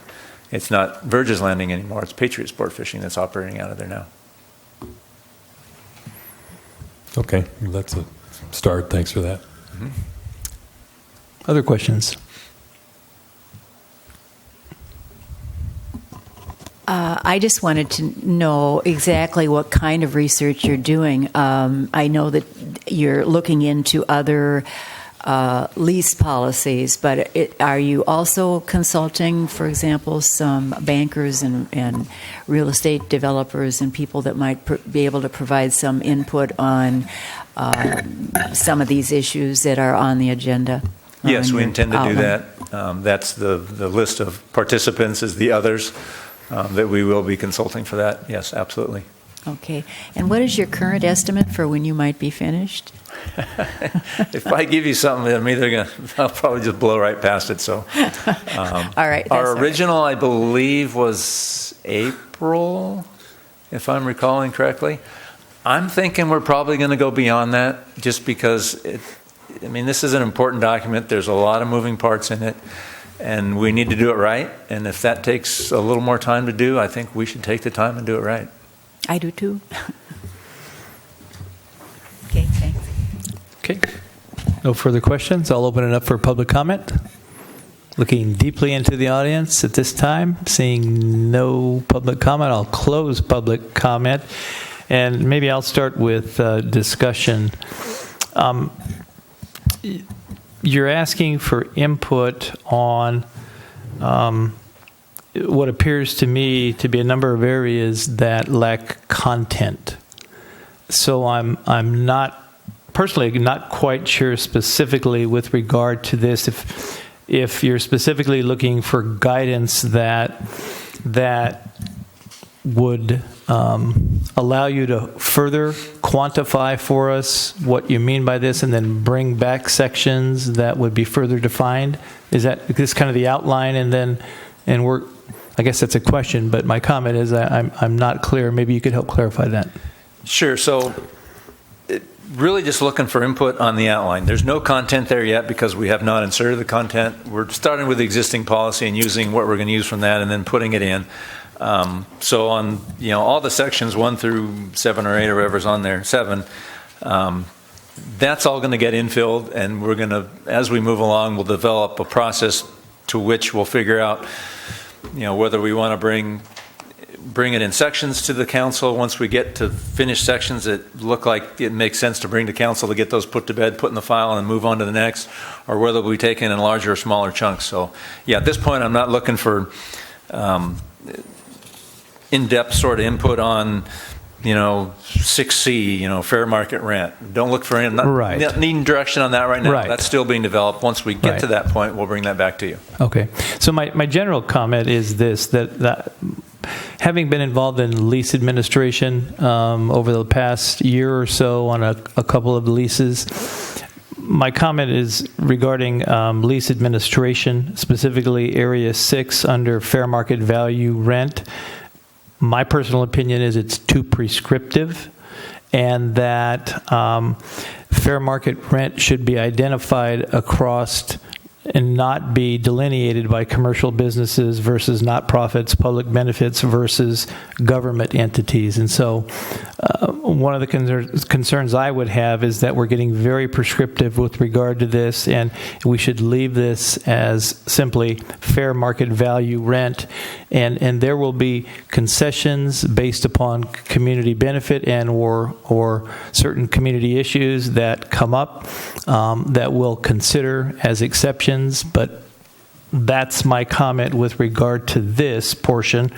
In Section O, financial partnership criteria and financing, I'm just assuming based upon what you've noted there is financial capacity, reliability, history determinants, and then business qualification that this will encompass some business planning, marketing planning, pro forma analysis, et cetera, that will be further defined in that. And now I'm getting a little more prescriptive, but it's hard for me to just say, business qualification, that looks good when I don't know what it means. So my comment would be less on the fair market value rent and all the subcategories. I would just call it fair market value rent and ask the team to assess that.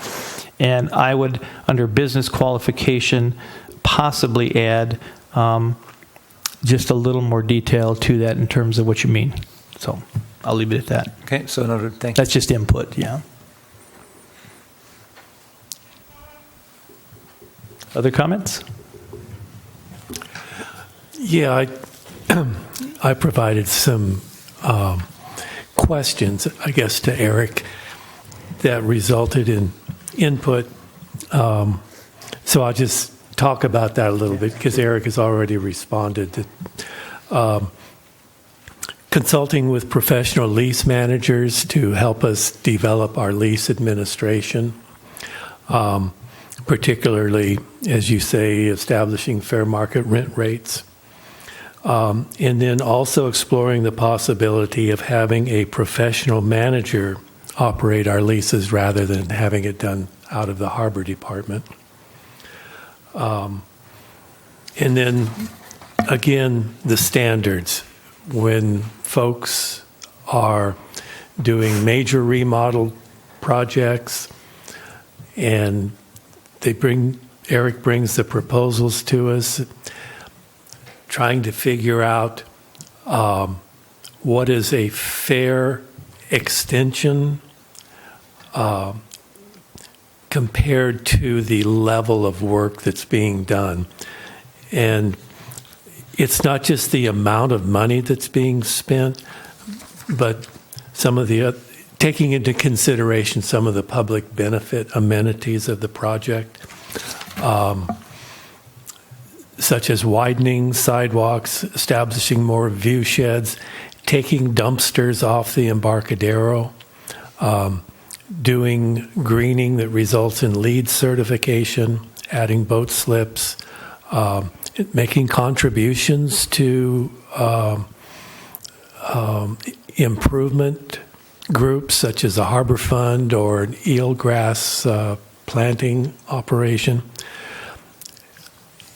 And, well, as Eric put it, developing a Pythagorean theorem that takes all the variables and then spits out the number.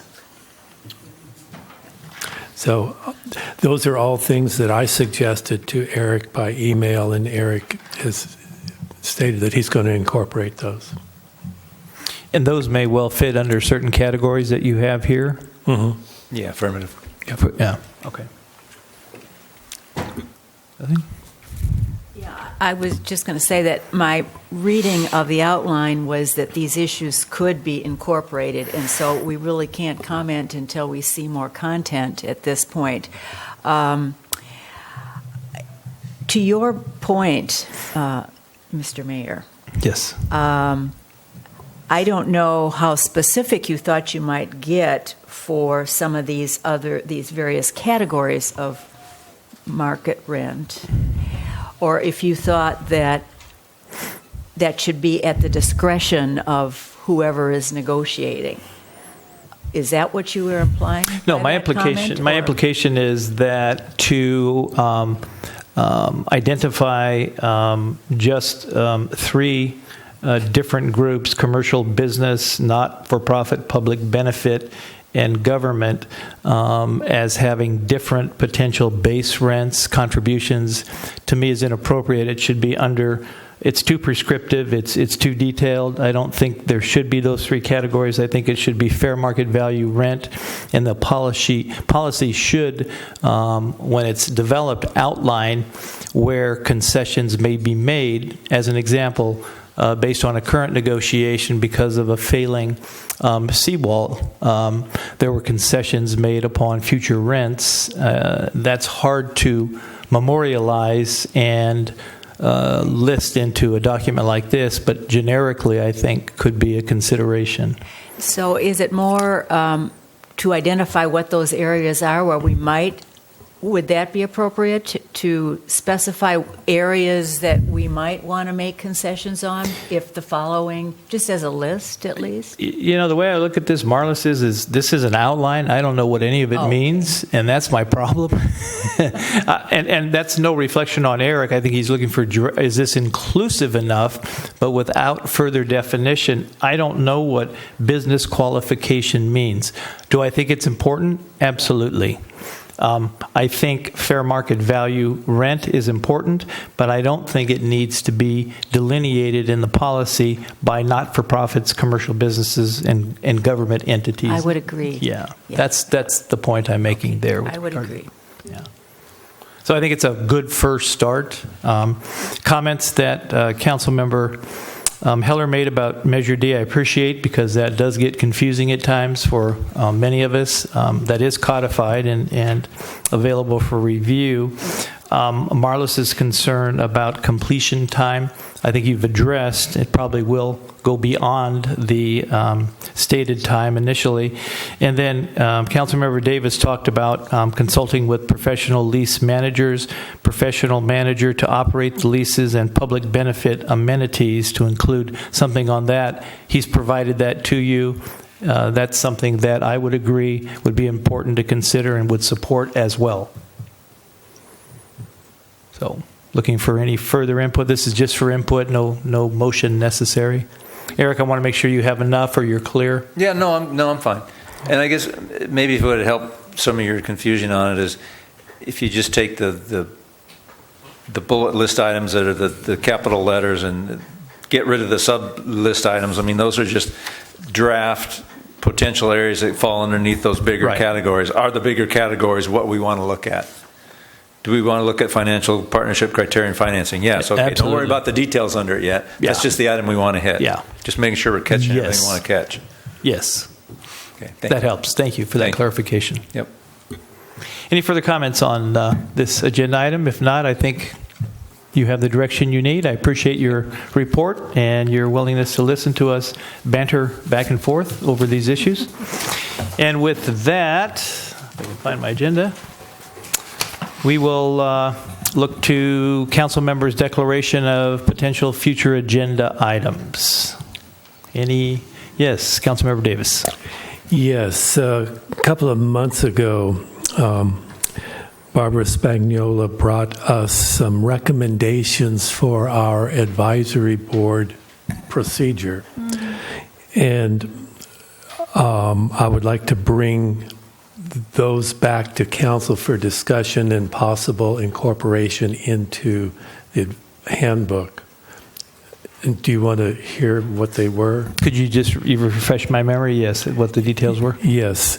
She recommended that, number one, council be very clear in explaining expectations to applicants. Number two, when we have terms of different lengths, that we specifically elect to specific terms, a person to a specific term. Number three, if we feel that we have no one qualified for the position, that we leave it vacant rather than appoint the least harmful. And number four, if we have more people qualified than we have positions, that we appoint alternates so that we can later appoint those alternates to absences without going through another application. So this would be a look at amending the current policy based upon general information that was recommended by one of our members. And am I seeing heads nod in support for that? Yes? See that? Okay. We could support that. Other?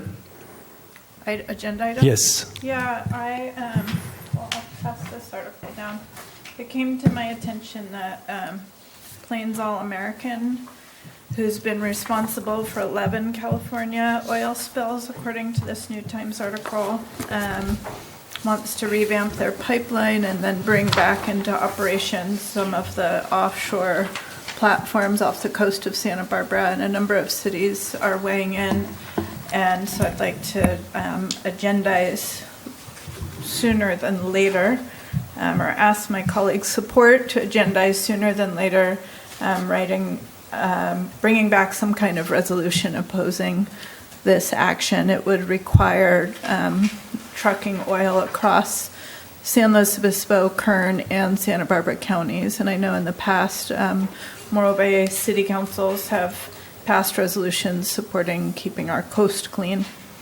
So I'm hoping to gain support of my colleagues to make a statement. San Luis Obispo County has passed, San Luis Obispo City has passed a resolution. I believe Grover is looking at passing a resolution, and another local city is looking at passing a resolution. And I'd be willing to do the research and then run that by staff so that they don't have to do the research. Okay, clear? Everybody clear? We good? I'm good with it. Support that? Okay. I think it does take rapid action, though, because they're Got moving it. on a short timeline. Yes, and make sure you get a copy of this too, as well. Good. Any other items? I had one. You may have seen the news report. Was it last week or week before last? The American Lung Association Grade D for Morro Bay with regard to smoking and our ordinance. There were a number of issues cited. I had received a phone call, asked to comment on the report, and we failed in a couple of areas. One had to do with some common area or public banning of smoking, and I could give you more detail, but I don't think it's necessary at this time. But there are specifics that I think we should look at to be able to tighten up our ordinance. The American Tobacco Association or the Tobacco Group will assist us in looking at our ordinance and possibly tightening it up. Included the issue of vaping, and that has become a tremendous issue of concern in the schools and for our young people, and is hugely an addictive problem. And so I'd like to look at the ordinance and bring that back for consideration and tightening that. I'm in favor, but I'd like to point out that we do have a no vaping portion in our cannabis ordinance. Thank you. So we've got support for that. Do you need clarification on that? Mr. Mayor, would you like to have a report come back with options, or would you like to have a suggested ordinance amendment brought back? I'd like to have a suggested ordinance amendment brought back. Okay. Yes. Yeah. To be able to get not only improvement in those issues, but improve our grade as well, which encompasses most of those issues. Absolutely, and we can contact the American Lung Association with their recommendations. Thank you. Good. Any other? Seeing none, we will move for adjournment. The next regular meeting will be held on Tuesday, February 26, 2019 at 6 p.m. at the Veterans Memorial Hall, located at 209 Surf Street, Morro Bay, California. Thank you all.